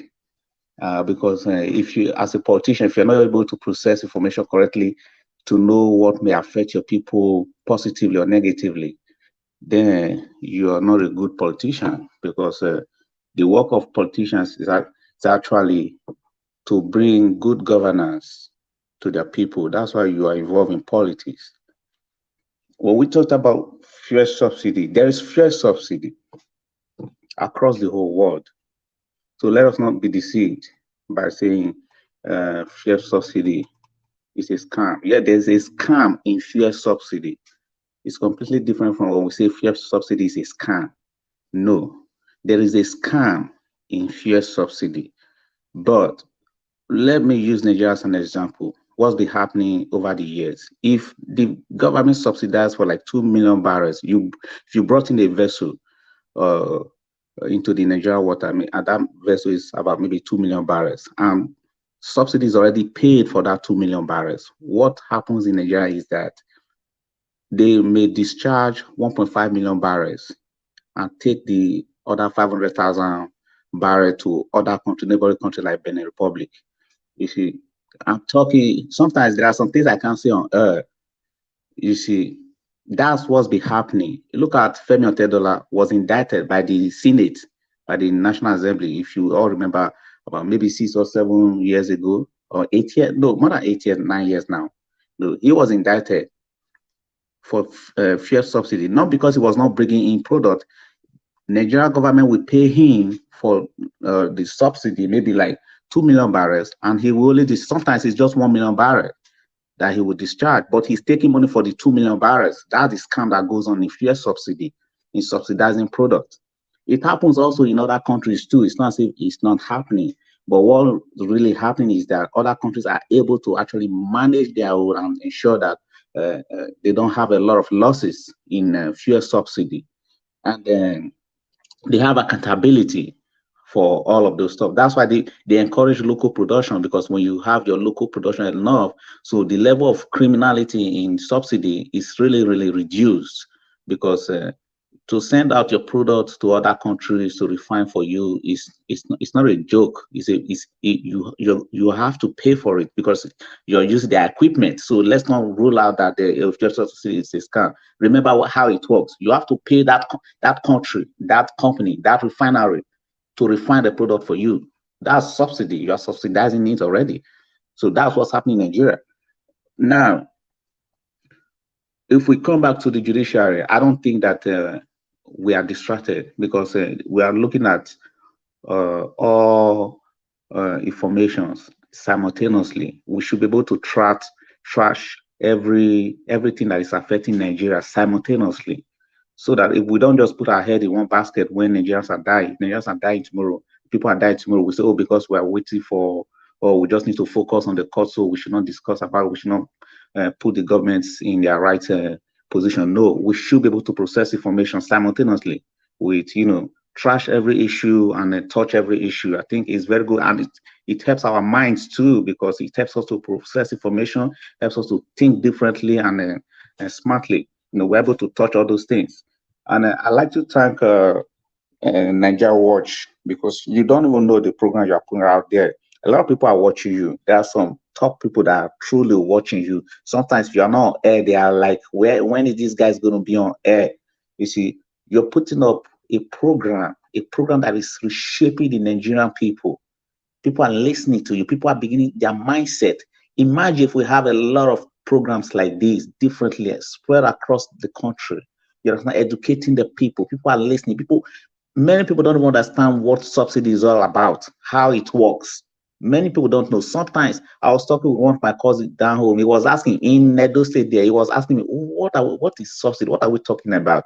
I have to explain to him what it means, that's supposed to be the little benefit you are getting from the government. Now they say, he said tomorrow he's going to join the labor, labor, is it Congress, NSC, for a protest. This is someone that is hard to pull out for a protest. Now, when I explain to him about subsidy, he's ready to go all out for the protest. You understand? Exactly. So you understand all these things. So we need to trash all these things so that we can get our people into, to belong, to be able to take part, to take care of the country and put the country in the right direction. That's all I have to say. And God bless you. God bless every panelist on your opinion. God bless you. Thank you. Thank you, Peace off. Thank you very much, sir, for your continued support. We've been on this journey together. Yes, yes. If people are learning from this platform, they are learning from you, they are learning from me, they are learning from us, from every one of us. So thank you very much, sir. God bless you. I'd like to call on the next person right now, to give us final AJ. AJ, are you there with us? Yes, I'm here. Please, sir, give us your final 5 minutes. Thanks very much. Thanks, everybody. Really appreciate you all. I just want to, actually, I didn't want to make any comment on the subsidy, but I think I will have to, based on the last comment, that was made. I think we need to put that into perspective, which is the idea that if you take your product to other country to refine for you, that is subsidy. No, that is not subsidy. I beg to differ from that and to set the record straight. You see, if you take your product if you take Nigerian crude oil and take it to another country to refine for you, and they bring the same value, dollar value, they bring it back to you. It's no subsidy. And I think the best way to put it in layman terms is like you have 2 tubers of yam. 2 tubers of yam. You have it. You have 2 options. You can take your 2 tubers of yam to the market and sell it. And when you sell it, you are going to get $10 for it. Or you can eat it. If you eat your 2 tubers of yam, you cannot still be claiming that, oh, I can still, I'm supposed to have no, you can't have your $10 again. You cannot eat it. You cannot eat your cake and have it. It's not possible. So when we take our crude to another country to refine and they bring it back, there is no subsidy in that. It's what we took out. We are getting it back. So I just want to make that clear. We all know subsidy, we all know the games. Everybody, I think a lot of explanation have been made and it's clear. We all know what is going on. There's still a lot to learn from subsidy. I just want to say that on the side. And also, finally, I want to end by, thanking my sister, Madam Patricia, because she said something that is so profound to me in her statement. She talked about about Tinubu talking about asset and liability. I want to, leave it there for today because she said, Tinubu said, talked about asset and liability in a very vague form. He just come and said, what are the asset and what are the liability? I just want to thank you very much for bringing that up because it kind of buttressed my position that there is no way you can come out and say that to Nigerians. The first thing is on what basis of competency and sincerity that you are saying that. We don't know the asset. We don't know the liability. You just come out and throw it at us like that without telling us. If it had been a situation where you have an economic advisor or a minister of finance in place that probably they've guided you, they've advised you, you now come out. There's no basis here for you to come. On what competency, on what sincerity are you coming out? You just throw a very vague, information out, asset and liability. What are those assets? What are those liabilities? I think that's something that's a very profound question that we need to ask. And finally, for me, one of the reasons why I support Peter Obi, so much is the fact he talked about consumption to production. It's not just a cliche because he backed it up with facts, with figures, with numbers. And there is no way the country called Nigeria can move forward without production. The country, as it were right now, is literally bankrupt. So, but that's for another day. But I think that's what I will have to say at this point. I want to thank everyone. I want to thank Mr. Elvis and all the panelists.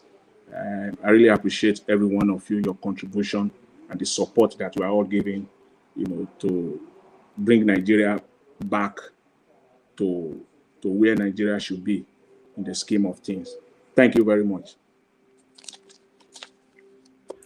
Thank you, AJ. Thanks for your submission. God bless you, sir.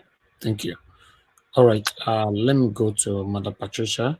Mother Patricia, please give us your final 5 minutes if you are there. I am, Mr. Elvis. Okay. Thank you. I thought it was give us our mandate that is before me. No, that's fine. You go ahead. Okay, thank you. Thank you very much. Yeah, wow. I would want to cancel us, so regarding our court case tomorrow, that everybody we should pray, we should pray. Oh. Please, we should pray that let's pray for the judges, because we have to understand that life is spiritual. Even doesn't matter whether you know it or not, life is spiritual. What you experience physically must first happen spiritually before you can experience it physically. So for me, I will still counsel us to pray for the judiciary, so that they will be beyond themselves, because there is something about the will of God. This is the time for Nigeria. It's the set time for Nigeria to have a new set of people that would really take the country to that position that God ordained for Nigeria. But it needs Nigerians to make it happen. God will not come from heaven to do anything anymore. He's done everything, you know, from before the foundation of the world began. You know, so to me, let us pray that the judges, they will go beyond themselves to do what they've not done before. We know that there is corruption in the land, but at the same time, I believe that because it's set time for God to favor Nigeria as a country, that things can change. Because if we look at the antecedents, everything that has been happening, it takes the hand of God to have mobilized every one of us to bring us together at this point in time. You know, many people have wished to be in this position that we are now, but they didn't see this day. Some were by along the line, you know. So, like, I can mention names: Delegiwa, Fela, name it. There's a lot of them. Sonny Okosu, you know, all these people, they champion the same thing that me and you are championing today. And along the line, they were by because it was not the right time yet for this to happen. And at that time, they were like a lone voice. They were like lone voices. But today, we are not lone voices. We are many everywhere. We are more than the ones that don't want Nigeria to work. At that time, there were very few. It was like the people that didn't understand what was going on were more than the people that understand it, you know, and wanted to take Nigeria out of the quagmire were very, you know, maybe 10, 15 of them. And then these wicked ones, they were this same group of people, you know, but then not these very ones, but their fathers, you know, and their mothers at that time. So I believe that this is the time. Because if you look at this movement, it's very organic. That is to show that this is God. It's God working. It's organic. It's organic. Peter Obi did not pay me. He didn't pay you. You look at everybody on this platform. Have you ever, as you collected any cover from here or any shishi from me? No. You know, so for we to be here and debating on this and educating our people and analyzing situation and passing very vital from information that will carry those that are left behind along with us, you know, so that none of them will be left behind. I think is God's timing, is the right time, the set time for us to actually have that new Nigeria. So let's pray. Well, however you can pray, just pray. It doesn't need to be lengthy. It doesn't need to be a long prayer. You see, it can be a short one, even just a few seconds, and it will happen. It's all about your desire. How desirous are you to see that new Nigeria? How are you really yearning for it? Because your desire, your strong desire, will pull that thing that you desire to happen to you. So that's where I will stop this evening. And I Okay. know that our Thank you. mandate is shared. Thank you. Thank you. I want to thank everybody again for giving me the Thank you very opportunity. much, Thank you. Mother Patricia. Thanks for your submission. I would like to call on the next person here. Let me go for Revolution. Miracle, are you there with me now? Yes, sir. Good evening. Yeah, thank you Good very evening, much. everyone. Please talk to us. 5 minutes, sir. Where are you joining us from? Oh, I always join from Lagos. Oh, from Lagos. Yes. My brother, no verse. Talk to us. Oh, thank you so much for this program, Mr. Nadia Wash. I really appreciate for this program. Thank you. So first of all, let me start with that subsidy or whatever they call it. The subsidy, even though most people doesn't know that it's not this INEC president that removed the subsidy. It was not the one. The subsidy was removed during the Buhari tenure. So the subsidy will end at the end of this month. So, so it was not the one that removed it, but it was the one that declare it on that burial day that subsidy is gone. So that's for that. And again, me, I'm hopeful. I'm 100% sure and hopeful that judiciary will do something better this year. Because yesterday, I still mean some group of people, a gathered biochemistry, gathered second class doing security in Muka Fomatikeja there. I was shocked. Biochemistry doing security. No, no. The only person we need in this country is Peter Obi. I did not collect anything from him.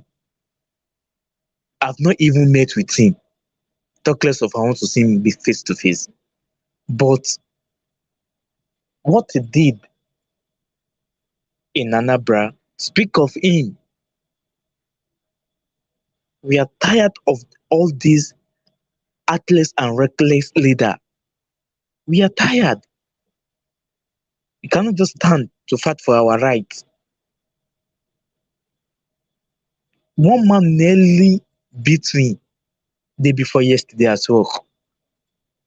Just because of what? I did not support Agbado Campus. And he was saying that Obi this, Obi that. I said that I should go and check history. He said that it's God that put him there. And I told him, no, it's not God, it's INEC. Because God is not of evil. And all these things going around the country is to truncate the cases in court, to divert people's attention for what they are going to say. I wonder why INEC still want to fight his own document, still want to challenge his own file. That means INEC know what he's doing. He has the original document with him before he presents the fake one to the world. I listened to one man on Channel TV, one of the senior advocates. He said, the president-elect should fight corruption, should leave the first subsidy. He now later said that the people that want to fight corruption, they are the one that they are doing the corruption. So there is no way they want to fight it. So I just pray that God will help us and let us keep praying, because this thing, they can attack them at any time. Because that's why we can see the INEC president-elect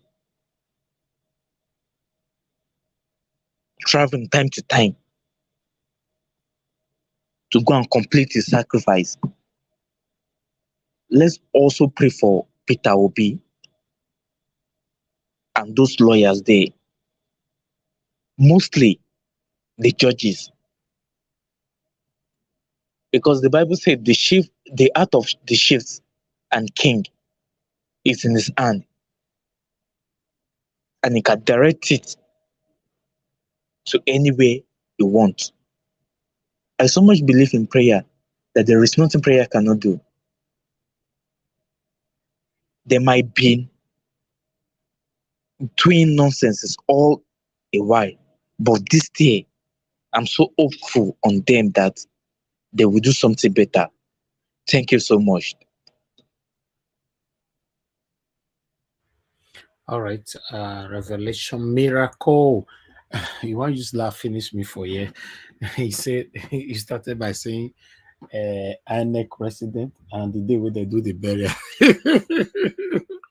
Kai, God, I beg, make you help us. So Nigerians are very, very aggrieved right now. Mr. Harris. Hi, you know the way they describe these people. Because that day now, on the 29th, Nigeria don't die now, they don't bury her. I was trying to understand what it is my brother they talk. They tell why I can't know. Only me or they laugh for you. Say, Kai, that means that a lot of Nigerians back home are very, very, very bitter right now, even though they are not talking. This is unfair. This is unfair. We can't continue like this. Anyway, I would like to go to God's Power. God's Power, please use your 5 minutes. Talk to us, sir.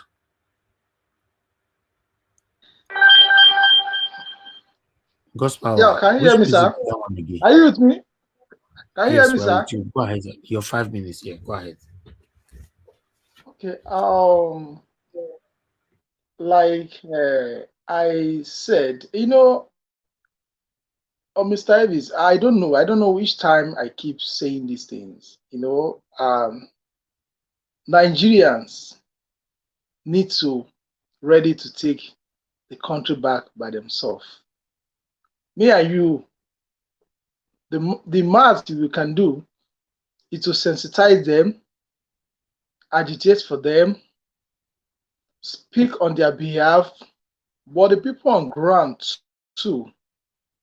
I want to urge them, if some of them are hearing up, because I know that the reason why these satanic people does not make the country to be suitable for people to live, like to have a good access to internet, so that people will be blindfolded, so that people will not see what is happening all over the world, so that people will not be sensitized and see what is called development. Like I was telling somebody, that most of all these gullible followers that these satanic people are using, prevention, if they have opportunity to travel out, when they come back to Nigeria on vacation, if any of these their so-called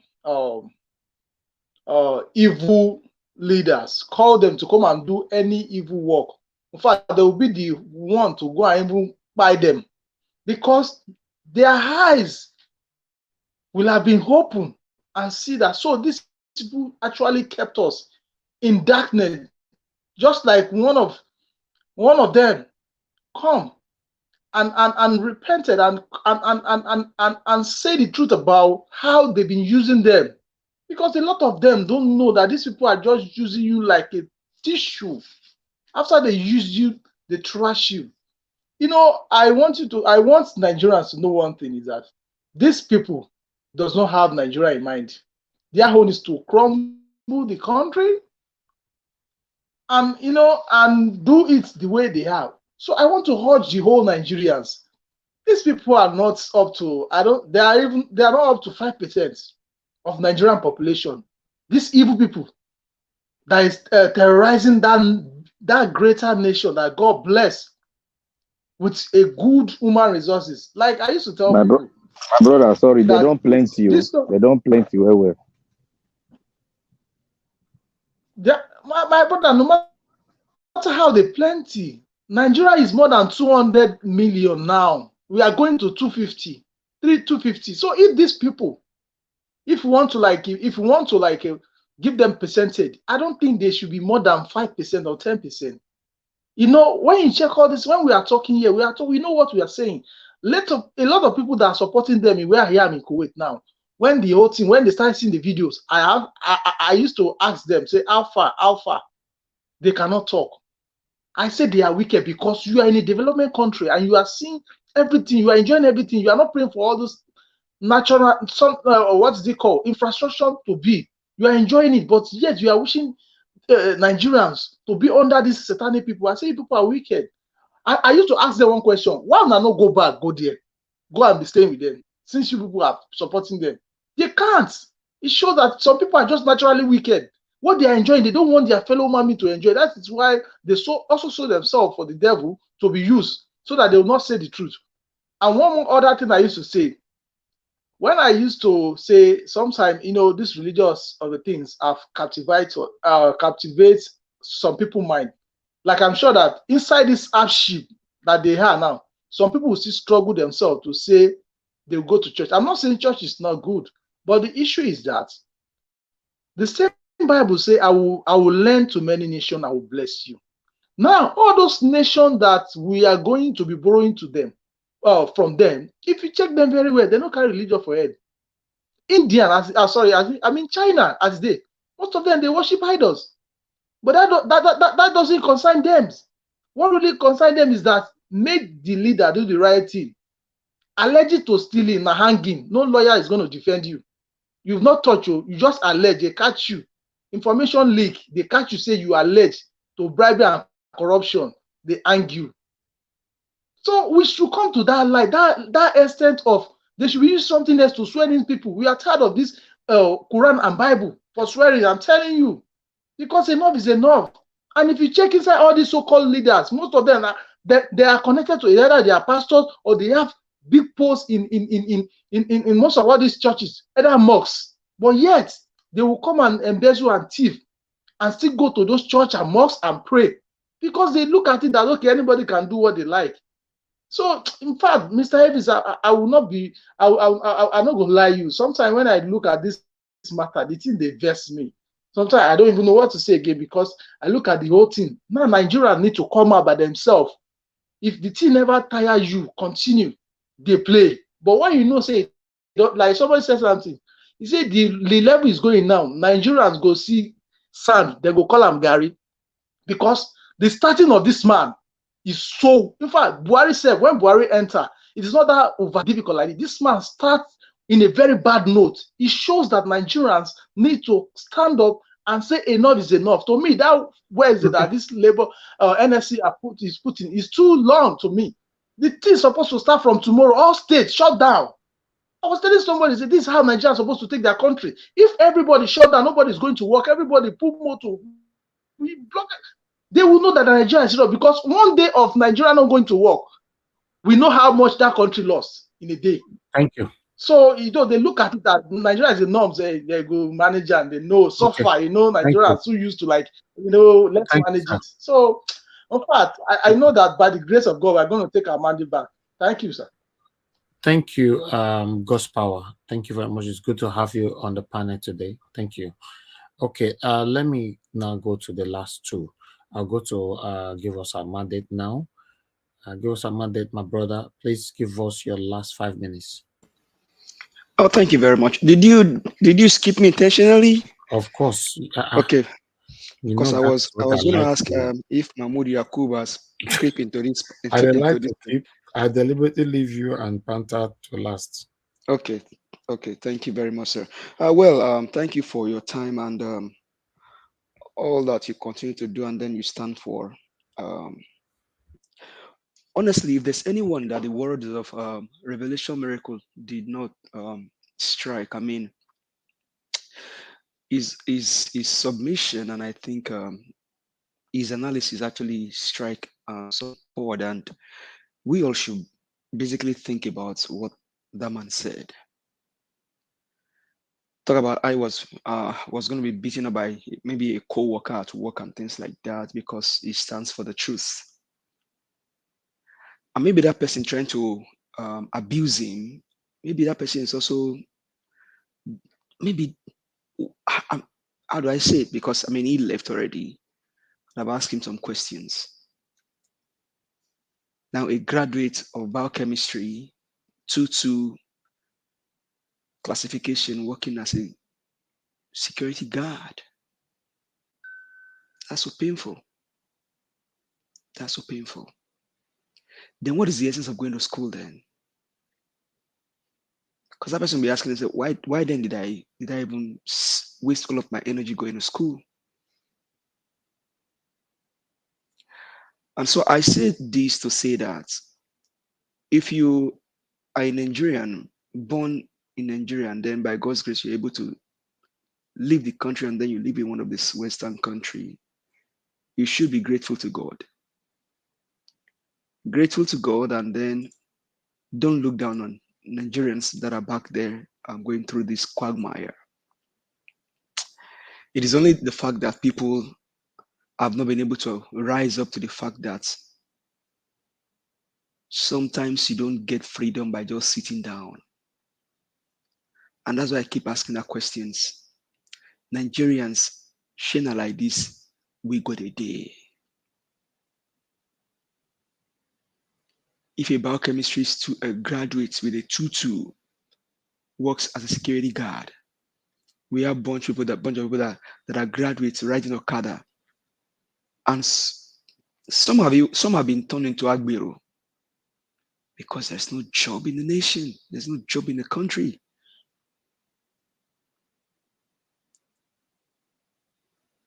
And we still, I mean, I don't undermine the God's factor. But sometimes God will not do for you what you can do for yourself.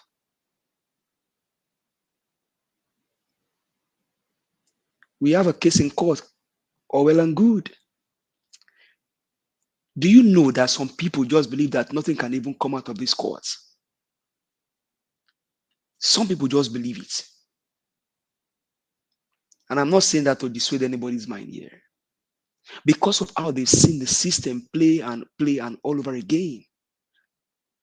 And what I tell people like that is that I'm just waiting for the court to prove otherwise. I'm waiting for the judiciary to prove otherwise because evidences are everywhere. Why do we have to wait this long when 25% of Abuja is there? Judges. Should I just told them to let's even start from 25% of Abuja. That's enough. But because the system is corrupt, the system is porous, is decayed. And Nigerians, Rotimi Amechi told you guys, they continue to do what they do because they are waiting for Nigerians to stone them. Rotimi said that, Amechi. Let me make this clear to you. Even the people that think they sit in Abuja right now, in Aso Rock right now, they are scared because they don't know what will happen tomorrow. They are scared of Nigerians. And so they are waiting for Nigerians to lay demand. But Nigerians, China like this, go a day, 60 plus years. Graduate, they sell pure water for Oshodi market. Graduate, they ride keke napep for Orile Junction. China like this, go a day. Nigeria go better before they bomb me, they sing that song. My papa, they bomb me, they sing that. Me, he said, I don't want to sing that song for my children. No.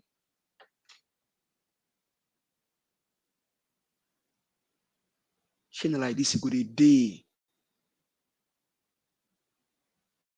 Over 88 people died in the election, during the election. And like Revelation said, the day they do burial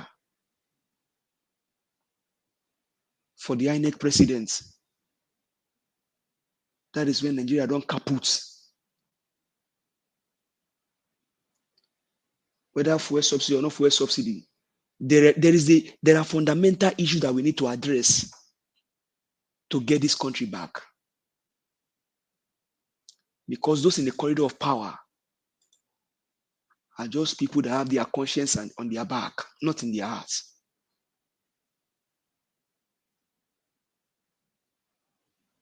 Nigerians, shena like this go the day. Tribunal, she una go do better, but no go do better. Rescue Nigeria. People are suffering. People are looking up to judiciary to do the right thing. But I'm waiting for the judiciary to prove me otherwise, that they can truly do the right thing. But Nigerians all over the world, Shana like this, we go a day. Let's not remain like this. We cannot have bright minds all over the world and then allow this satanic and wicked people like Mr. Elvis who always say to continue to ride on us. Enough is enough. Enough is enough. We have what it takes to be the best country in the world. We have everything it takes to be the best country in the world. Take a Nigerian out of Nigeria, take them to any Western country, they will do ×3 exploits.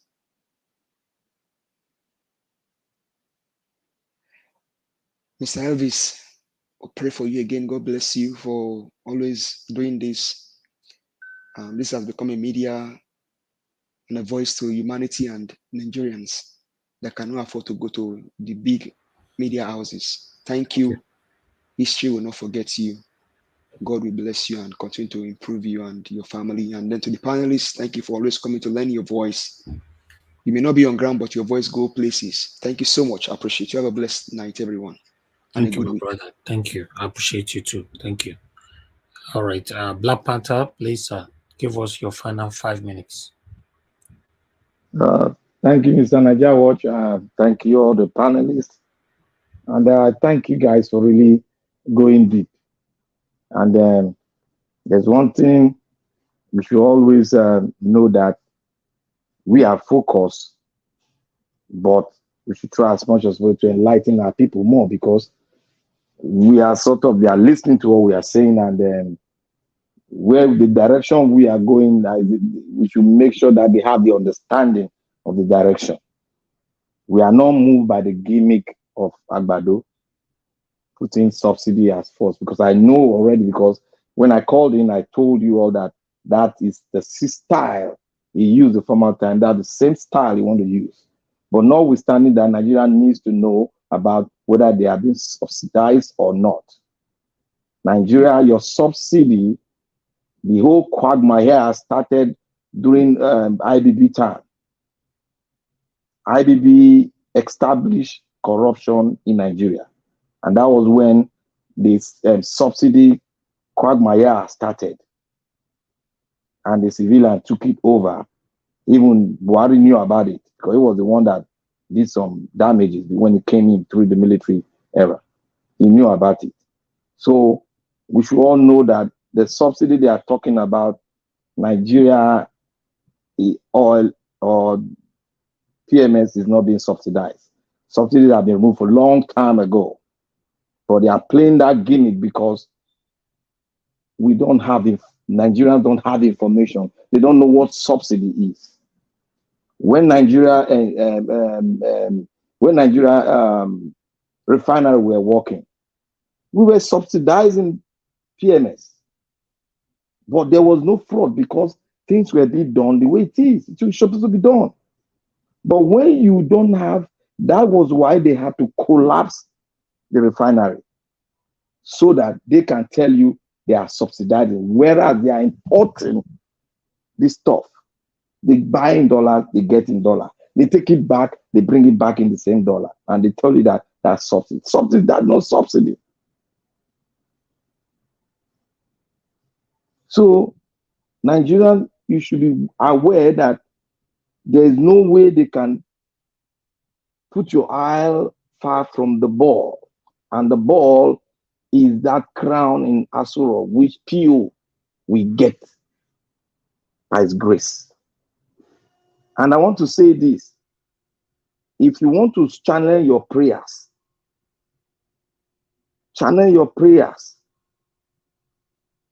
to Peter Obi and the lawyers. Don't channel your prayers. Don't pray for them, the leadership. Your prayer for the leadership is God to open the Red Sea so that they can go under the Red Sea, and the Red Sea will close and we'll see them no more. Because the Egyptian you saw yesterday, you will see them no more. Let the plague of God, let it rest upon them. That should be your prayer. Now we have no leaders. We have no leaders. That should be your prayer. we should learn how to pray at the right time, at the set time. There's always a set time in the kingdom of God. A set time. When the set time comes, then you see the face, the wrath of God upon them, those that want to destroy the people of God. And to the so-called pastors, they are not pastors. They are not pastors. They are just teaching literally the scripture the way they understand it. God has ordained every one of us, Christians, followers of Christ, has ordained every one of us as a preacher of the gospel. And if you desire the gift of the gospel, the power of God, you go for it and you get it. Therefore, let them continue. But what we know, our eyes is on the ball, and that is our sorrow. And who is going to get there is PO. Let us continue to pray for him and his lawyer only. And the prayer to those that want to destroy Nigeria is for the Red Sea to open and consume them. Thank you all. Thank you, Mr. Nigeria, for doing a great service for your motherland. Thank you very much. God bless you, sir. I really do appreciate you. Thank you. All right, my people, we have come to the end of this broadcast. Everybody have submitted their plight over what is affecting us in our country. Yes, we've been here now for 6 hours. It's time to round up. Remember, we have a court in the morning. Yes, the battle, the journey continues. So look out for us tomorrow morning. We might randomly come out. Our usual time of coming out every day is 6 p.m. every day. I appreciate every one of you. Thank you very much. I appreciate everybody that supported us today financially. May God bless you all. Those of you that shared our video, may God bless you all. Those of you that liked our video, those of you that called into the show, may God bless you all. My wonderful panelists, thank you very much. May God bless you all. And my commenters, thank you very much. I appreciate you all. I can see daily funny clips right there. Henry Okaro, Shizoba, I can see you as well. Kingsley Ogera here. Thank you very much. Mother of all, Mommy Diaspora, thank you for all you do for us. You're always here with us, Mommy. We love you always. Thank you, Jessica. Thank you very much, everybody right there. Mother Patricia, thank you very much. Thank you, Kashi, for coming around today. We appreciate you. Etiosa, I can see you right there. Peggy Modi, thank you, thank you, thank you. May God bless you all. Now go see me could draw the curtain. Please like and share before you leave. Please don't go without not pressing on the like button. Help us to press on the like button before you go. Thank you very much, my people. Now God bless you. I know they do competition with anybody. If I offend you, forgive me. Show me love. Go there, biza biza. Kama bara walo ninu ife kan akanbi. I know they do competition with anybody. If I offend you, forgive me. Show me love. I go show you love. Kama bara walo ninu ife kan. But I know they do competition with anybody.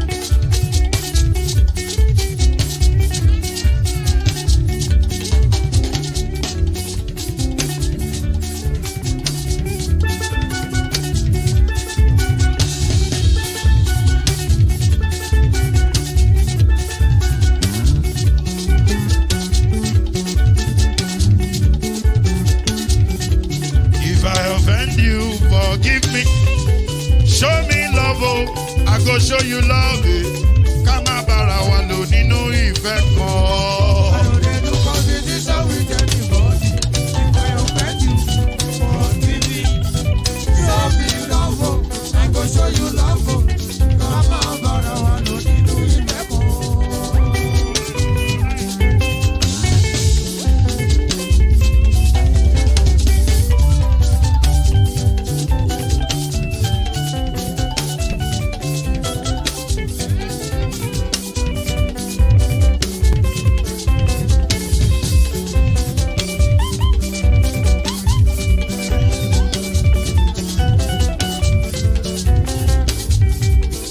No, they do competition with anybody. If I offend you, forgive me. Oh, tó bá ti sanwó fún Ṣẹ́gun nàbí o. Ẹ fẹ́ jókù. Alákọ̀bí. Ṣẹ́gun nàbí. Alákọ̀bí. Mr. Pamela. Anybody? Any bobo. Anybody? Mo ló ń fọlú, ó gbà mí bó ṣe rí mi láti kíníṣí. Délé mo ló ń fọlú, ẹ jẹ́ ń sọ̀rọ̀. Délé o,